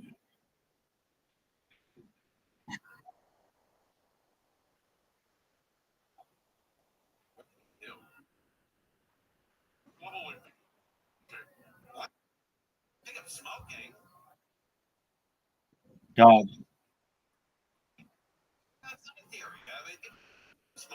Microsoft Copilot voice feature free to download some of the more advanced features. Ask on having a tough day and it told me rest. Of Donkey Kong? Yeah.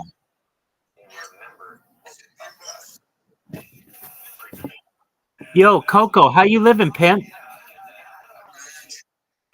Hey, come to the Discord. What'd you say?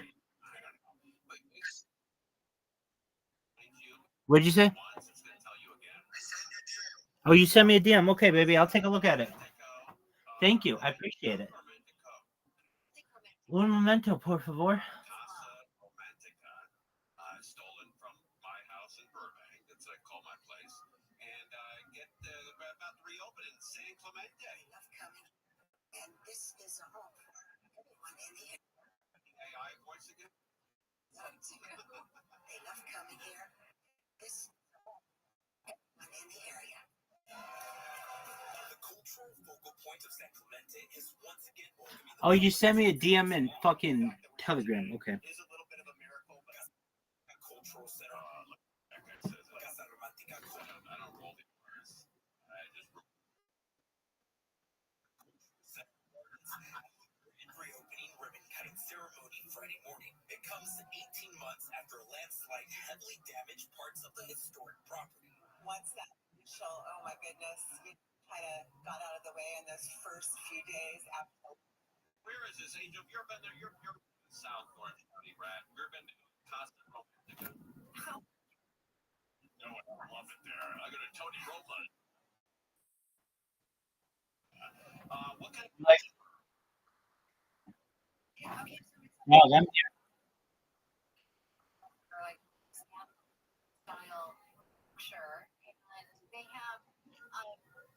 All right. So, what place did you come in that time? What place did you come in that time? And what's our saying? And what's our saying? If you're not first, you're last.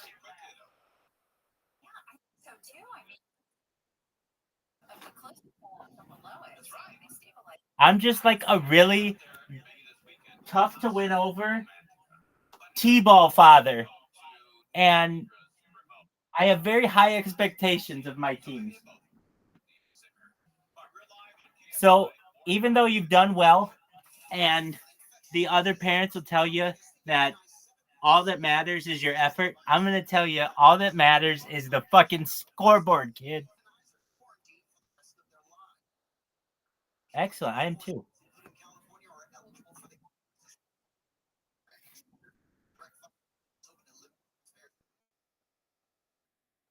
All right. What are you going to play?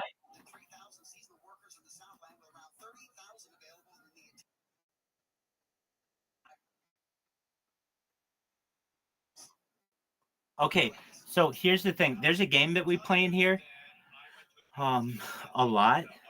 And so if you want to get good at it, you should. It's you want to download Plato, Plato, or it has a website. Tons of people play it. There are all kinds of games on it. They're all free. They're all really simple. We play mini golf on it. If you want to download it now, you can. If you don't want to download it now, I completely understand. But if you do want to play against me, we could play in something right now. It's very easy mini golf. You can pick it up quite quickly. And yeah, it's my suggestion. So you download it. It's the same spelling as the philosopher, Plato, and you don't have to download it now. But perhaps another point, you will, because then I'll whoop your ass firsthand, and then you'll get to hear me trash talk you one-on-one. And let me just tell you this: I go hard in the paint, son.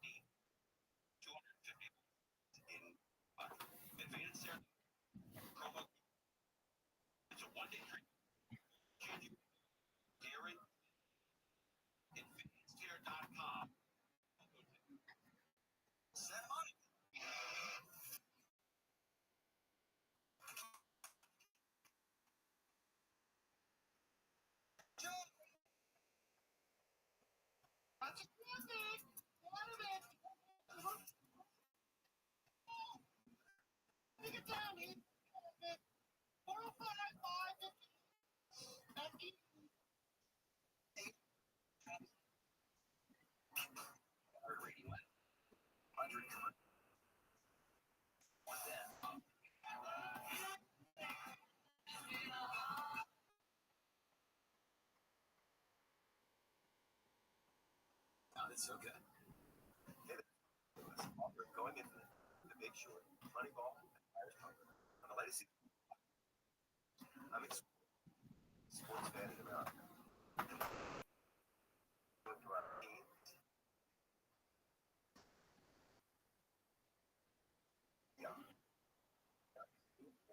This is your favorite and Donkey Kong making his mission to make your life hell.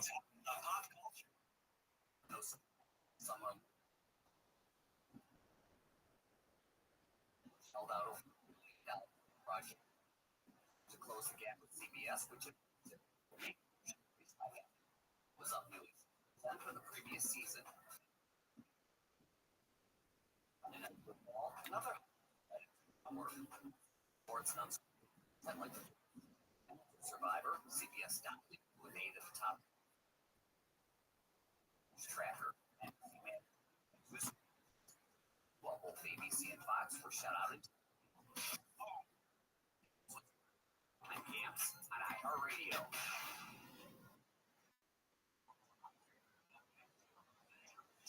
Dude, this the Piranha Plant and Donkey Kong have been like a 1-2 punch that is just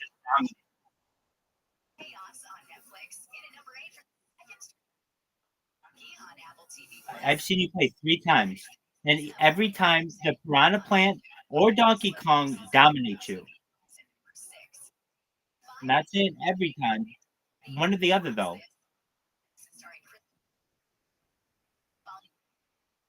What is that? What is that? What is that? There you go, Piranha Plant. That's what I like to eat. Good on you, Doc. Good on you.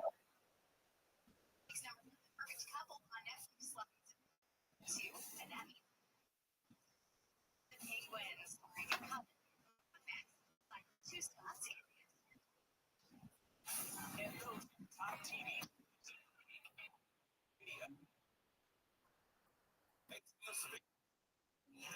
Saturday from 2 to 4.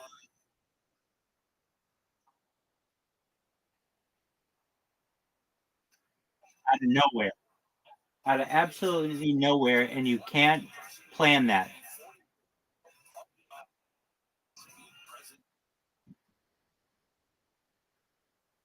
You're done, dog. You're done. Everybody knows it.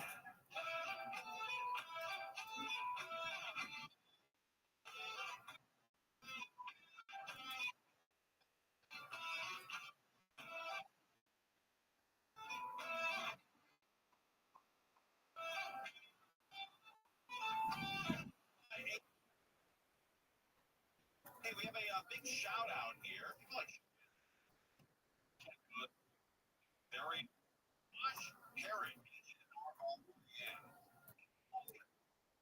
America's fight champion.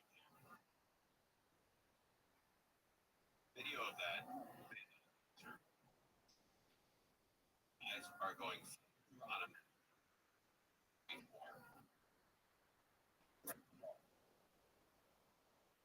win.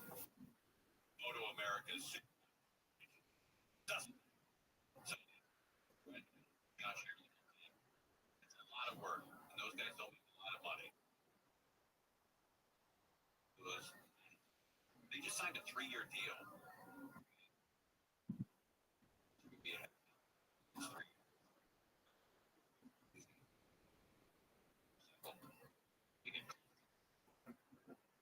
Miles an hour. I think that's where it's already. I think in the sign. Great atmosphere. And people show up and watch these guys That's a here. Out of here. Ollie is Hell yeah, I'm here. I'm watching you. a raid food bank.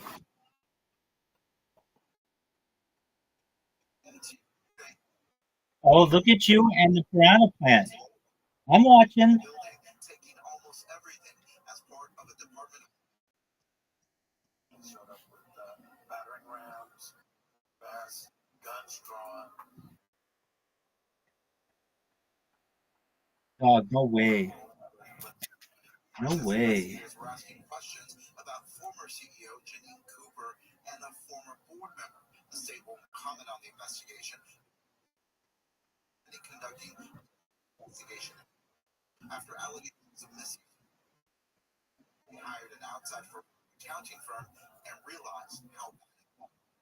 I don't know. Get mixed up with. All right, well, we'll see what happens with the food bank the next couple of weeks, and we'll keep you on top of it. All right, touchscreen out.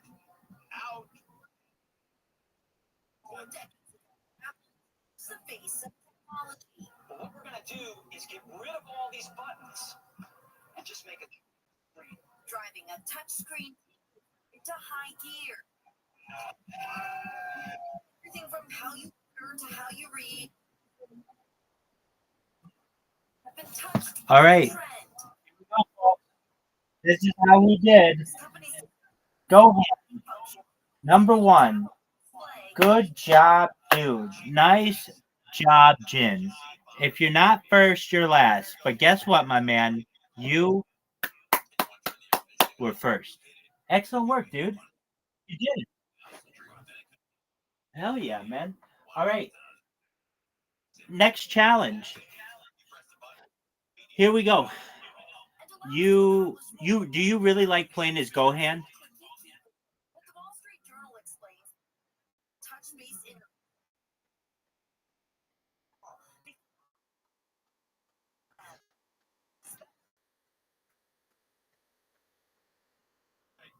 Okay, add them and add Waluigi and add Wario.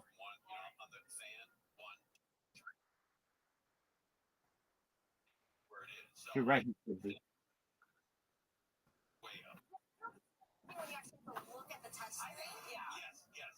It definitely 100% does. Yeah, I think it does.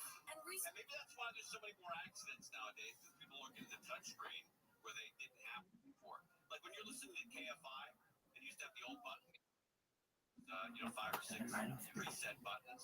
You could feel by just touching the radio which one. Now you have to look at it. Change the radio. And research agrees. Or just don't change it. Just keep it on KFI. And research agrees. Dr. Mario's in there. Increases the risk of a crash 6 times. That's bigger impact than radio. So get Wario and get Waluigi.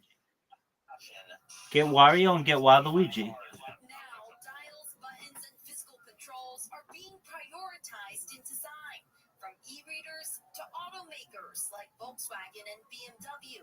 Even Apple is biting, adding 2 new buttons to their latest models. A click launches your camera instantly. Tech experts say it's about embracing the best. Yeah, you do, dog. It's always nice to see. I love. But you remember the old school radios where you had preset buttons? Absolutely. And the push physically in. You remember how you set them, you pull them out, yes, push them back in? I'm that old. And now it's over. Now it's all touchscreen. Woman has a great point. The old way, you could change a radio station, but just by the feel of the radio, you knew what station it was. Right. But also the air conditioning. You could change the knob without looking at it. Now you have to look at it with a touchscreen. And I was thinking about this the other day. We have engineers now who've grown up in an age of a screen. You're right. Yeah, that's all they know. Right, that's it. Yeah, that's it. Dodgers this weekend and Rams. nervous for both. Very nervous. That's how we lived our lives. Right. Our whole life.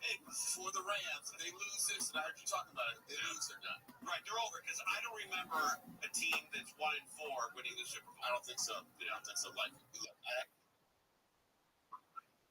right, that is right. Friday's the big movie night. Yes. That's cool at 9 o'clock. Yes. Any theme tonight? Yes, it's going to be, we're going to kick off the Halloween season with a little bit of horror and psychological thrillers. Excellent. Excellent. What's else on Big Show? Well, we have to talk about how he is going to be. Dude, I think they're gonna put it in there. Have you seen Red Band in his hat that he wears all the time? That's the Rockstar logo. And he hinted at it a couple years ago. He hinted at it that all the old Joe Rogans were gonna be on, like perhaps the whole podcast would be on GTA.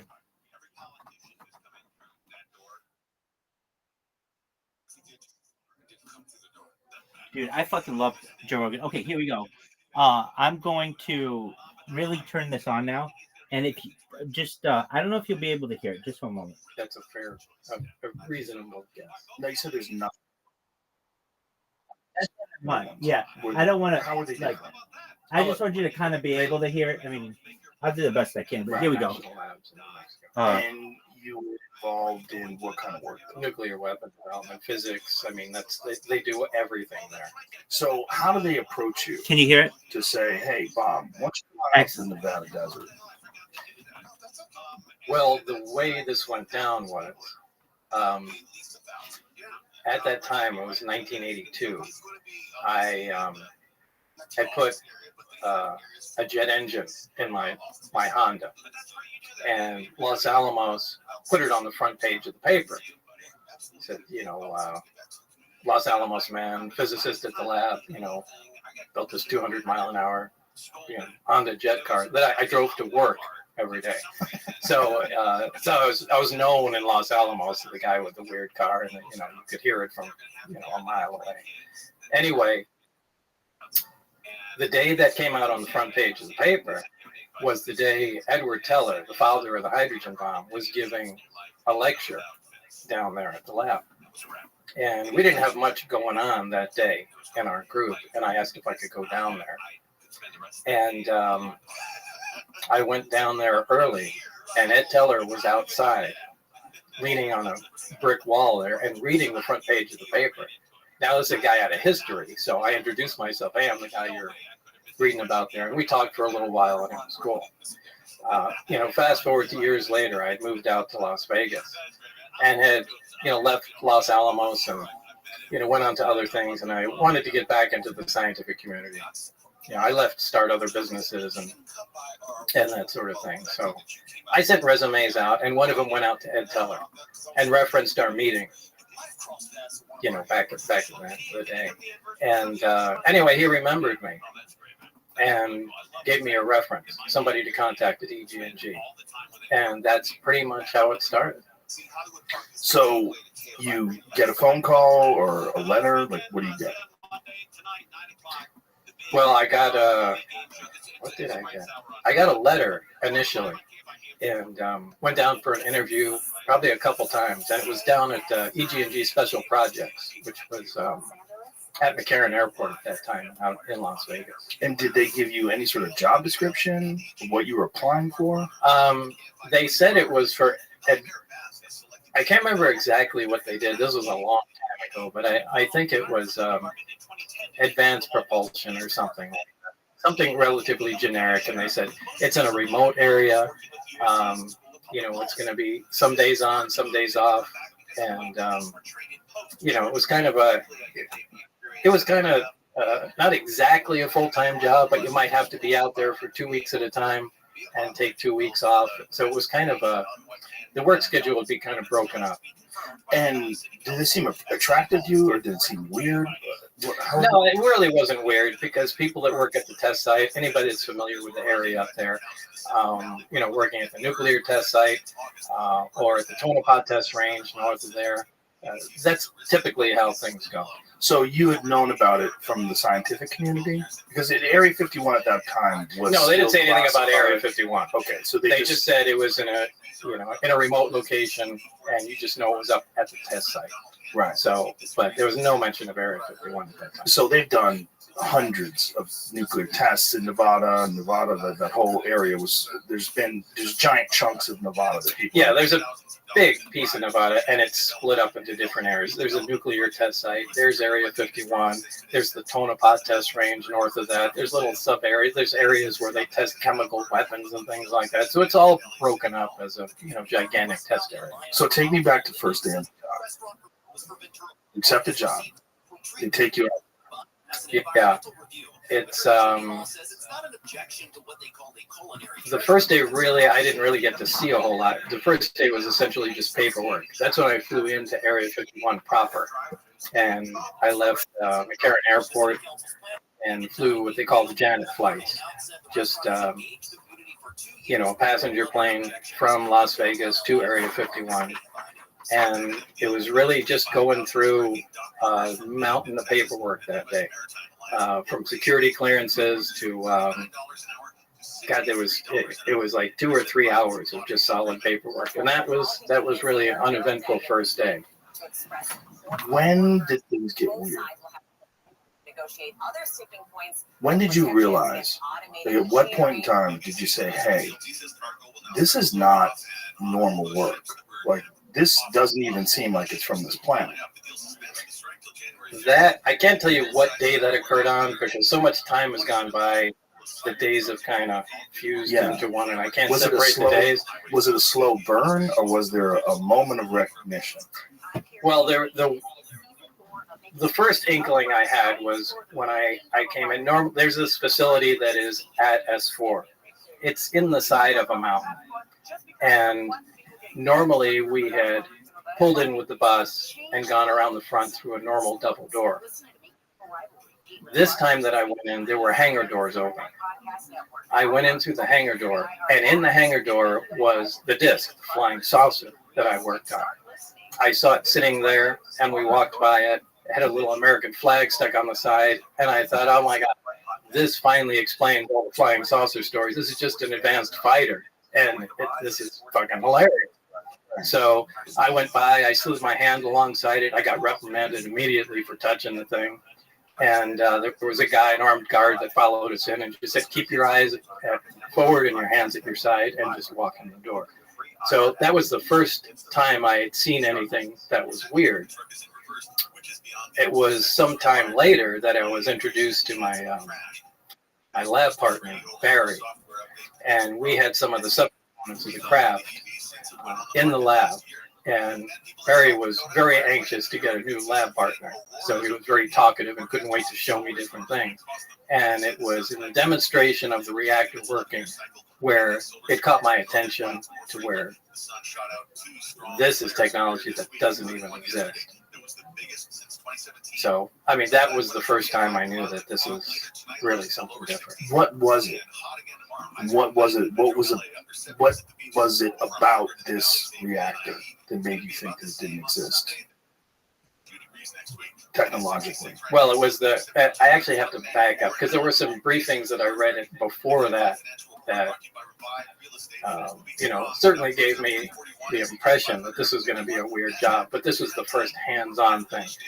This was a small reactor about the size of a hemisphere, about the size of a basketball, on a metal plate, and when it was running, it produced a gravitational field of its own. Now, this is something that we can't do. We can't produce any gravity.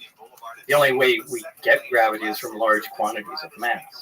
But there's no machine we can have that turns on that makes gravity. Like, you can turn on an electromagnet and it makes a magnetic field. You can't make a gravitational field. Anyway, this device was producing that. And Barry said, almost like he was bragging, go ahead, try and touch the sphere. And I couldn't. It pushed my hands away, just like two light poles of a magnet. So that was. So like when you take two magnets and try to press them together. And you have that. Each other? Yeah, it's kind of cushion feeling, but you can't get them together. The closer you put them, the more they push. And you felt that physically with my hand. Yeah. Now there's nothing that does that. And that immediately caught my attention, going, wow, this is something else. What was your thought? Like when you felt that and you knew that there was nothing that you were aware of that could produce Then this? that connected me to the briefings that I read on the first day at S4 was that, everything that I had read was apparently accurate. What were you reading? I read, it was kind of an overview. This project was to back engineer the alien craft. And specifically, it was to try and back engineer and see if we can duplicate the technology with available materials. Now, to do this, they split the project into many different pieces for several reasons. They do this on all classified projects, so nobody has the complete story, but they compartmentalize everything. And we had the power and propulsion system. So what briefings they gave me were like a 1 or 2 page overview of some of the other projects that were going on, on the craft. The only reason they do that is just in case what you're working on is connected intimately in some way that we don't know of to one of the other projects. You have to know their, their existence. So, they have everything from metallurgy to, weapon potential craft. And these were all, essentially very short briefings, but mine was just power and propulsion. And very clear that what I read was accurate. So when you're reading that, before you actually saw the reactor, what were your thoughts on what they were describing? If you knew that something like that didn't exist, and they're describing it in the briefings, what did you think you were going to see? I didn't know at the time. I mean, I was reading, I thought, is this some kind of test? See if you're crazy?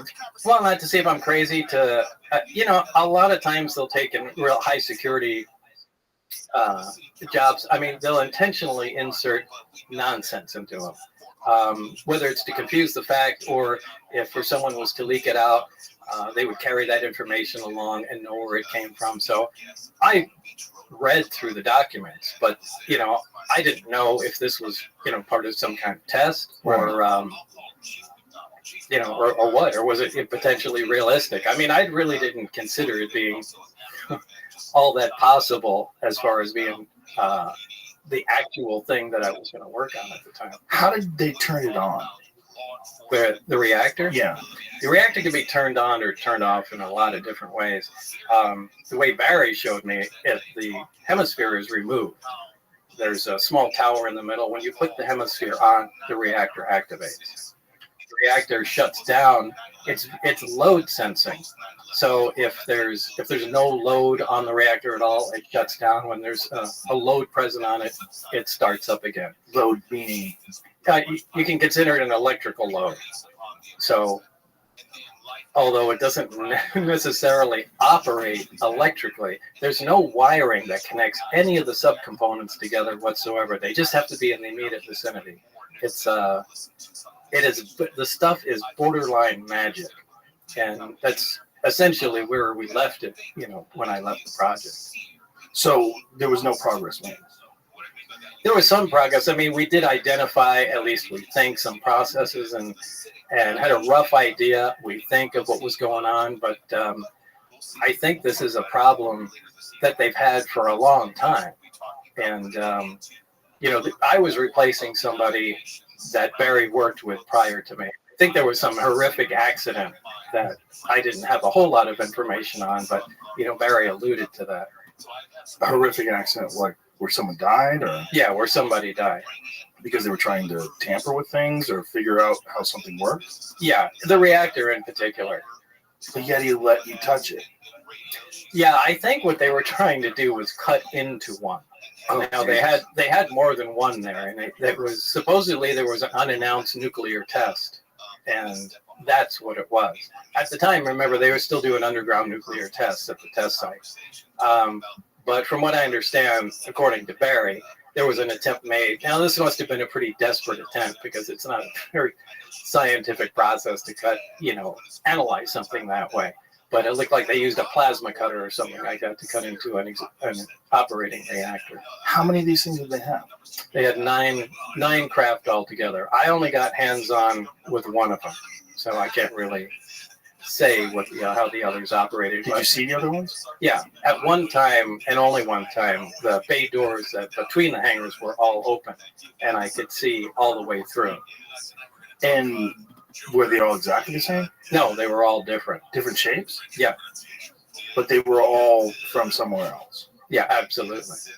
Now, did anyone make any attempt to explain or to tell you where they came from? No one is the least bit interested in letting everybody know all the facts. They want to give you the minimum information that's necessary to complete your task. So you're not getting the story of where they came from.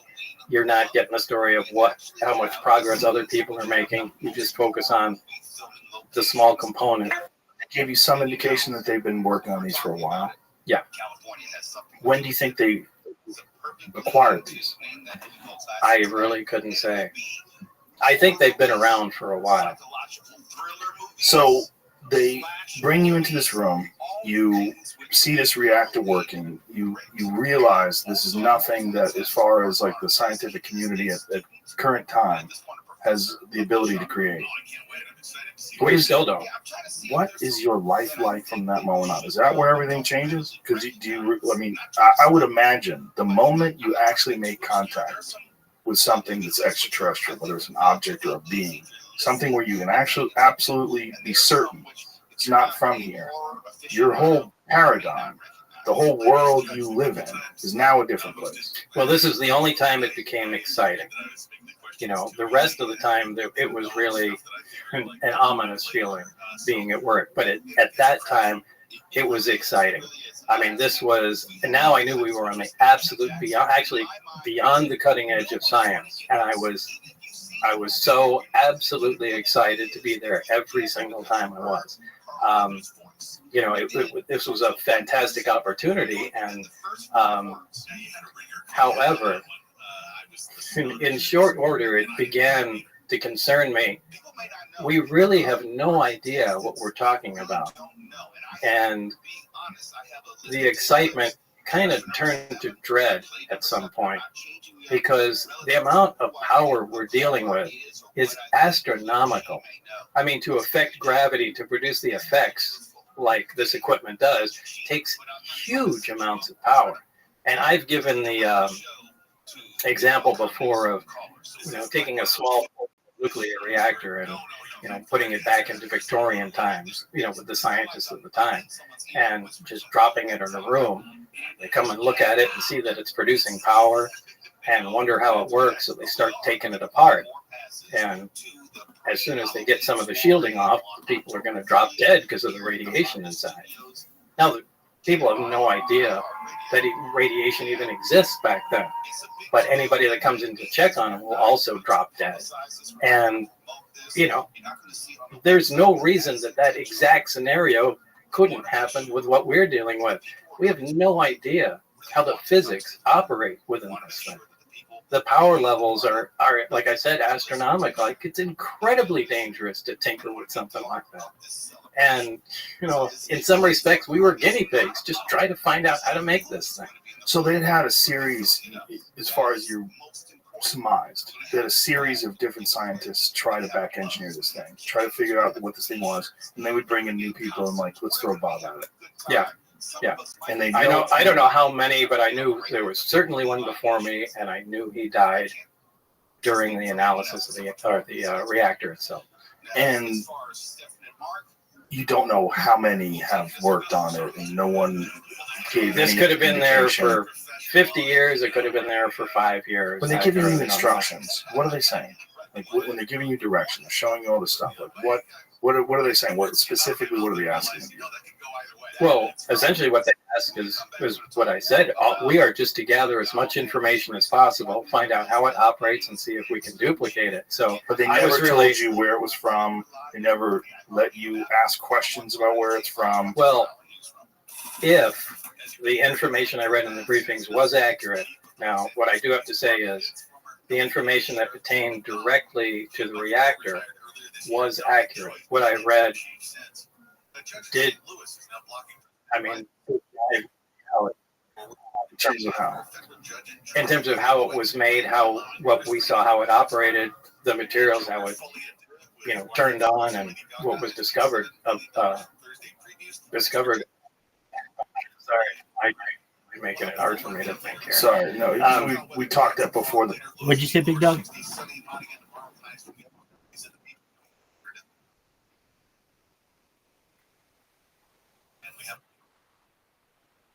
Yes, it is. Especially when there's a lot of surface area and it gets cold immediately. Living the life. Now, how they obtained that,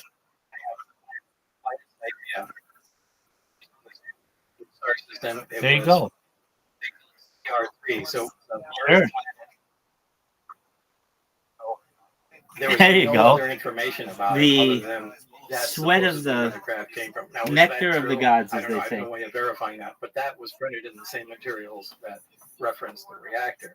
Now, I looked that stuff up when I went home, and Zeta Reticuli is a binary star, two stars that orbit one another, and it's only visible in the southern hemisphere, and it's about 30 some odd light years away. So that's literally all the information I have about that. I don't know how they found out it came from there. And you also probably have some suspicions that they give you some disinformation that you were talking about before. Yeah. I mean, if you ever decided to talk about this, they added a bunch of nonsense to make whatever is factual look ridiculous.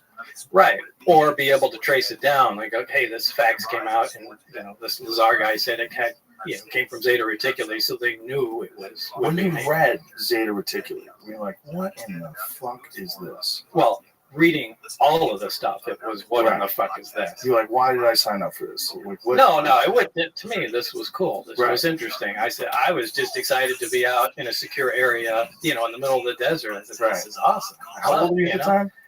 I was in my 20s. Totally geeked out. Oh yeah, this was great. I mean, I was excited. So I didn't care. I was reading through everything. So you read through all the Zeta Reticuli thing, but then when you see the actual starship with the little American flag sticker on it, well, that was that later or before? That was before. So before. So you see the thing before, and you say, "Oh, this is American." Wait, what's that before? Hard. So many years. Yeah, I can't. Either way, it doesn't matter. The days have fused together. It's so hard to separate what happened in each visit. Do you remember the thought process when you read that it's from Zeta Reticuli? Yeah, it didn't hit me like a ton of bricks or anything. It was just like, yeah, okay. And, you think it was bullshit? I don't know. You just were like, now I don't. I mean, because when I read it, I hadn't verified anything, and this was just a bunch of stuff I was reading. Maybe after this, they're just going to give me a test and see what I can remember and crazy information. And then it would, but like I said, when I finally went in with Barry and had hands-on experience with what they were talking about, it took on a completely different meaning. So there's a plate, there's this thing that looks like a half a basketball, and when it's on, you can't come anywhere near it. You can't touch it. Right. How is, what is gravity about that? Like the concept of gravity, most people's gravity is bringing something towards it. Right. Well, I guess you would say it's anti-gravity. It's gravity shifted 180 degrees. It's anti-gravity. And did they have any understanding about what could possibly create this effect? Did they have any areas where they'd like you to look into? No, they knew there was a fuel source in it, and they were proficient at making it work. And again, my analogy to something like this is you can drop a motorcycle off in the wagon train days and just leave it with the keys parked outside, somebody's place. Everybody will come around it and they'll poke and prod, and eventually they'll turn the key, get it to start, and become proficient at riding it. Yeah. But they won't be able to understand what the hell's going on. They won't be able to make a plastic fender, much less anything else. And I think that's exactly the state we were at.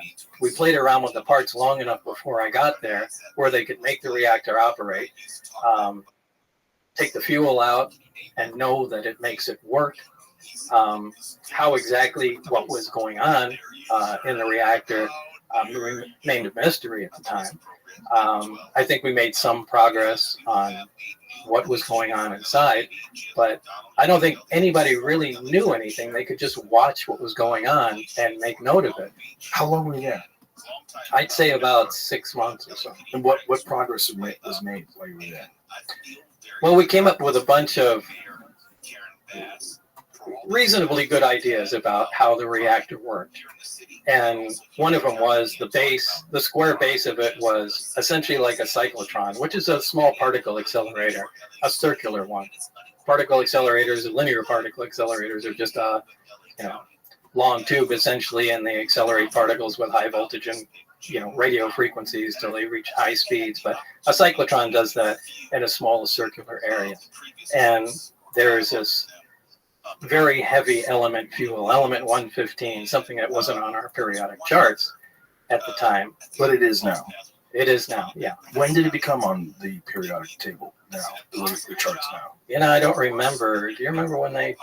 2004, Darmstadt, Germany, I think is where the first 4 atoms that lasted 220 milliseconds. Welcome, Caspian C. Nothing, right? And then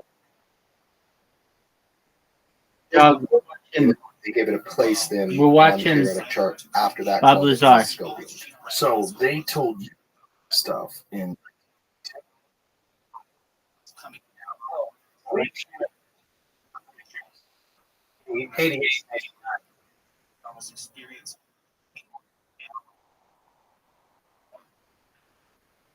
Sure thing. Excellent. One of the things that up with the I keep losing my train of thought with this thing. So this one area, this element 115 was the fuel. Yeah, it was the fuel.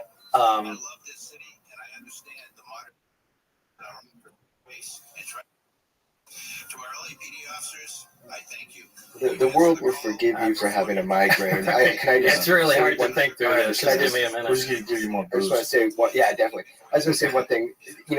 Bob, for the last years, people have just been on the attack on Bob. Getting to know him, the personal effects on his life. It's really hard to understand unless you meet his family and his wife. I mean, this is the last thing he wanted to fucking do was have to talk. Yeah, we should explain that, Chairman. You and I had this conversation. I watched your documentary. We had this conversation, and I said, I have to talk to him. Yeah. The document, there's been detractors. There's been a bunch of people that called bullshit on many of the things that you've said. But over time, many of the things that you talked about, even in the 80s, have proven to be true. Things that people said were not true were proven to be true. Element 115 was one of them. Right? Right. Element 115, the fuel they had was stable. In other words, it didn't decay. It wasn't emitting radioactivity. When they synthesized 2 or 3 atoms of the 115, it did decay, and it was not a stable element. So they're kind of 2 different things. But this is kind of typical. Elements always have, or pretty much always have, stable isotopes and unstable isotopes. Like I think it has like 30 unstable isotopes to it. So, hydrogen, for example, you're familiar with hydrogen gas. It's stable, it's not radioactive, but there's also 2 other types of hydrogen, deuterium and tritium.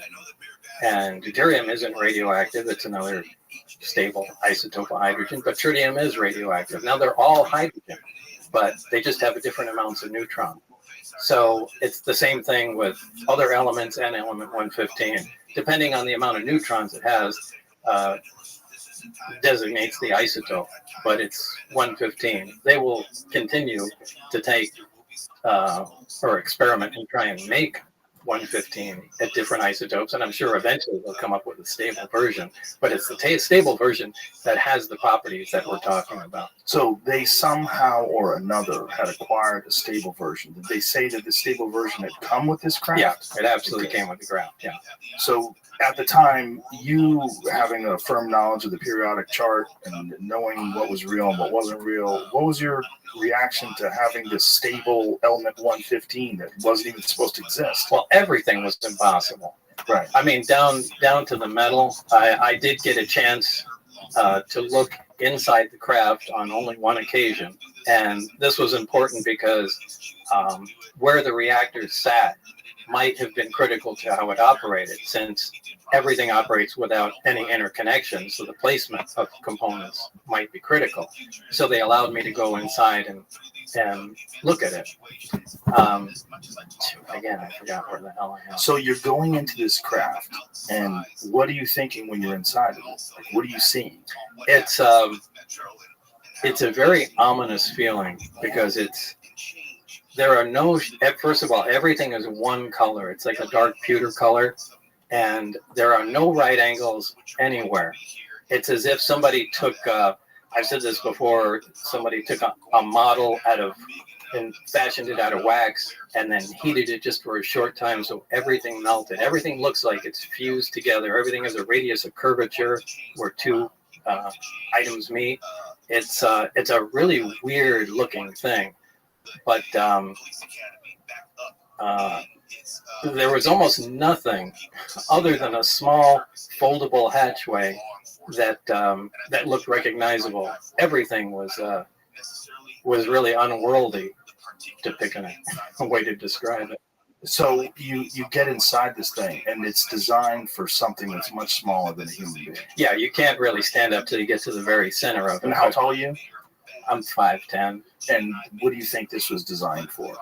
I'd say something close to half my height. Wow. So these little 3 foot tallish creatures. Yeah, and the seats were small too. I mean, obviously it was made, for something small.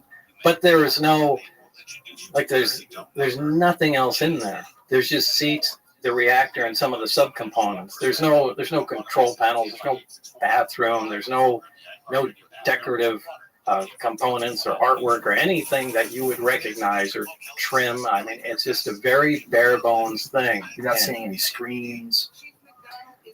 Well, there are archways around it that are part of the superstructure, and one of the archways can become transparent. When I was in there, there was another group working on one of the archways, and you could call that a screen, more or less. So through that archway, it would maintain the solidity, the solid, whatever metal it was. Yeah. That you could see. Yeah, it just through became transparent. Yeah.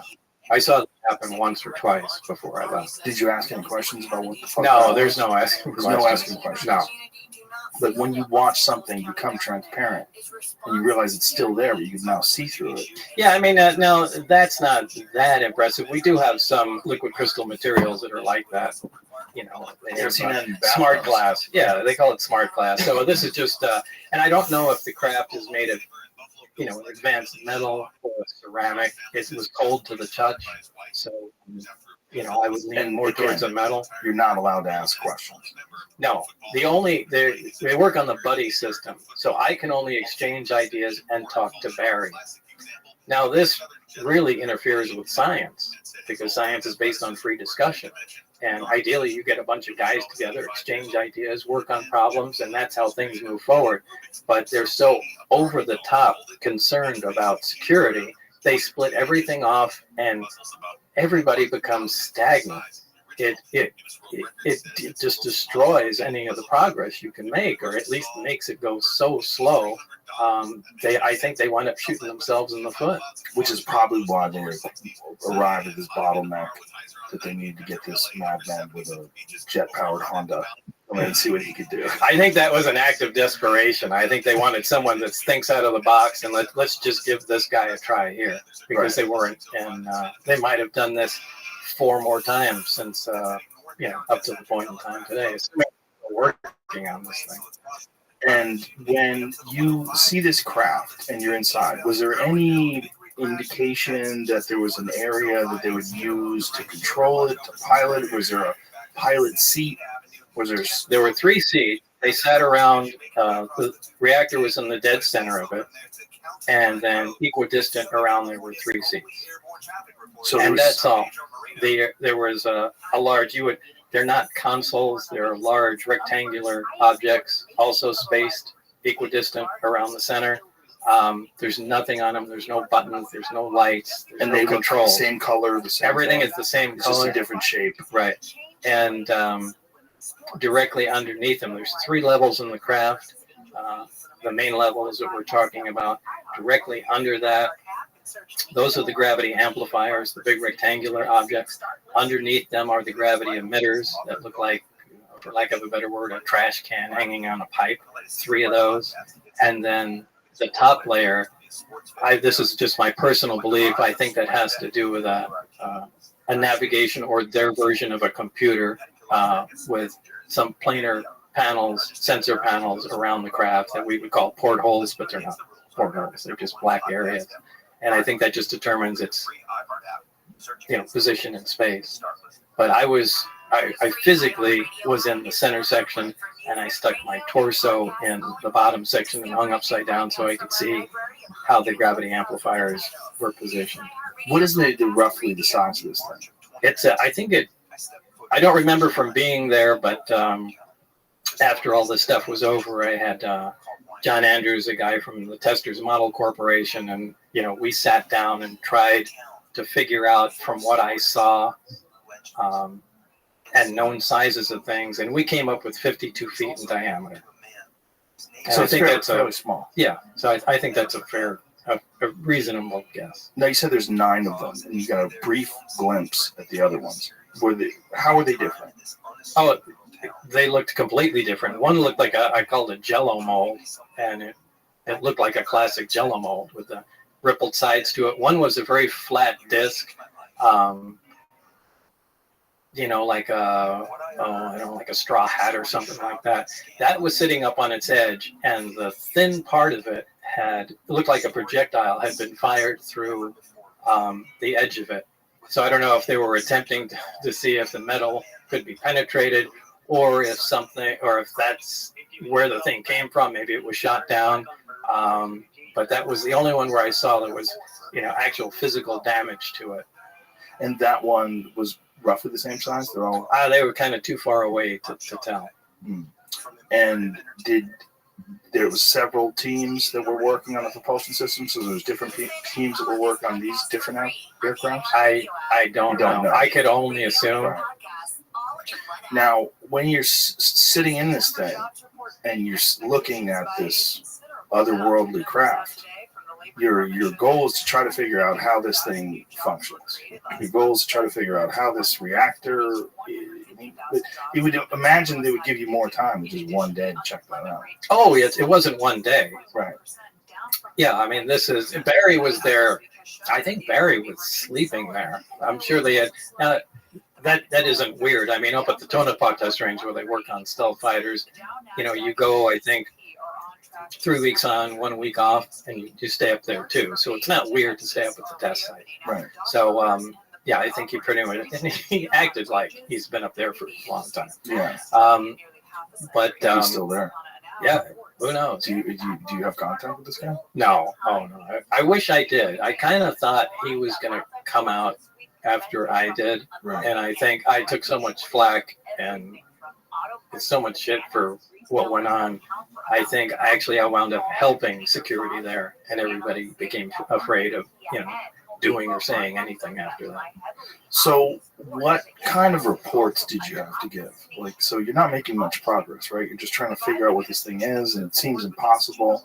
Well, we didn't personally make them. I mean, we were always, there was never a lot of information that we gained.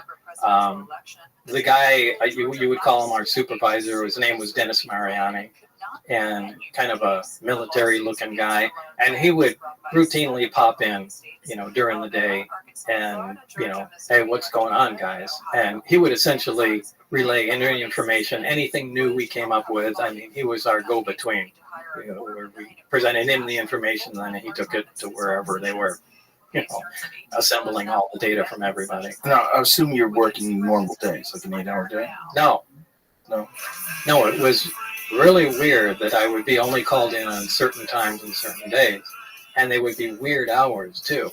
Most of the time was later in the evening. I mean, I can get a call at 11 o'clock at night, and they'll say, it's now 11 o'clock.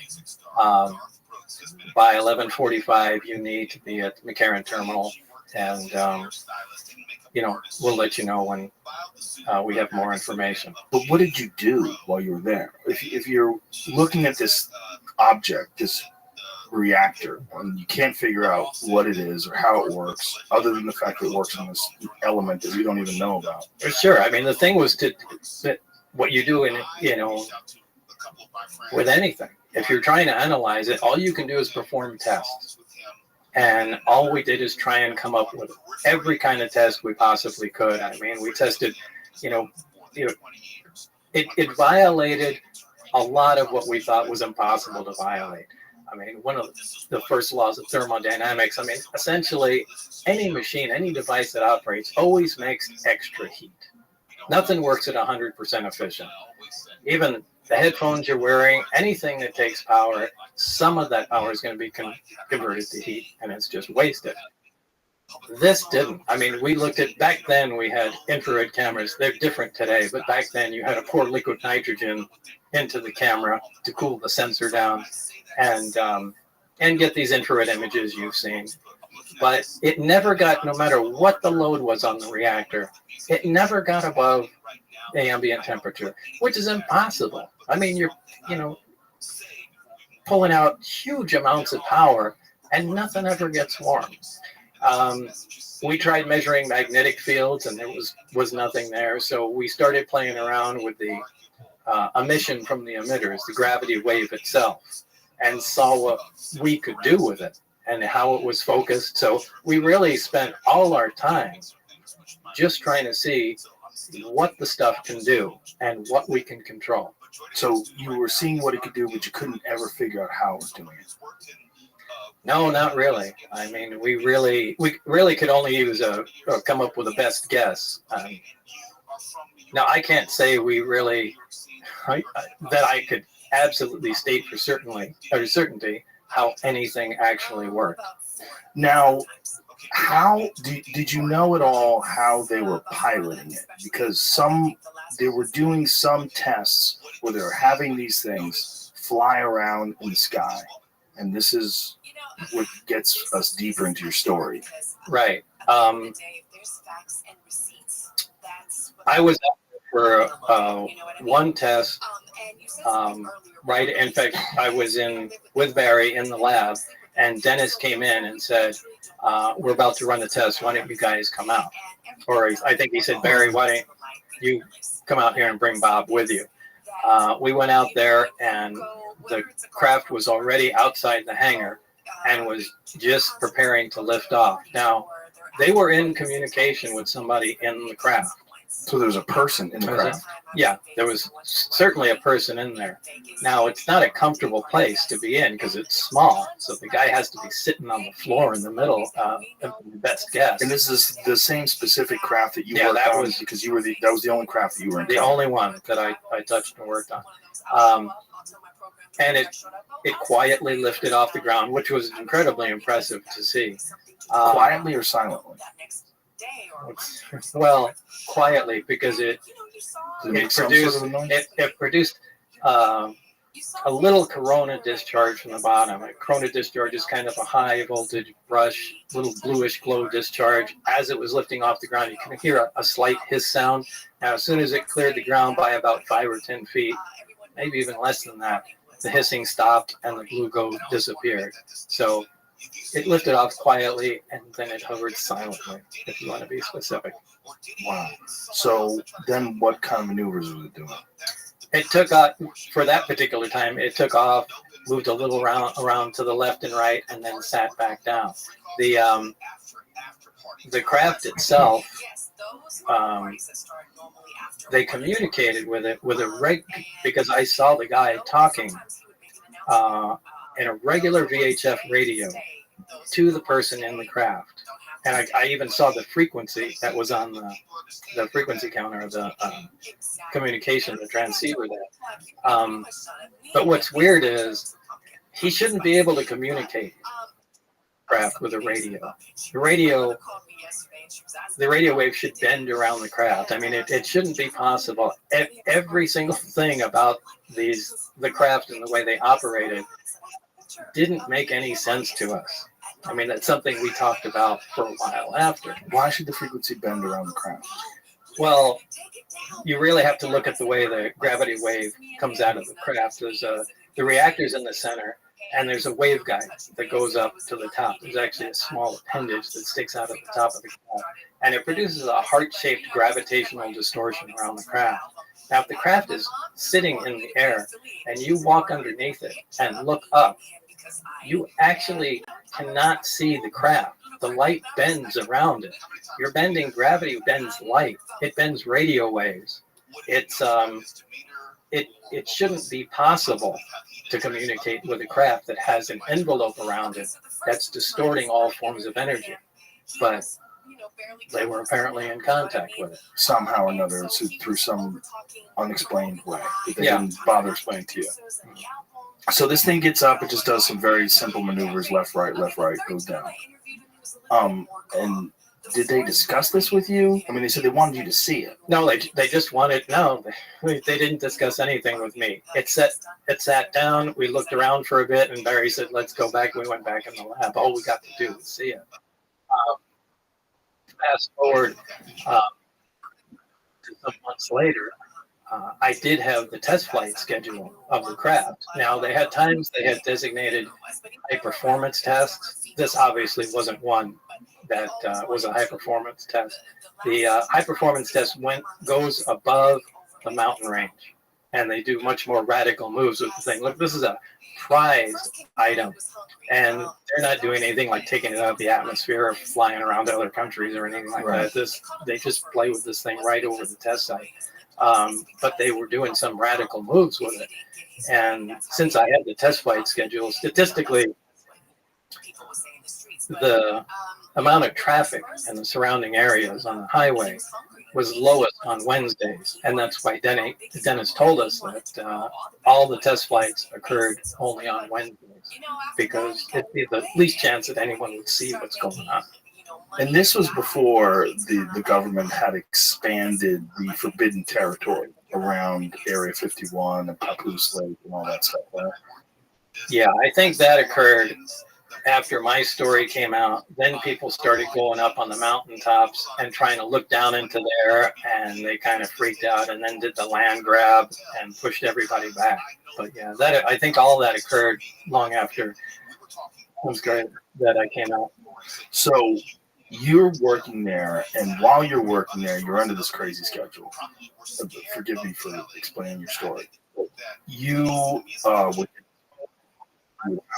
go to the airport at 11 p.m., and your wife started thinking that you were having an affair.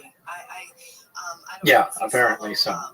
Now, I did give my permission to have, as part of the, security clearance process, I gave written permission to have the phones monitored and things of that sort. So they weren't doing any covert stuff. They, with any Q clearance, or which is civilian top secret clearance or military top secret clearance, they go talk to friends and, places you've been, make sure you're not connected to foreign countries. But, monitoring your phone is nothing unusual.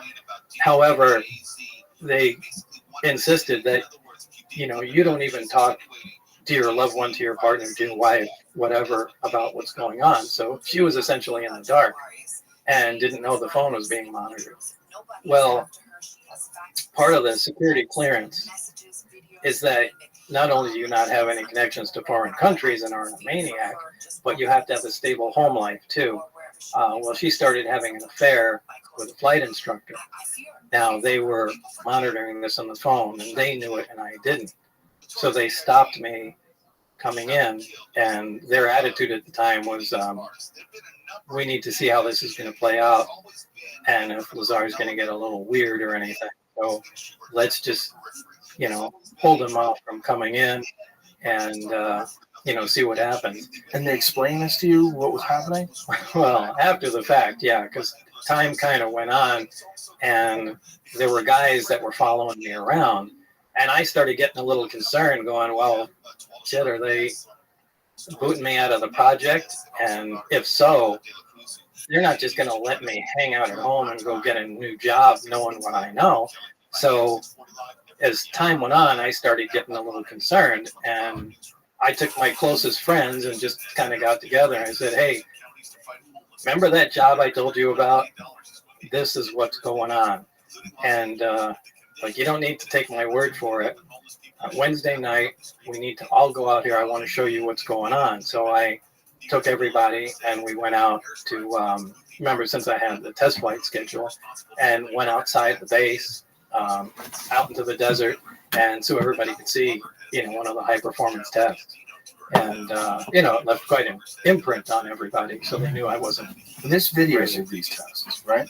Yeah, but remember, this is it's in the dark in the 80s with a big monster-sized camcorder, and you got, a bright light jumping around. But, yeah, I mean, we did video of it, but there's no, by today's standards, it's... But is your video specifically available, the video that you took? Yeah, well, George Knapp has it. Is it online? I have no idea. Jeremy? Yeah, I showed clips of it in my film. It's online, and someone did a deep analysis of it. It was interesting to just take a look at how... Hold this microphone up to your face. About a fist from your face. All right. To see how his video looks now, or as video evidence. I mean, we are talking 80s camcorders. The most important thing is the human story here. Everybody that he took up there on 3 separate occasions, they don't all like each other. They don't all talk. They all agree on one thing. They saw something that night at the exact point in time and space that Bob Lazar said. And remember, this is 17 miles south of Area 51. No one even knew really about Area 51.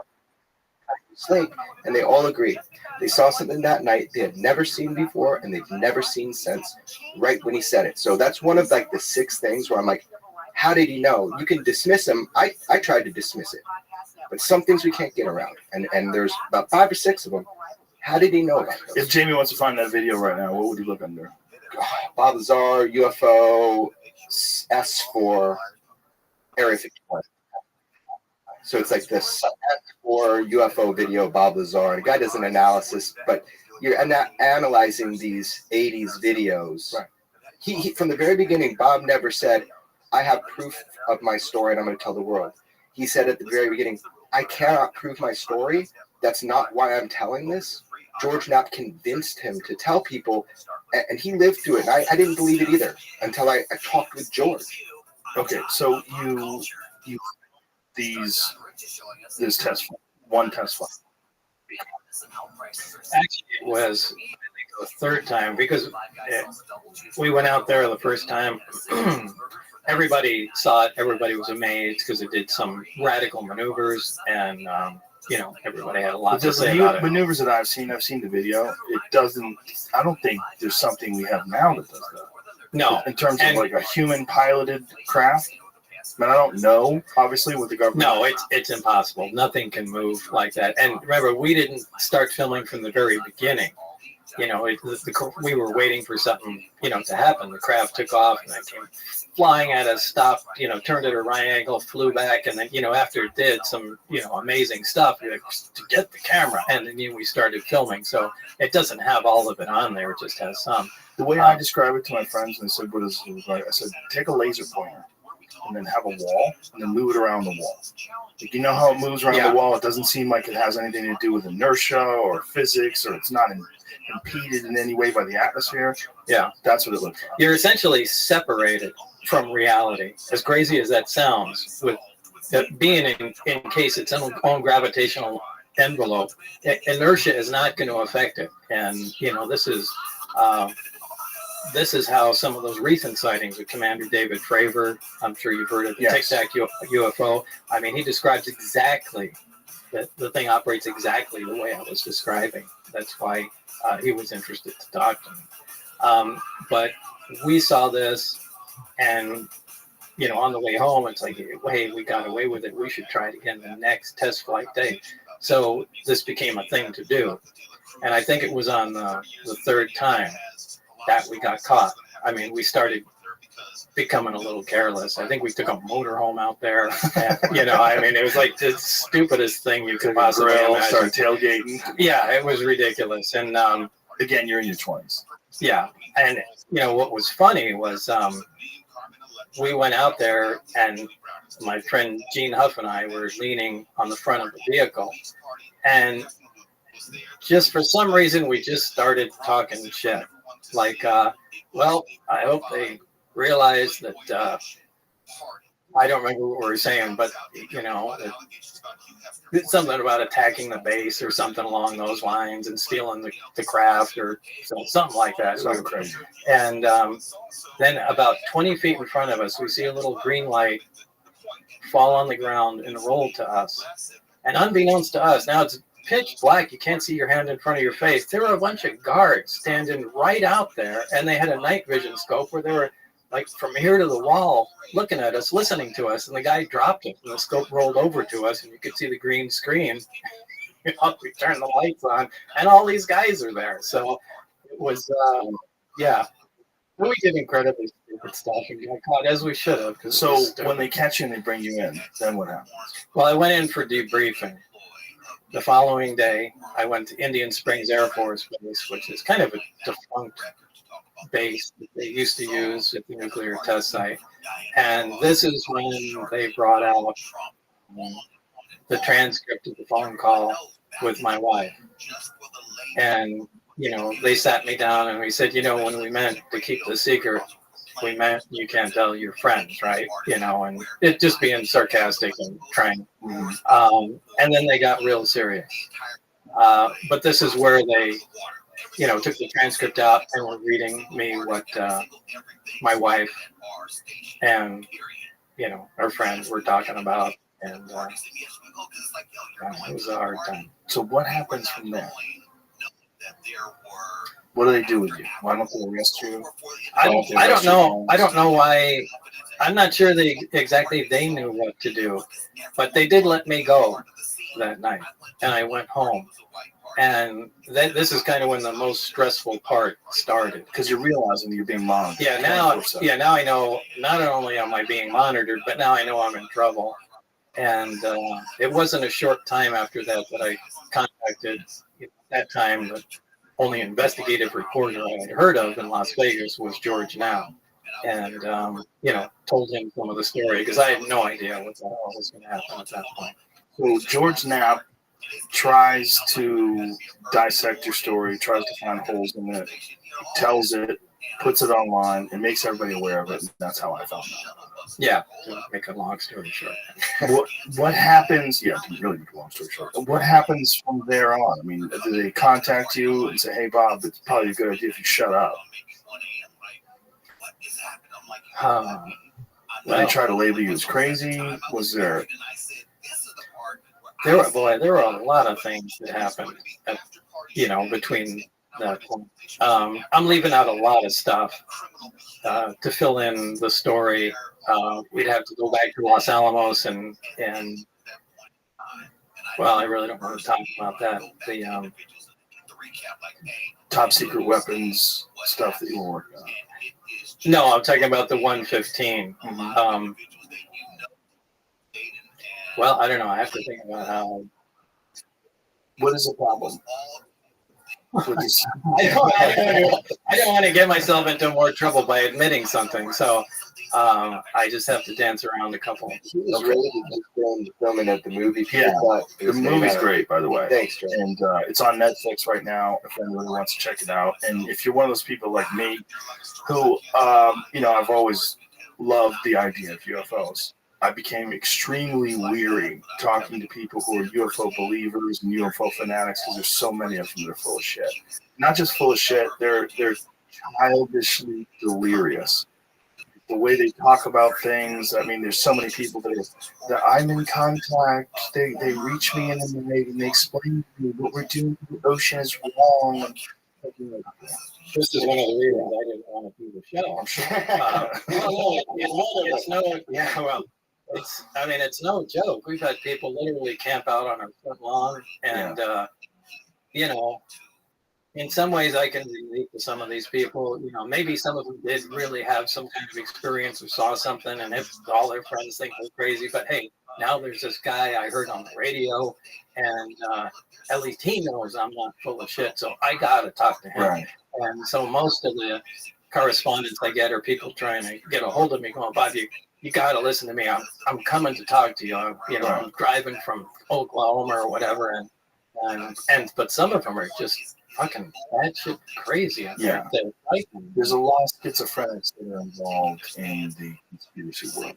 There's a lot of people with real issues. Joe, it would be a disservice to your audience to not say that we have to look at what's going on now and understand. I've on the show a bunch of stuff about what's going on now, and to not really understand what's going on now, you can't see Bob's story in the correct light after 30 years. And at some point, we should just touch upon that. The biggest being that things like the Tic Tac UFO case that came out, I've heard people here on the show say there's a glitch in the radar. That's a data poor perspective. You just don't know yet what's really going on. Commander Flavor, I was able to get the interview with him to talk to him way before it became public. I got that from him. He saw it. Other pilots saw it. This is a big thing that's going on right now. They had more sightings on the East Coast recently. Cubes with spherical ores. These are not aerodynamic, and these are the people we trust to defend us on 9/11. Commander Flavor protected Los Angeles on 9/11. So we trust them, but they're not trained observers. Radar, individuals, things, and the big one, just to throw down so we can consider a story a little differently, it's more depth to it. The big one is the United States government has admitted that they have been continuously studying the UFO phenomenon. That program was called ATIP, was called OSAP. That's the mother program. George Knapp got that out. They announced to the New York Times about ATIP, but OSAP, these acronyms, OSAP, Advanced Aerospace Weapons Systems Applications Program. Who cares? That was the mother program. So they've admitted we didn't stop studying UFOs in 1969 with Project Blue Book. We don't think it's crazy. We actually want to reverse engineer the technology. That's why on your other show, you said, what's this AAV thing? It's like, they're making up another UFO name. Well, hold on, there's a reason. Because in the documents, the DIA documents that George Knapp released, that everybody said was fake, till now they know is real, they called them AAVs, which is Advanced Aerospace Vehicles. People are getting the acronyms wrong. So the reason for the terminology change is so that we can mimic what we're reading in the DIA documents. People can look for that now. So they changed the names to get people away from UFO or UAP, like Hillary Clinton said on it, right? So Hillary Clinton informed the public on Jimmy Kimmel, oh, Jimmy, we don't call them UFOs anymore. We call them UAPs, unidentified aerial phenomenon, right? So she kind of was giving, the Clintons are very into the UFO topic. Senator Reid, he's done a lot for the subject, the study of it, right? So she informed the public so they could look for the right term. So these terms are important because the DIA in those documents, they've been calling them AAVs for quite some time now. And they changed the name to anomalous. No, that's kind of a misnomer. No? So they always mess around with things, but it's actually advanced. Right, but when they're describing it in the news, they were calling it anomalous aerospace vehicles. Totally, and that's cool. They were also saying anomalous aerospace threats, AAT, right? Because they want the sense of the threat. Right. So my point is, all of it, if people don't know this now and they think this stuff is fantasy, this part of it, that we're studying it and we take it seriously, we're spending money on it, and that we're getting great data from visual pilots to radar. That's why we know at aerospace they dropped from 80,000 feet. But guess what? That's the top scope of the Spy 1 radar is 80,000 feet. So the radar system they were using, it was coming from above that. So my point is this. If you don't understand that this is happening, you're just behind the curve because you don't have the information because of the stigma that you're talking about. I saw you get totally upset with the UFO topic. I met you first when you were totally upset with the UFO topic. It's the people. When you're doing your, I'm sorry, man. When you're doing your show, the program questions everything. I could see how frustrating it is. Trust me, I have been frustrated to hell. Luckily, my mentor is George Knapp, and he's taught me the pitfalls as I went through it. The whole point of this rant is just that we have to now look at Bob's story, but knowing the facts, not someone saying it's a bird, it's a plane, it's a glitch. They're not. And so if you don't know that, you just don't have the information yet. Well, not just that, knowing the facts as we know them in 2019, not in 1988. Absolutely. Right. And so what has he said that has come true? He's totally unimpressed with it, right? What has he said that's come true? So I was like, Bob, they've announced gravity is a wave. You were right, man. You're vindicated. And he looks at me. He's like, Well, if you think about it, Jeremy, I had like a 50-50 chance. He was not very impressed, right? When did they announce gravity as a wave? So they detected, in a sense, gravity waves. That was, Who is they? you might know more. There's two black holes that were colliding, and that's how they were able to detect. Yeah, somebody built, I don't know which group it was, but part of the government. That's what Google's for. Yeah. But they, built a gigantic gravity wave detector, pretty much detected. There's such things as gravity waves. First observation of gravitational waves. It says it was in 2016.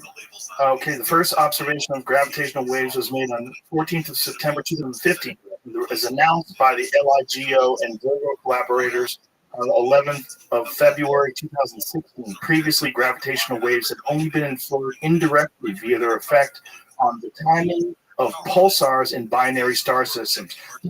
The waveform connected by both LIGO observatories matched the predictions of general relativity for a gravitational wave emanating from the inward spiral and merger of a pair of black holes around 36 and 29 solar masses and the subsequent ring down of the single resulting black hole. Well, yes, no. He was in the 80s. The predominant theory was gravity is produced by gravitons. Okay.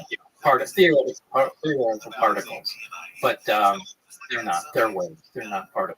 So the thought is that the way we experience gravity is based on mass. Why the moon, which is roughly 1/4 the size of the Earth, has 1/6 of the Earth's gravity. So it's the computation can make based on mass. Right, and remember, we can observe the effects of gravity, but we have no idea what it is. All we can do is observe it, and we can't make it. The only way you can make gravity is just more mass. It's a product of gravity. But if you have a machine, gravity, you can pretty much do anything. You can affect time, you can force fields, all of that stuff in science fiction becomes reality if you have a machine that can make gravity. What we worked on in the desert was a machine that makes gravity. I love your analogy of dropping off a small nuclear reactor to the return. I love that analogy because back then that wasn't what you're talking about here. They just discovered this 4 years ago. We're, as much as we know and as advanced as we are, as we should be, how much more technologically advanced we are than every other creature on this planet. We're still, in many ways, in the adolescence. Absolutely. If even adolescent.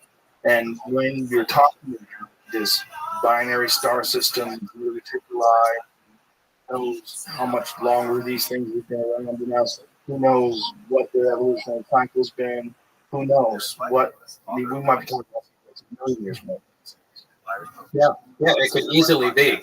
Now, I'm not, believe it or not, I'm not into UFOs. I don't follow stories or, Even after your experiences? No, I'm fascinated with the technology. And it really irks me like every night I go to sleep that, I don't. Let's go against the rules on America's government.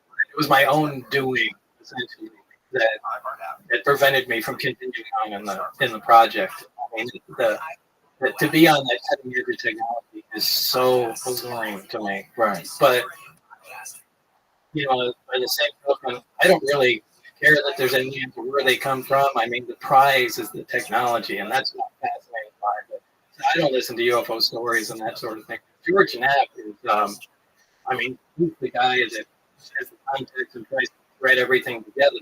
And what he recently told me is he found, I don't know, is it documentation or people that he spoke to, is that the existence of this project, the project that I was on, it's something that they seem to take out every 8 or 10 years.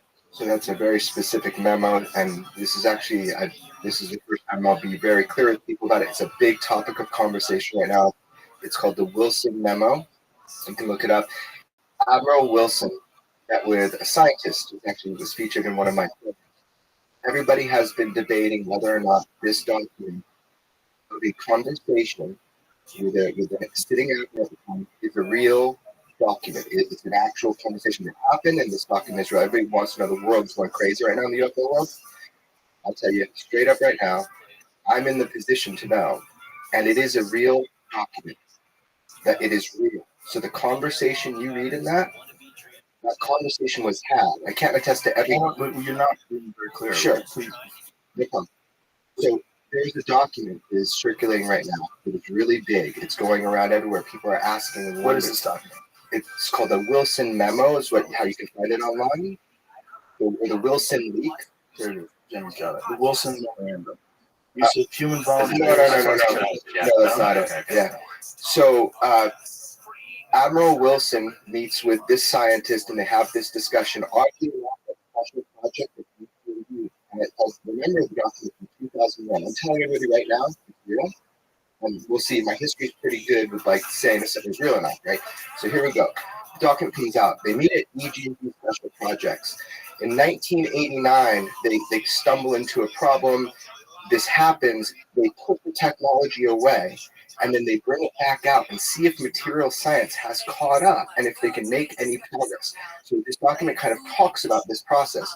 The big thing I get from it, and a lot of it's vindicating to Bob, and one of the things it's vindicating, besides the EG&G thing, is that private industry, so this guy's an admiral, and he says, I found out about your SAP, your Special Access Program.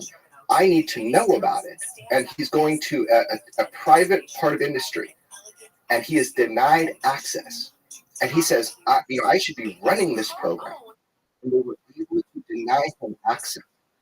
So I think the takeaway here is check it out. I'm telling you that is an actual correct, that is a leak. Everything said in that document, I don't know. What are you talking about? What is said in that document specifically? It's between a scientist and an admiral that are sitting, and they're having a meeting, and they're talking about the search for the UFO subject, the search to get Special Access Program access to all of these different things like reverse engineering programs. So in this document, they talk about it. I believe that this document, the person that went was employed by Robert Bigelow, one of the guys. Yes. Who's the guy on Skinwalker? No, he's not. He was the guy on Skinwalker. Okay. Yeah, he used to. There's a new owner, and I interviewed him for my other film, but there's a new owner. You'll be hearing a lot more about that soon. But you'll be hearing about Skinwalker Ranch soon because there's anyway. The whole point of this insertion here is just that document kind of validates a lot of this idea Bob just said, that they make a little progress, then they can't go anywhere, they tuck it away, and then they bring it back out 10 years later and start working on it. What is the limiting factor? I think Bob should speak on this, but it's the material science. Yeah, it's really where physics is.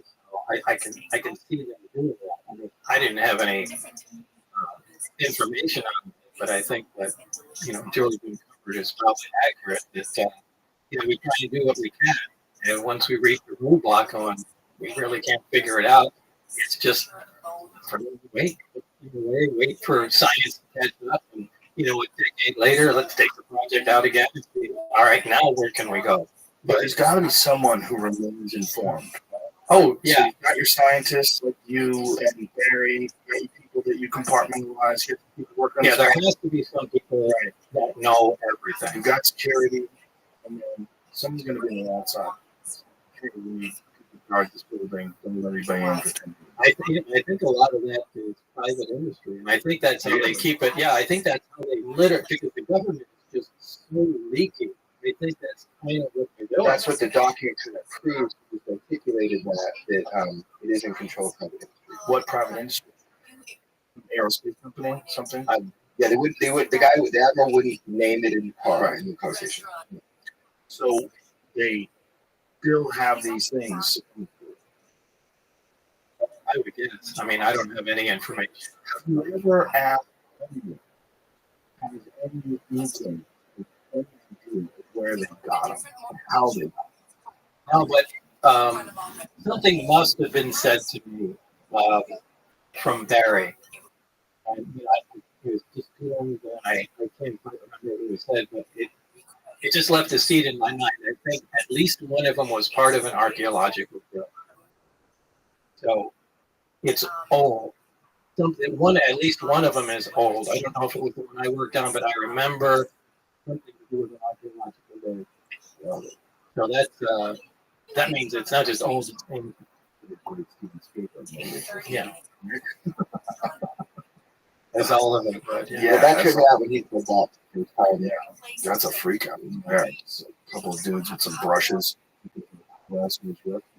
Metal. And when did they find it? You know, that they have 9 of them. Well, and how could we have not heard about that? What about the guys with the brushes? How could you uncover something like that? And Joe's newspaper at home does. I mean, they said it on that first day. Oh, you mean the Roswell? Yeah, the one you told me. Yeah, I have a cover. What is this, Jamie? This is the document. I had to do some digging to find it. Yeah, it's just kind of. Yeah, so this is where they meet at EG&G. This is Admiral Wilson, and there's a lot more to it. But I want to be clear. George didn't put this out. He didn't leak this out to anybody. This is.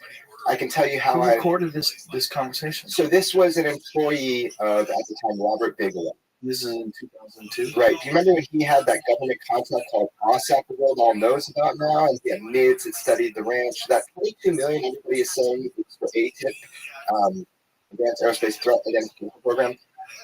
The $22 million was for OSAP that was pushed through Congress, 3 congressmen, right? An astronaut. It was pushed through. And that's what the $22 million, by the way, they spend more money on Viagra every year than they do studying UFOs. If it was just this program, which I think is funny. They probably make a lot more money from Viagra. They probably do. UFOs too. Well, you never know how it seeds in the population. But anyway, this program, this is what was the mother program. So it got the $22 million. And really, it was to study Skinwalker Ranch. Oddly enough, that $22 million all was inspired by the phenomenon they were seeing at Skinwalker Ranch, because the scientists, they're seeing vehicles come through like a space in the sky. Yeah, we went there. Right. Yeah. A bunch of people that seem full of shit, but a couple that didn't. It's very, very interesting. Totally. And if you look, I spent a lot of time in the area. I'm not talking about those stories. I'm saying there were scientists hired by the government, right, through Bigelow to study the ranch because they thought it was important. And, you know, whatever. The point is that $22 million was to study that. Then we have ATIP, which was like an auxiliary kind of program of military studies, like Commander Fravers and that sort of thing. This document is just one of those things that has now come forward that through the Bigelow studies, it was government funded, and then it was personally funded and then government funded. It's just one of those things that kind of shakes you because you got this military guy who can't get access because of the private industry that's holding non-terrestrial materials, that they can't study it.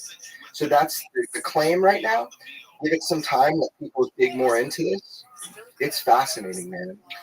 So you are essentially you're kicked out, right? You're out of this program. You can't work with these crafts anymore. And do they give you any threats?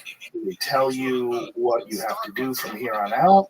Yeah, well, I mean, the way it ended was I told George Knapp all this stuff. And, he said, well, let's just get it on tape. Should something happen, at least we have a record of it. And I don't remember what the influence was, but at some point, George wanted to air it. And he said, you make the call on it. And look, if at any point you change your mind, we won't air it. And it came down to the day where George wanted to put it on the 5 o'clock news. He said, this is important stuff. People have to know about it. And I thought it was too. I know you got to keep the technology secret, but you can't tell everybody that this stuff is going on, that we have, actual hardware from another civilization. It's a big fucking deal, probably the biggest one there ever was. And George said, today's the day we got to put it on the news or something to that effect. And when it came right down to the time to air it, I changed my mind and I said, we're not doing it. And that's what, for the famous wrestling match between me and George trying to get the tape. He won because he's a bigger guy.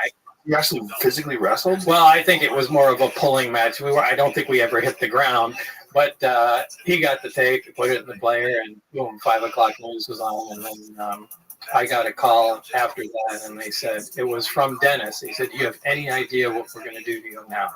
And he hung up the phone. That was the last communication I had with him. And what has happened to you since then? After that,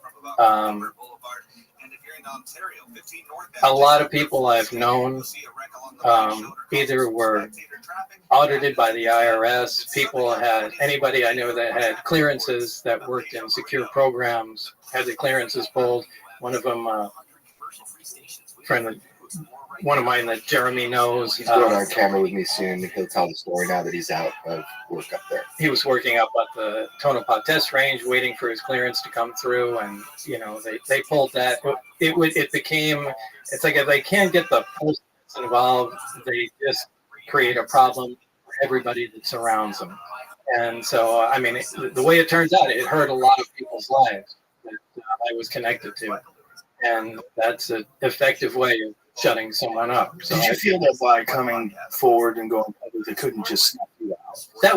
That's what I was told, and George and everybody, said that it's public. There's no one will touch you. And I fell for it. And I wish you did. Yeah, sometimes. Sometimes when it's just overstressed and people camping on your lawn. Yeah, but this is going to make things worse. No, this is going to make things better. That's what I was trying to tell him. How is this going to make things better? Well, because you're getting a real chance to explain yourself in a way that's going to make people who are not only working in government, people that are police officers, firefighters, first responders, doctors, and scientists, going to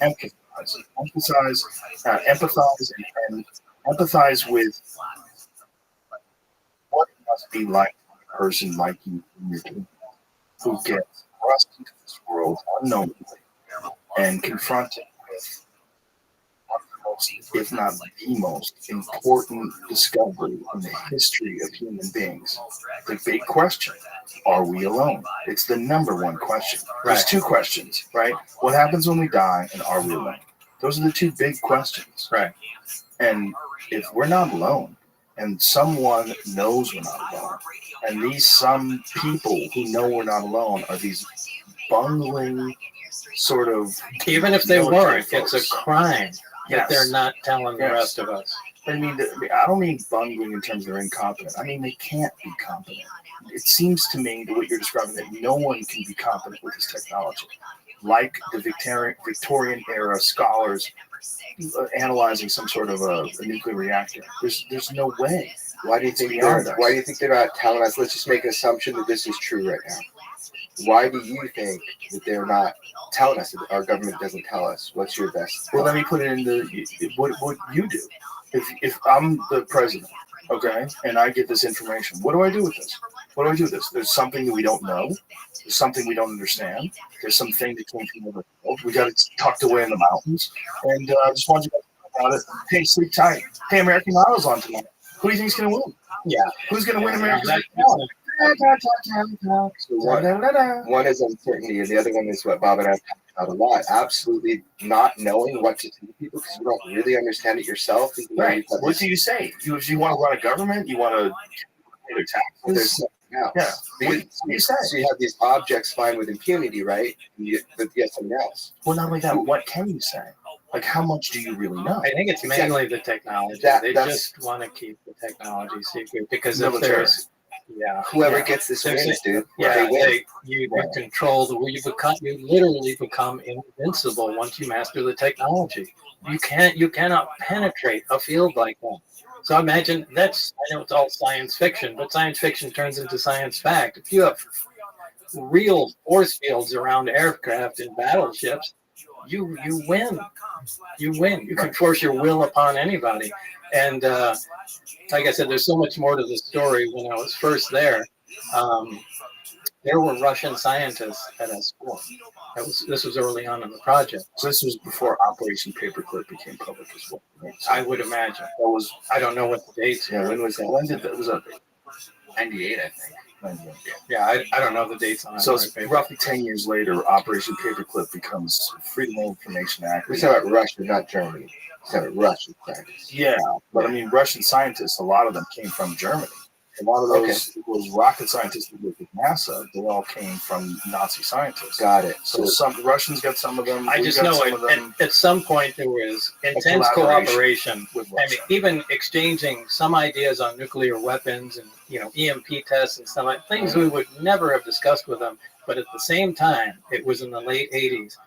They were involved and actually in the area at S4 with us. So you got to communicate with these guys, or you saw them? No, I knew they were there. Barry would talk about the commies that were there. The commies? Yeah, the commies. And that's back when they were the commies. Yeah, they were commies. At some point, it wasn't our group, but at some point, there was a big discovery made. And this did not happen when I was there. It happened in between my trips to there. And after that, apparently they decided it was just too cool to share with anybody, and the Russians were never allowed back on the base after that. But you don't know what that discovery was? No. Like I said, it wasn't my group. So one of the other groups really found out something. But, in typical American fashion, it was, all right, this is ours. You guys get the hell. Was there any inkling that any other government had something similar? No, nothing that I had. See, that was the thing that always freaked me out, was why, if something was so superior to human beings, it's almost like visiting an ant colony. Why would you go to the queen? I don't give a fuck who the queen is. I'm a human. I'm so superior to you ants. I don't care who you have running your hive. I'm just going to study it. I think it's who got it. Who got it? Look at the, rocket technology in Germany. You have 9 of them? Yeah, that doesn't make sense to me either. So they were either in the same area, or one had crews where others were. I mean, I don't know. You have to throw that in there, but you're right. I mean, 9 of them. That's a big dig if it was archaeological. Well, one of the more recent sightings and these discussions that have been coming out recently from Air Force pilots, Navy pilots, they've been talking about things happening in the ocean, and that something literally goes into the water, or something below the surface of the water. The 2004 Tic Tac Nimitz case. So that's when George Knapp and I broke on the radio twice before the New York Times, so I know this one really well. Commander Fravor and those pilots. There was a disturbance on the surface of the water. Commander Fravor visually saw what looked like similar to a cross, some object. So it's like as if you have some coral under the water and it's breaking over. Right. The Tic Tac is doing this crazy maneuver that defies. It's a gravity propelled system. They saw it in the sky before they saw it in the water, right? Yeah. So there were radar that was picking this thing coming down from 80,000 feet, dropping to 50 feet in less than a second. This is it, Jamie? What is it? This is actually on the news today. There was a briefing. So a lot of people get this confused. Not this one then either? No, so that is called the gimbal. So there's 3 videos released by the Pentagon that are all actual. I would really just pay attention to the source videos. So you've got the Tic Tac, which is this object that Commander Fravor saw. Another pilot filmed it with a FLIR pod, and it goes. But this one you see is really important to Bob's story. The gimbal craft. It's been recently analyzed. It's FLIR.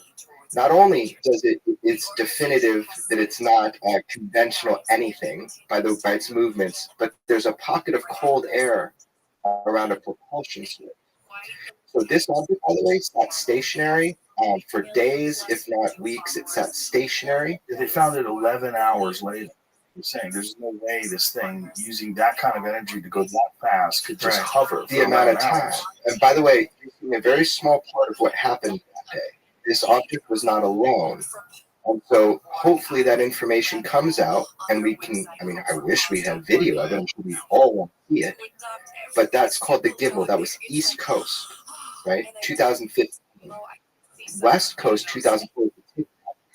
The disturbance on the water, Commander Fravor believes there was something under that water that was causing that disturbance when the Tic Tac was coming around and doing it. Within the people that are studying this, they're thinking maybe the Tic Tac system was causing disturbance, but the USO identified submerged object that he visually saw. The whole interesting thing about that is, I would love Bob to describe it, is why it doesn't matter if these objects are in space, air, or water. Why does it matter? I love when he talks about this. Well, first of all, Commander Fravor was the F-18 pandemic. What this stuff is. and it wasn't just. I got a chance to talk to him recently, and it wasn't just a radar image. I mean, Commander Fraser had eyes on it for over 5 minutes watching this thing, as 4 other pilots did. So this wasn't a radar blip or anything. I mean, these guys were watching this thing. But, one of the things I think in the gimbal video, the way the craft that we worked on flies is it doesn't fly like a conventional aircraft does, and it doesn't fly like a flying saucer would in a 1950s movie. It flies belly first. I mean, it may set down conventionally, but it always rotates. It does a roll maneuver, puts its belly towards the target, and then moves away So at it'd high be like speed. a car flying with the wheels forward. Right. I mean, it may land on the wheels, but at some point when it wants to leave, it kind of flips up, points the wheels where it wants to go, and takes off. And the gimbal video, you can see the craft do the roll maneuver. And it's really interesting. It behaves exactly like the craft. So much like we have different shaped aircrafts and fighter jets and cars, they probably have different shapes of these objects that operate with similar principles. Right. They all have the same power source. We're also dealing with, if you think about the laws of technological progression, the Moore's law, and you think of how things accelerate, you've got to think that if this civilization is who knows how many years more advanced than we are, if not even years. I mean, we're thinking about it in terms of conventional terms, right? The way we look at the world. I mean, they might be just superior in terms of their intellect. They've got to be, maybe. We don't know, right? Well, the only reason I say that is because, look, everyone doesn't necessarily start at a steam engine and go to an internal combustion engine and then, electric power, nuclear power, and go up the ladder. The binary, if the stuff is true about the origin, the binary star system, and they have heavier elements that we don't have. And this stable element 115 is a naturally occurring material. Maybe that's the first thing they started experimenting with. And the version of their steam engine, their first product, was something that operated like this. And actually, when they came to Earth to look around, or whatever, they were amazed at the stuff we were doing. These guys burned stuff and squirted out the back to go forward. So, who says they follow any kind of normal progression like that? My thought was, if you went back to the 1400s and then you went from 1400 to 1500, you're not going to see that much of a difference technologically. If you go from 2000 to 3000, I assume there's going to be a radical change. Right. Well, the delta, the rate of change is magnificently higher than it used to be. Right. So if you think about what they had in 1988 and you think about what they probably have in 2019, just logically, it seems like they would advance. I would think so. The only question is, are they living? Is that a living thing in terms of like a biological thing, or are they some sort of an artificially created creation like we are working on right now? I mean, we're in the middle of working on artificial reality, artificial beings, sentient beings, artificial intelligence, constant silicon-based life forms that they're essentially trying to create. Boston Dynamics, or was it Boston Dynamics that the company You can make robots? Yeah. You can make machines out of flesh, right? So a cyborg or a cybernetic organism is just that, that's what a lot of people think those gray things are, the people are the grays. Yeah.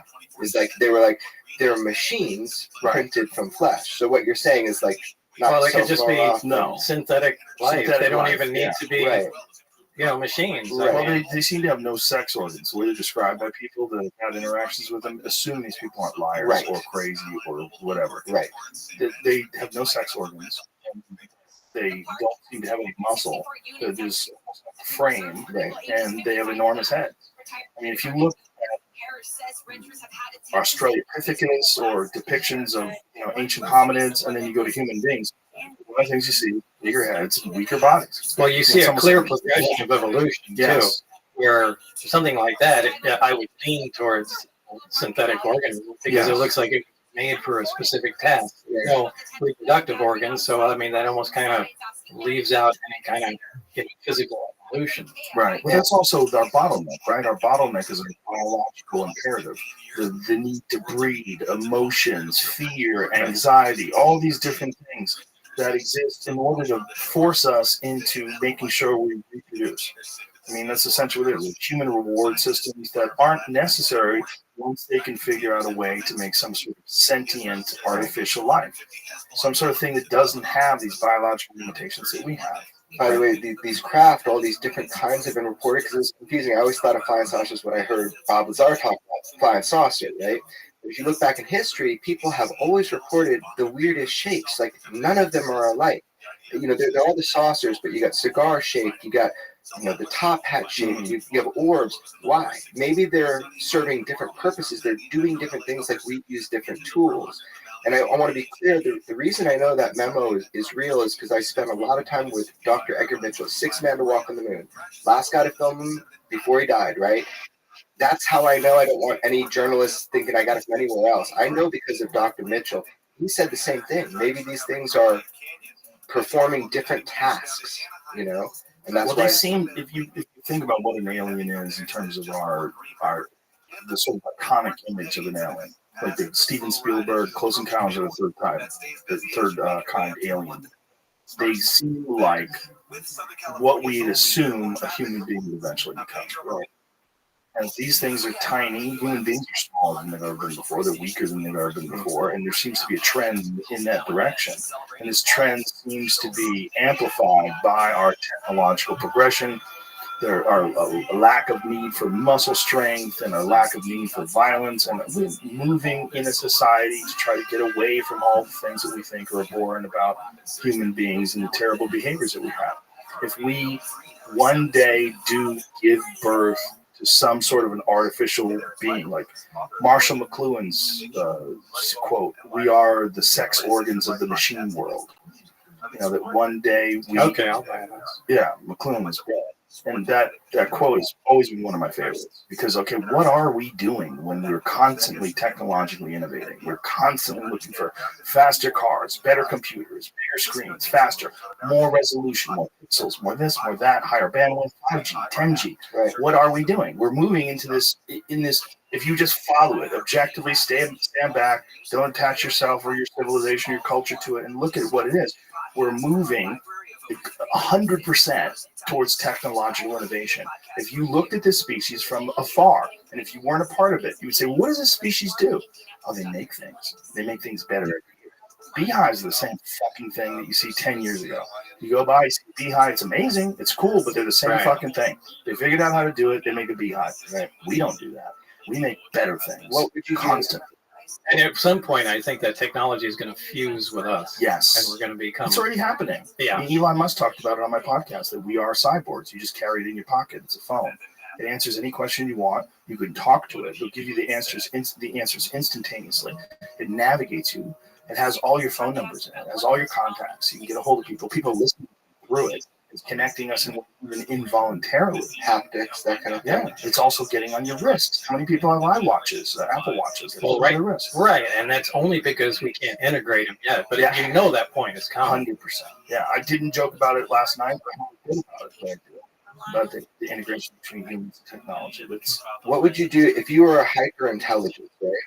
Would you do the work yourself, or would you create some cool things called like humans to do it for you? Would you create things that are cybernetic organisms to come in with machines and do it for you? If you're a hyper intelligence that has kind of changed like you've described, you probably create workers, right? Well, that's a vast conspiracy theory. I'm not talking about conspiracy. But it is a kind of a conspiracy. I'm right? asking. Well, I mean, I don't think it's necessarily that. I mean, you could look at it that way, but that is the way conspiracy theorists would look at it. The way I would look at it is like there's obviously a progression going on, a biological progression. There's some sort of an integration with technology. There's some sort of imperative, this need for technological innovation. It's inescapable. Everyone has it. And I think it's attached to materialism in some sort of a strange way, because so many people work so hard to get new things. And like, God, it's so illogical and preposterous, and it makes people unhappy, and depression's on the rise, but nobody seems to be able to stop it. Well, maybe it's because we are the electronic caterpillars that give birth to the butterfly. Maybe that's what we're doing. What our job Everybody's is sleeping to do for is right to now. make some sort of a cocoon. We don't even know we're doing We're watching it Joe while we're Rogan. doing it. You think a caterpillar is well? Hey, what are you doing? Man, I'm doing a thing. It's my job. I have to. This could be a natural part of evolution. It could be that we're just supposed to do this, Exactly. and make the jump to some sort of mechanized, Right. Have you ever seen non-biological. an orangutan that is fishing with a spear? No. They've figured out how to fish with spears. There's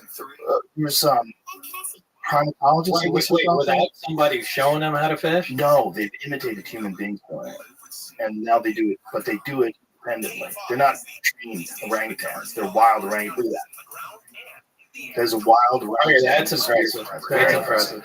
Well, there's these primatologists. I guess you call them primatologists. That's what they're right? Biologists that believe that monkeys and chimps and some of the great apes are moving into the Stone Age. That they've currently entered the Stone Age.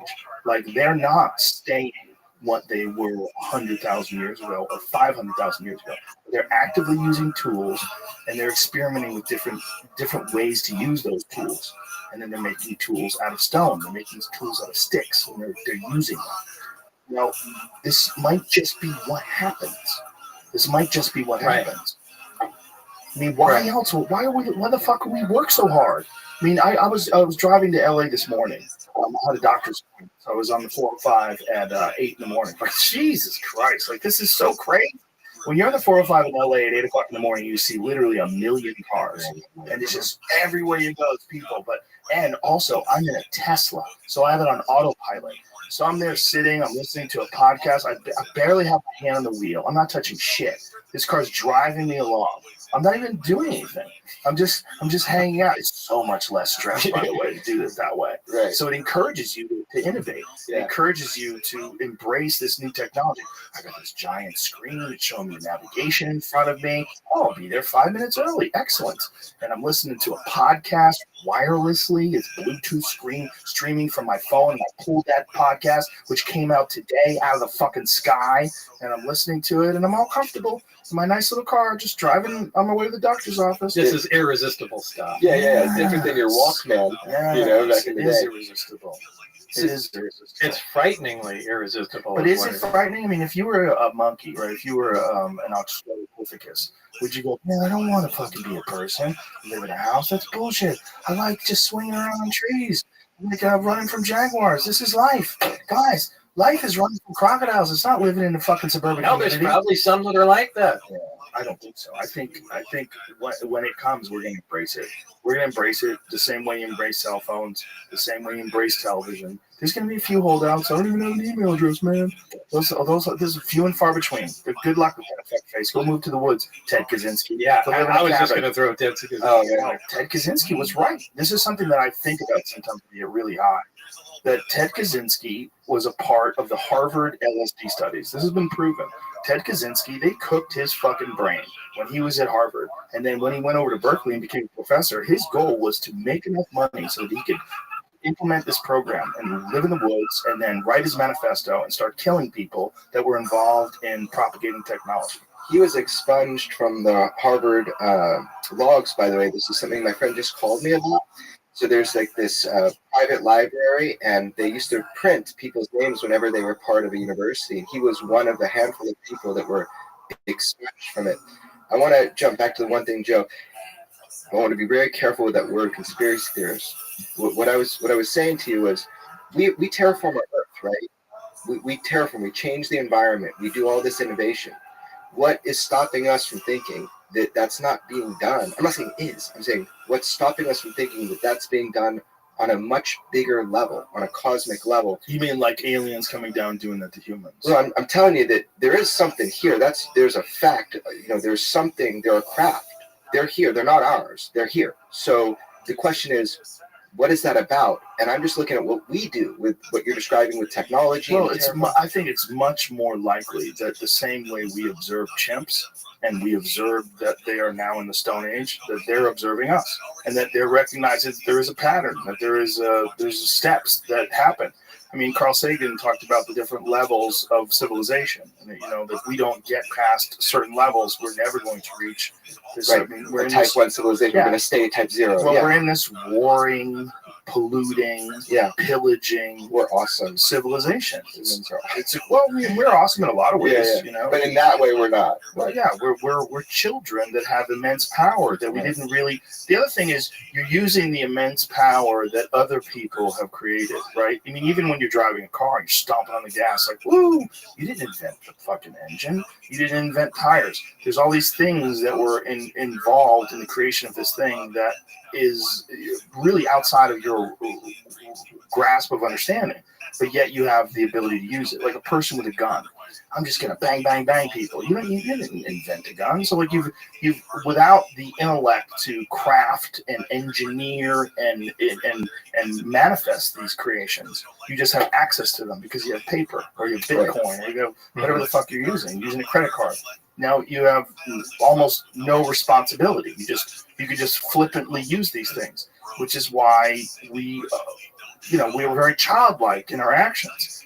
We haven't had to earn the responsibility. We haven't had to earn these things that we've been able to have, and you've only been able to have them because other people have innovated and spent ungodly amounts of time and effort and focus in the lab to create these things. And then they've all put them together. And then what's the reason to put them together? The profit. Well, what's the reason of profit? Well, why are you doing this? So you can buy more things. Well, what are we doing? What are we doing? We're making better things. That's what we do. That's all we do. That's all we do is make better things. Yeah. Why the fuck do we need oil? Why do we need oil? Why can't we just burn wood and stay home? Why can't we grow chickens and food in the backyard? Why can't we do it? Well, we fucking can. We certainly can. People do it. But we decide to make that almost impossible. Our preferred way of living is to stuff everyone into a very small area where no one grows anything other than weed. And this is what LA is. LA is 20 million people with hard surfaces, as many hard surfaces as you can. Boy, if you got an acre backyard in LA, holy shit, look at all that green. This is amazing. Well, no, that's the fucking earth coming through this weird sort of creation that we've put on top of the earth. But the goal is that, like New York City, there's none of it, right? You've got Central Park and they just got human shit. Stacked up. No one's growing anything. And then constant work. Everyone's up early. Go, go, go. Innovate, progress, make that money so you can buy more things. And every year, hey, Apple, where's this fucking new phone? As if your phone isn't good enough. Yeah, right. Your phone's taking pictures and videos, and people are calling you, and you got applications that tell you which way the wind's blowing. It's not blink of an eye, it's all gone, though, that, like 10,000 years and the Hoover Dam goes or whatever, Mount Rushmore disintegrates. So it's amazing because we have created that and everything's trying to spring up through that. We keep it maintenance down, but we're a blink, man. Something hits. But we don't think that way. You think in terms of your own life, right? You think in terms of what you want and what you need right now. We are in many ways this combination of this weird, primitive, ape-like thing with the ability to calculate and manipulate our world and our environment that makes us wholly unique. On top of that, with existential angst and fear. So what do you do with that? We fucking water it down with the antidepressants. Give these fucking people some shit that keeps them moving. They're worried about the future. They're trying to figure out what reality is.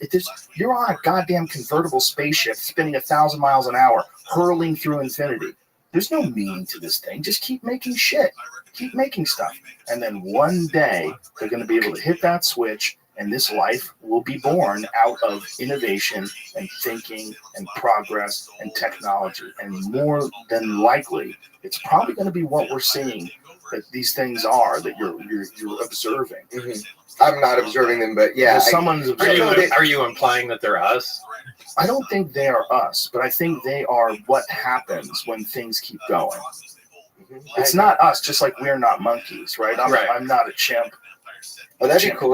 They're from here, is your idea. No. That this is what happens all over the universe. Yes, right. Yeah, totally. That this is what happens. Look, here's the thing.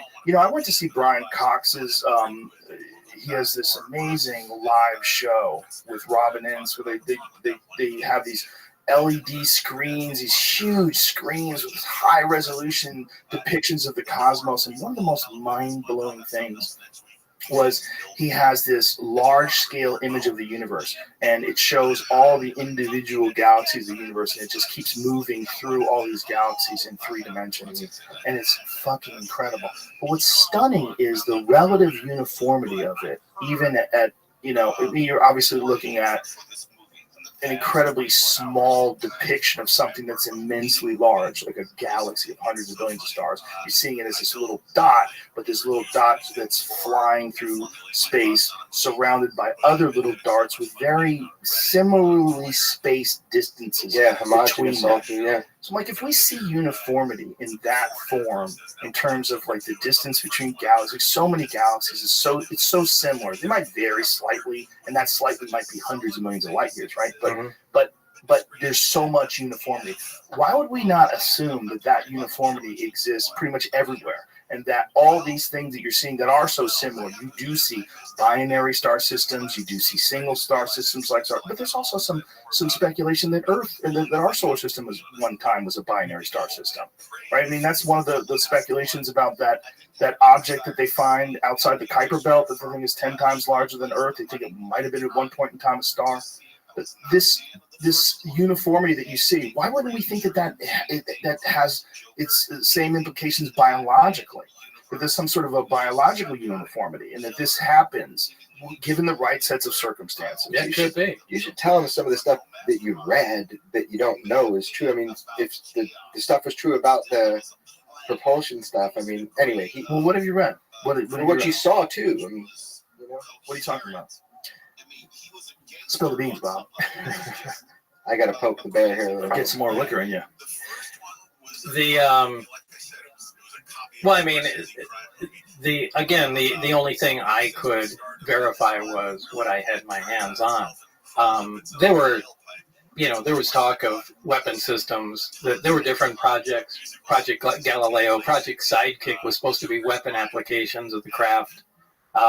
Project Looking Glass had to do with time, any effects of time in the craft. Now, I don't think we're not talking about making a time machine like in science fiction, but we're talking about, small distortions, intentional distortions of time, and how that can be used, as a, not as a, well, it was part of a weapon program. How are you informed in this? These, again, were just the small briefings that I read. But again, I don't really like to talk about those because I don't have any information on them, and it was just, small briefings. But you told Commander Fravor that what he saw might have been a time dilation in that. It could be because gravity affects time. Space-time. I'm sure you've heard of that. And what Commander Fravor saw as he was in the F-18 approaching it, he said he described it as a ping pong ball in a cup and shaking it back and forth. It was moving that fast. Now, obviously, if there's anything inside there, it's going to be battered to hell. But, my point was that, well, one of two things. Either there's a gravitational envelope in there which negates any inertia effects, or you are seeing through a gravity distortion field. So, just like you're looking at a hot highway and you see, an optical distortion going through there. Well, the same thing happens in gravity, and the craft may not actually be moving like that. It may just look like it because you can only see it through the field. So it may be making much more gentle moves. I'm not saying that's it, but it has to be one of the two.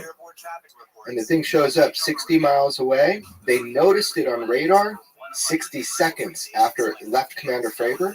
But it was at his cap point, which is the next point he was destined to go to, 60 miles away. And in 60 seconds on radar, the same object ends up there. So it's going a mile a second. No, I think the radar just picked it up in 60 seconds. Yeah, it could have been there instantly, but yeah, we don't know. The cycle time. Nobody knows. That's the whole thing. So it cycles, like radar cycles? Like it doesn't sweep, but right, I mean, it scans. It's a planar array, so it just, scans around at random places. That's a Spy One does a really cool. It doesn't do the whole loop anymore. Right. The point is, though, that the craft moved to his next location before he knew where his next location was going to be. Jeez. And that's well documented. So that's a pretty shocking piece of information. What's fascinating to me too is that you were discussing this, the way this reactor worked, and that these things were not really connected. No, nothing is connected. There's no wiring at all. That freaks me the fuck out. Charge your iPhone, you know. Yeah, like, well, wireless. Yeah. Yeah, I mean that's a simple electromagnetic. Tesla. Yeah, I know again, but that's just simple electromagnetic induction. Right. Tesla, the scientist, had this concept of this, Right. That's what that's what I'm talking about. For other Yeah. people who don't know what we're saying, wanted to send wireless electricity through the sky, and Westinghouse was like, "Get the fuck out of here with that!" Like, when anybody could just pull electricity out of the sky, Can't meter. Yeah, they couldn't. They couldn't. We had this talk in the car right over, trying to chill him out. You know, we're talking about Tesla and how he couldn't be metered and how it all went down. So it's funny you bring it up. Yeah. That I mean, who knows what would have happened in terms of innovation had he been allowed to go forward with that? Well, we probably wouldn't have computers. You think? Yeah, I'm pretty positive. I mean, forget about microelectronics. Well, this is dumping huge amounts of electromagnetic energy in the air, and yeah, we'd be able to wirelessly turn on our lights, but there'd be no radio communication. The interference would be something would be overwhelming. It would induce electric currents in anything with a small wire on it. So integrated circuits, transistors would be disintegrated before they were even, tested for operation. So it would destroy. Fucked us up. Yeah, it would have stopped us dead. It'd be great. You could turn lighters on and heaters from all over the place with no wires, but it would stop modern electronics. And if we became dependent on it, it would almost be like our dependence on fossil fuels. Although it's destructive, it's very difficult for us to get off the nipple. It would have changed the course of how we developed, which is so interesting when you talk about it. A civilization of the star system didn't even start with fossil fuels. They had 115 naturally on their planet. And they're like, cool, anti-gravity is pretty awesome. Well, the fact that I think it's important that actually happened. Yeah. It might have been stopped in its tracks for a reason. Whoa. And I think it's incredibly difficult for us to imagine technological progression under another timeline other than the one that we've experienced. Yeah, that's difficult. If we imagine what this alien race must have been like, and God, just to be able to see something, obviously we've seen it in different life forms, right? Like we see the life of certain beetles in comparison to the life of certain fish. Very, very different existence, very different life cycles. Octopus. Yeah, octopus. I mean, we see all these different variables in terms of biological entities on Earth, but we don't see it in terms of technological innovation, as we're the only one that's intelligent that can innovate. We have intelligent creatures, but they're in the ocean. The only other thing that are like us are dolphins and orcas and whales, and they don't have the ability to manipulate their environment. And subsequently, because they don't have the ability to manipulate their environment, we put them in fish tanks. And we're like, get in the tank, do some tricks. Right. The only thing he saw in the craft, if we were considering Bob's story, the only thing that he saw in the craft that he related to, that looked like a human could make, was this honeycomb hatch. And I always love that because you're like obsessed with this thing that you could recognize. I only focus on that because it was the one thing that I understood how it worked. And it was the access to the level below. And it was, if you take, you have a 6-pack of beer and you take out the cardboard dividers and set it on the table, put a lot of pressure on the top. But if you push it from the sides, it collapses flat. So it was something like that in a honeycomb shape that was essentially some sort of sheet metal. And you could walk on that in the upper layer, but if you took the corner, stuck your finger in, and pushed, it collapsed and made an entryway. It was really unique. I'd never seen that before, and it was the only thing in the craft that made absolute sense to me. I said, we can make that, and all that is a hatchway. Was there any discussion about the materials that were used to make the craft? I'm sure there was, but that was a metallurgy division. It had nothing to do with us. So you never got not even the slightest briefing. I don't even know if it was metal or it was ceramic. I think there's a fine line between the two. Now, one of the things that's happened to you that has allowed people to discredit you was there's obviously been some sort of an effort to erase your past. Yeah. Some sort of an effort to erase your education history, your employment history at Los Alamos. In fact, the only way your employment history was proven at Los Alamos is someone got a list, a directory of the employees from the past, and read into it, and you were on that list. So it proved that you worked there, even though people were trying to deny it. And they were trying to use that as a way to discredit you. You never did work at Los Alamos. You weren't really a scientist. What was that like to experience? I mean, of course, we're talking about the 1980s, the 1990s, when you could get away with something like that. Yeah, obviously there were a lot less records on computers at that time. It was still file cabinets and folders. But that was frightening. That was one of the first things I started. I think George Knapp was the first one that uncovered that. I mean, he saw my birth certificate disappear. It disappeared. Yeah, there was no record of you being. Yeah, there was no record of that. There was no record. His mom tells me about that. Like, it was frightening for her. He's got a real family. You know, his person is frightening for her. But even the Los Alamos thing really surprised me, and that they were so adamant that no, this guy never worked here. Don't be ridiculous. And George went back and forth, I got the letters on the wall. Yeah, months. I mean, it was ridiculous. But fortunately, somebody came up with a 1982 phone book directory. I mean, and also, originally I told you, when I worked there, I was on the front page of the paper. So they were still able to archive, bring that back from the archives. And, Bob Lazar, a physicist working here at Los Alamos. So there was at least something there. But somehow George came up with the phone directory. And then Bob took George with cameras into Los Alamos. Oh, yeah. So we flew out there, and I said, look, come on in. I'll show you where I worked. We'll go in. We'll meet people. And George went with me. And, filmed inside there. Navigate the place. And, met people. And, and Los Alamos was also the place where they had the machine that was able to read the size of your digits. No, that was that was S4. That was S4. And explain that. So now this was back in the 80s. And this is back in the 80s where when you discuss this, people are like, this doesn't even exist. Yeah. Okay. What was it? It was a way, this is before fingerprint scanners and, and any high resolution scanner at that time. So what it was a device that had a little picture of a hand on a glass plate with pins in it. So you could jam your hand in there. And there was a bright light above it and a sensor underneath. And when you put your hand in there, the light would turn on and it would measure the bones in your finger because the light shone through your bones. And apparently, the length of the bones in your fingers are extremely unique and easy to measure. And they used that. When you put your hands on there, the light would turn on and your badge would pop out. Oh, there it is. That's it. And I tried to describe this to people, and they said, that is the most ridiculous thing we've ever heard. And I said, hey, my badge came out of that thing. I put my hand on it, badge popped out, and that's how I could open the doors and get into S4. And, and everybody discredited that. They said it was bullshit, it was science fiction. And Jeremy, you found this.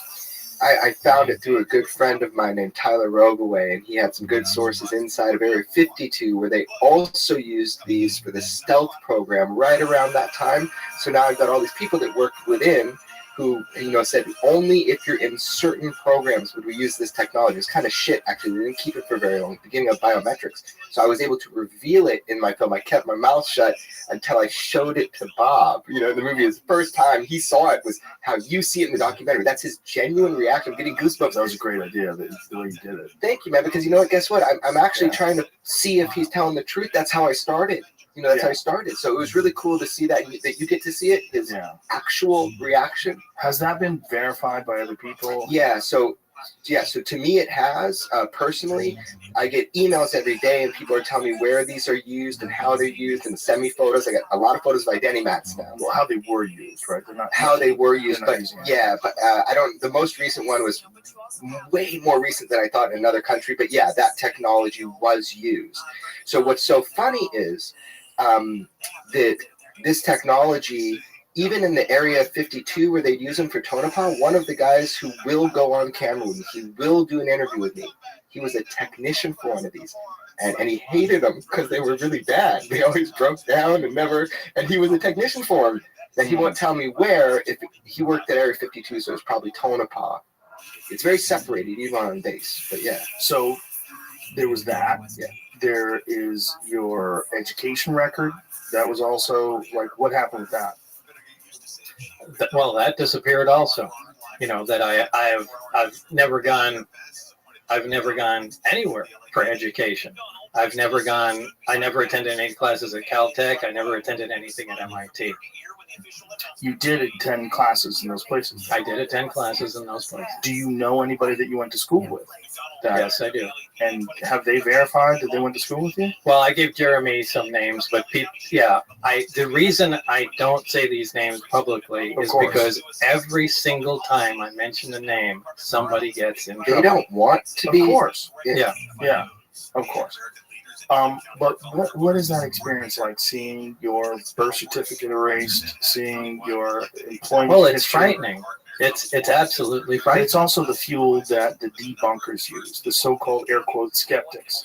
I don't like the term skeptics. I'm going to say this publicly because I really have only said this privately. I think it's a sloppy, lazy way to look at things, to just be a skeptic. I want people to be objective. And I think there's a lot of things you should be skeptical of. I think you should look at things from a hardline science perspective. You should be objective.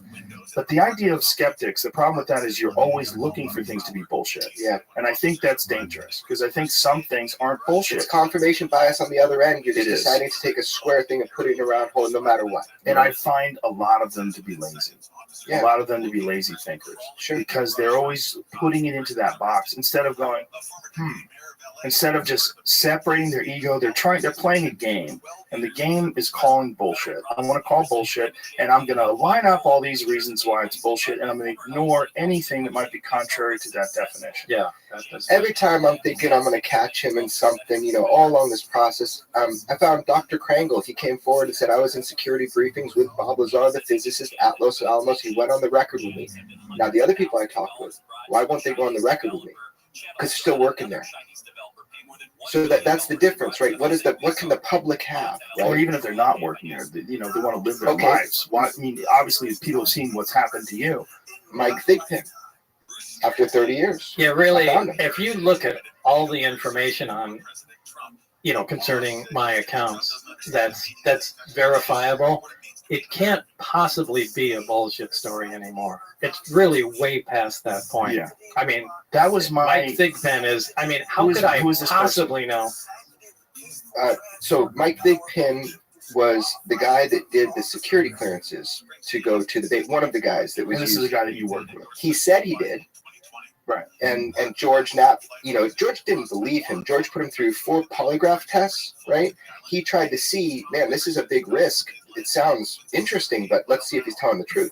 One of the things was, Bob said there's a guy named Mike Thigpen. He did security clearances for the base, and that's a weird name. It's a very specific.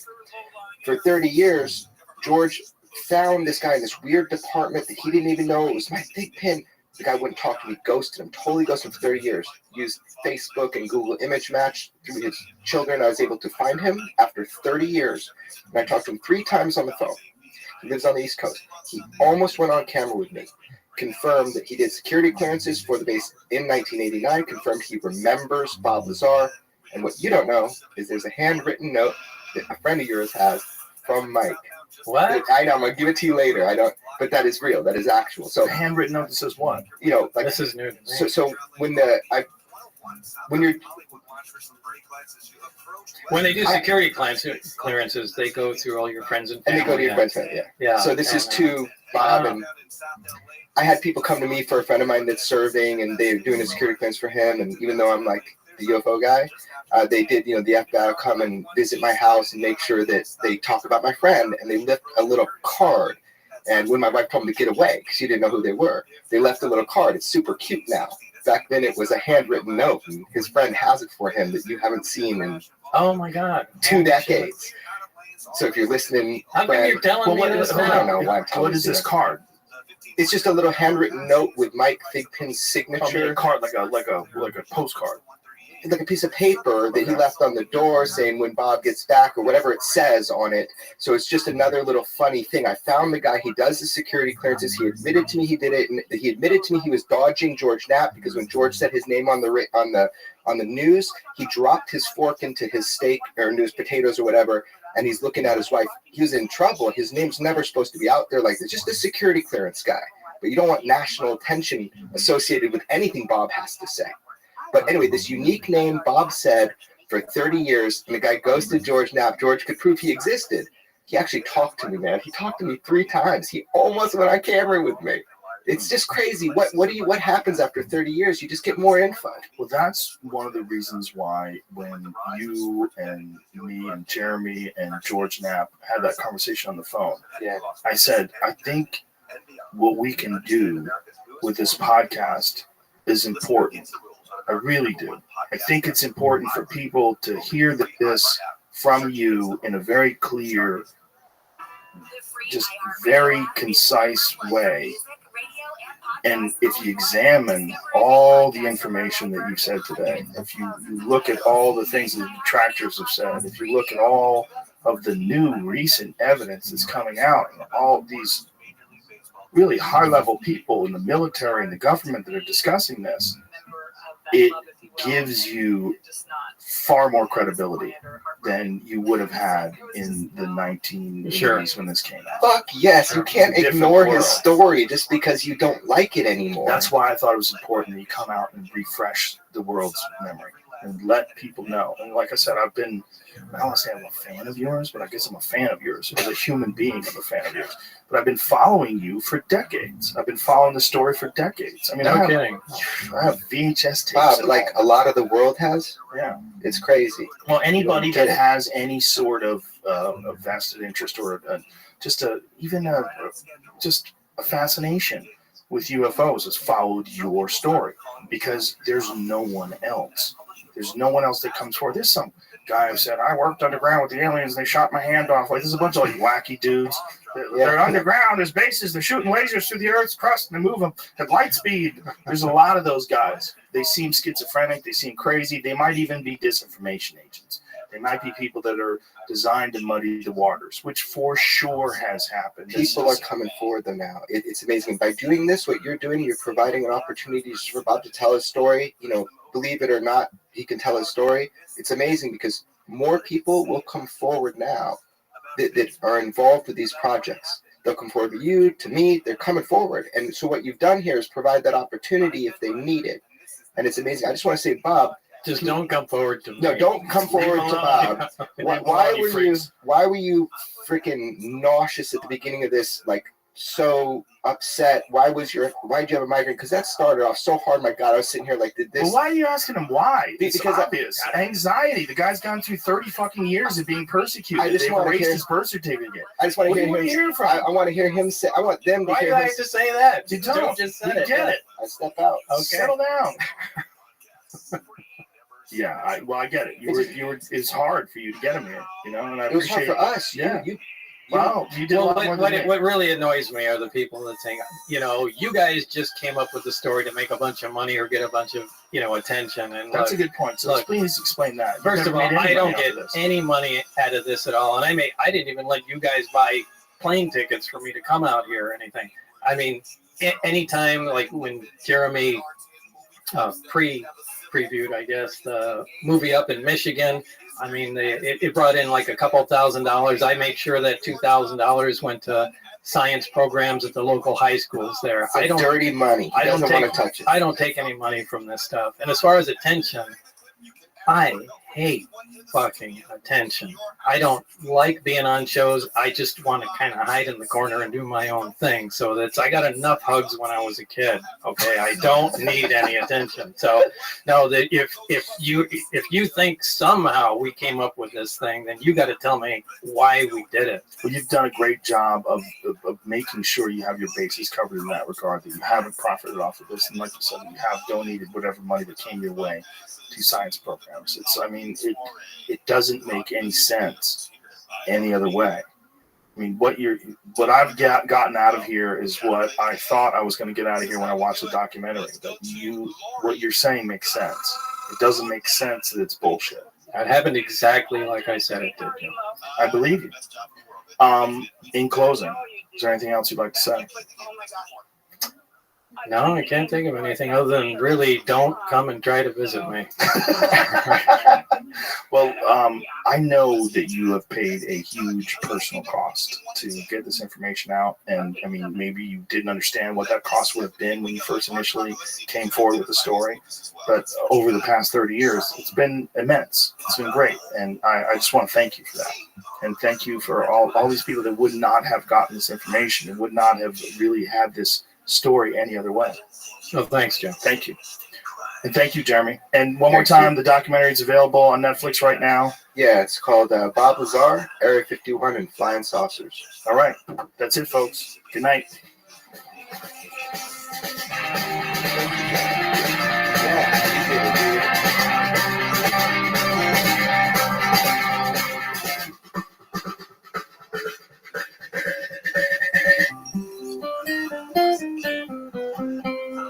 No accounting for taste, but they have the spirit of destiny.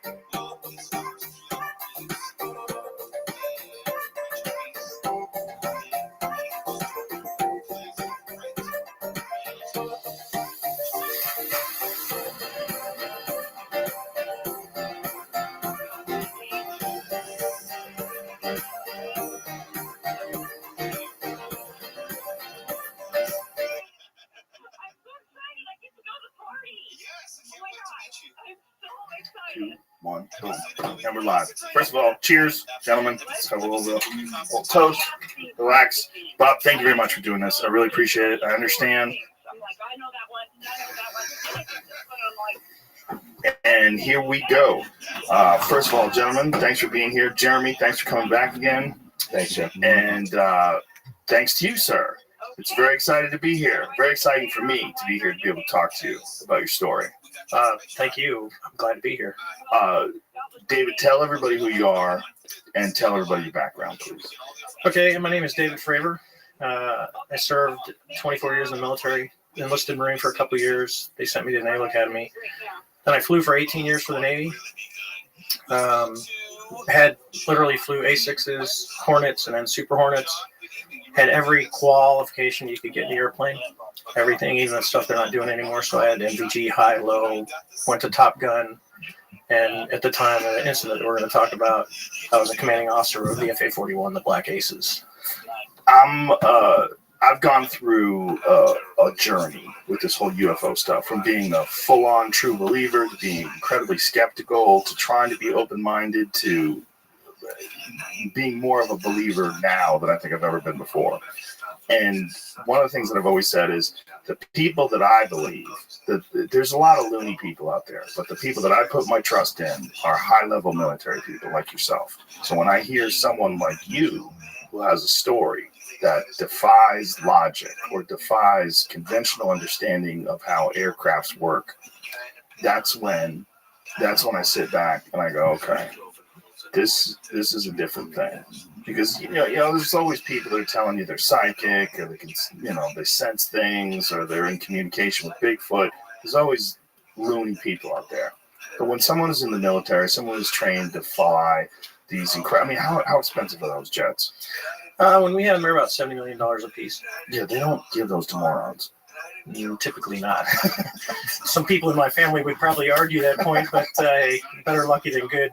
It just seems to me that this is for rational people that want to look at this whole UFO phenomenon objectively.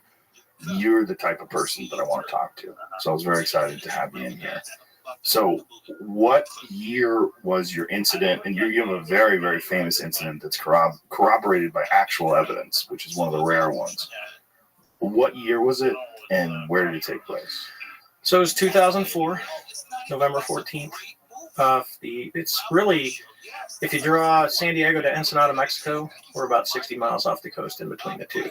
We're doing workups, so when we get ready to deploy, this was for the 2005 deployment. We were going at sea for November and December 2004. So we'd been out. I had just taken over the squadron mid-October, so I'd been the CO for a month. So we go out and we're putting the battle group pieces together. So it's not just the air wing, but we're on the carrier. We've got the cruiser.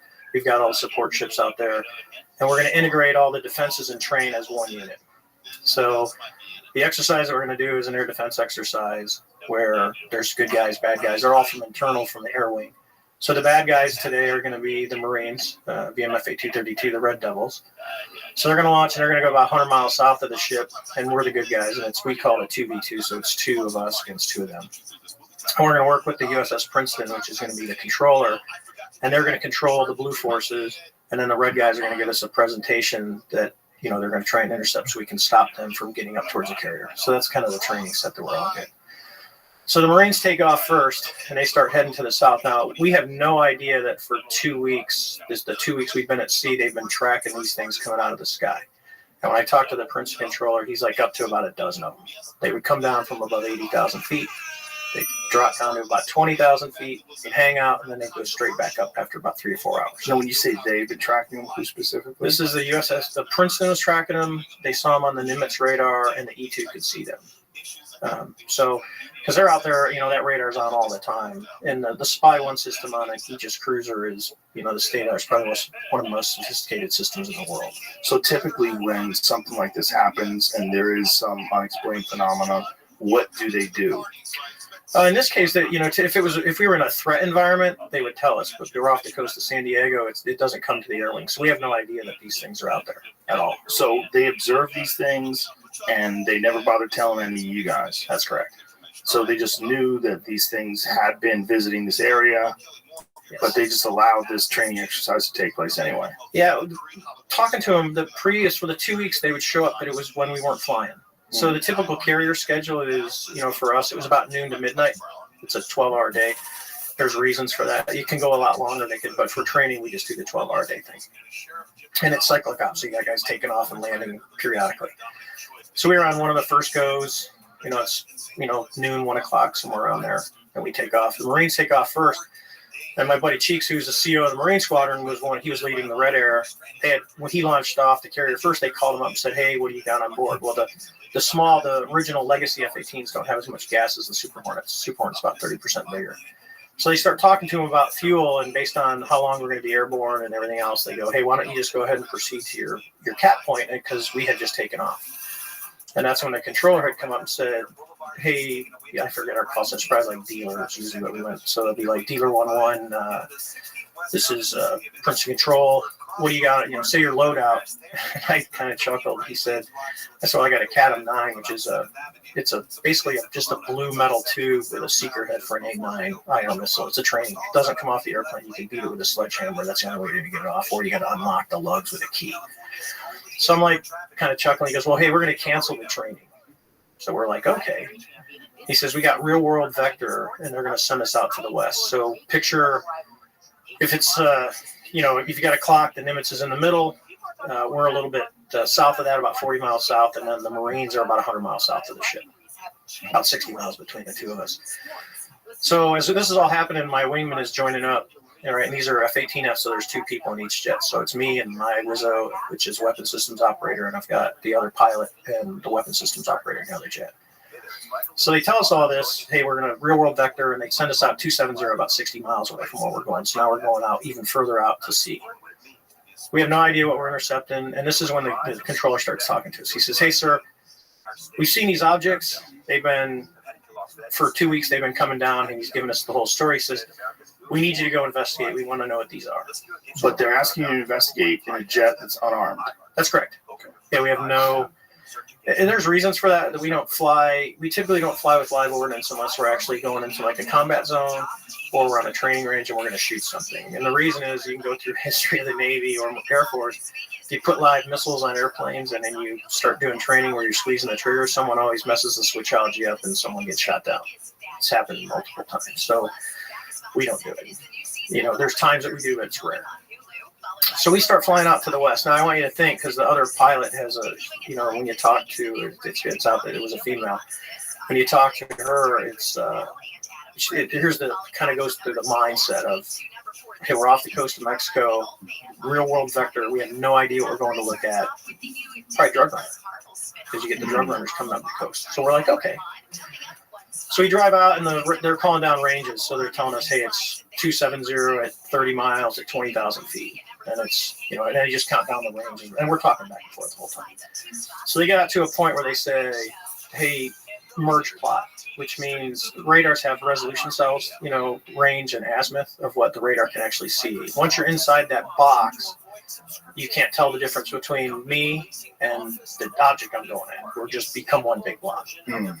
So they call merge plot, and so the other jet is on my left-hand side, and I'm going to go to a clock code to make it simple. So the object we're going to end up looking for is right in the middle of the clock, and we are at the 6 o'clock position. And my wingman is off to my left side, so she's further down than her wingman. So as we're looking around, we look to the right, and there's yesterday was a perfect example out here. The water is perfectly calm, no white caps. I mean, it's literally a perfect San Diego, California day.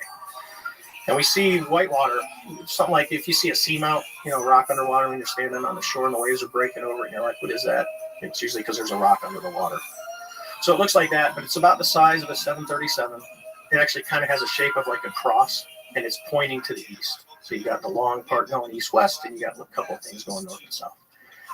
So as we're looking at it, because that kind of draws our eyes, we're like, oh, that's kind of odd. We look down, and the Wizzo in the other airplane comes up and says, hey, skipper, do you? And that's about what he gets out of his mouth. And I'm kind of looking at the same thing. I go, dude, do you see that? What is that thing?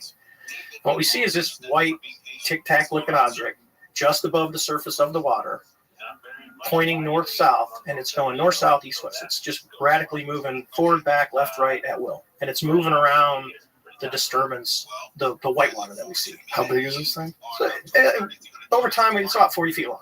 And the way I estimate that is, I mean, I got a lot of time fighting other airplanes, so it's about the size of a fuselage. So that's what I say, 40 feet. And this thing's just going left. So the first thing you see when you look down, you go, and this is with our eyes, it's not sensors, right? So we're looking down at this thing, and first thing you think is helicopter, right?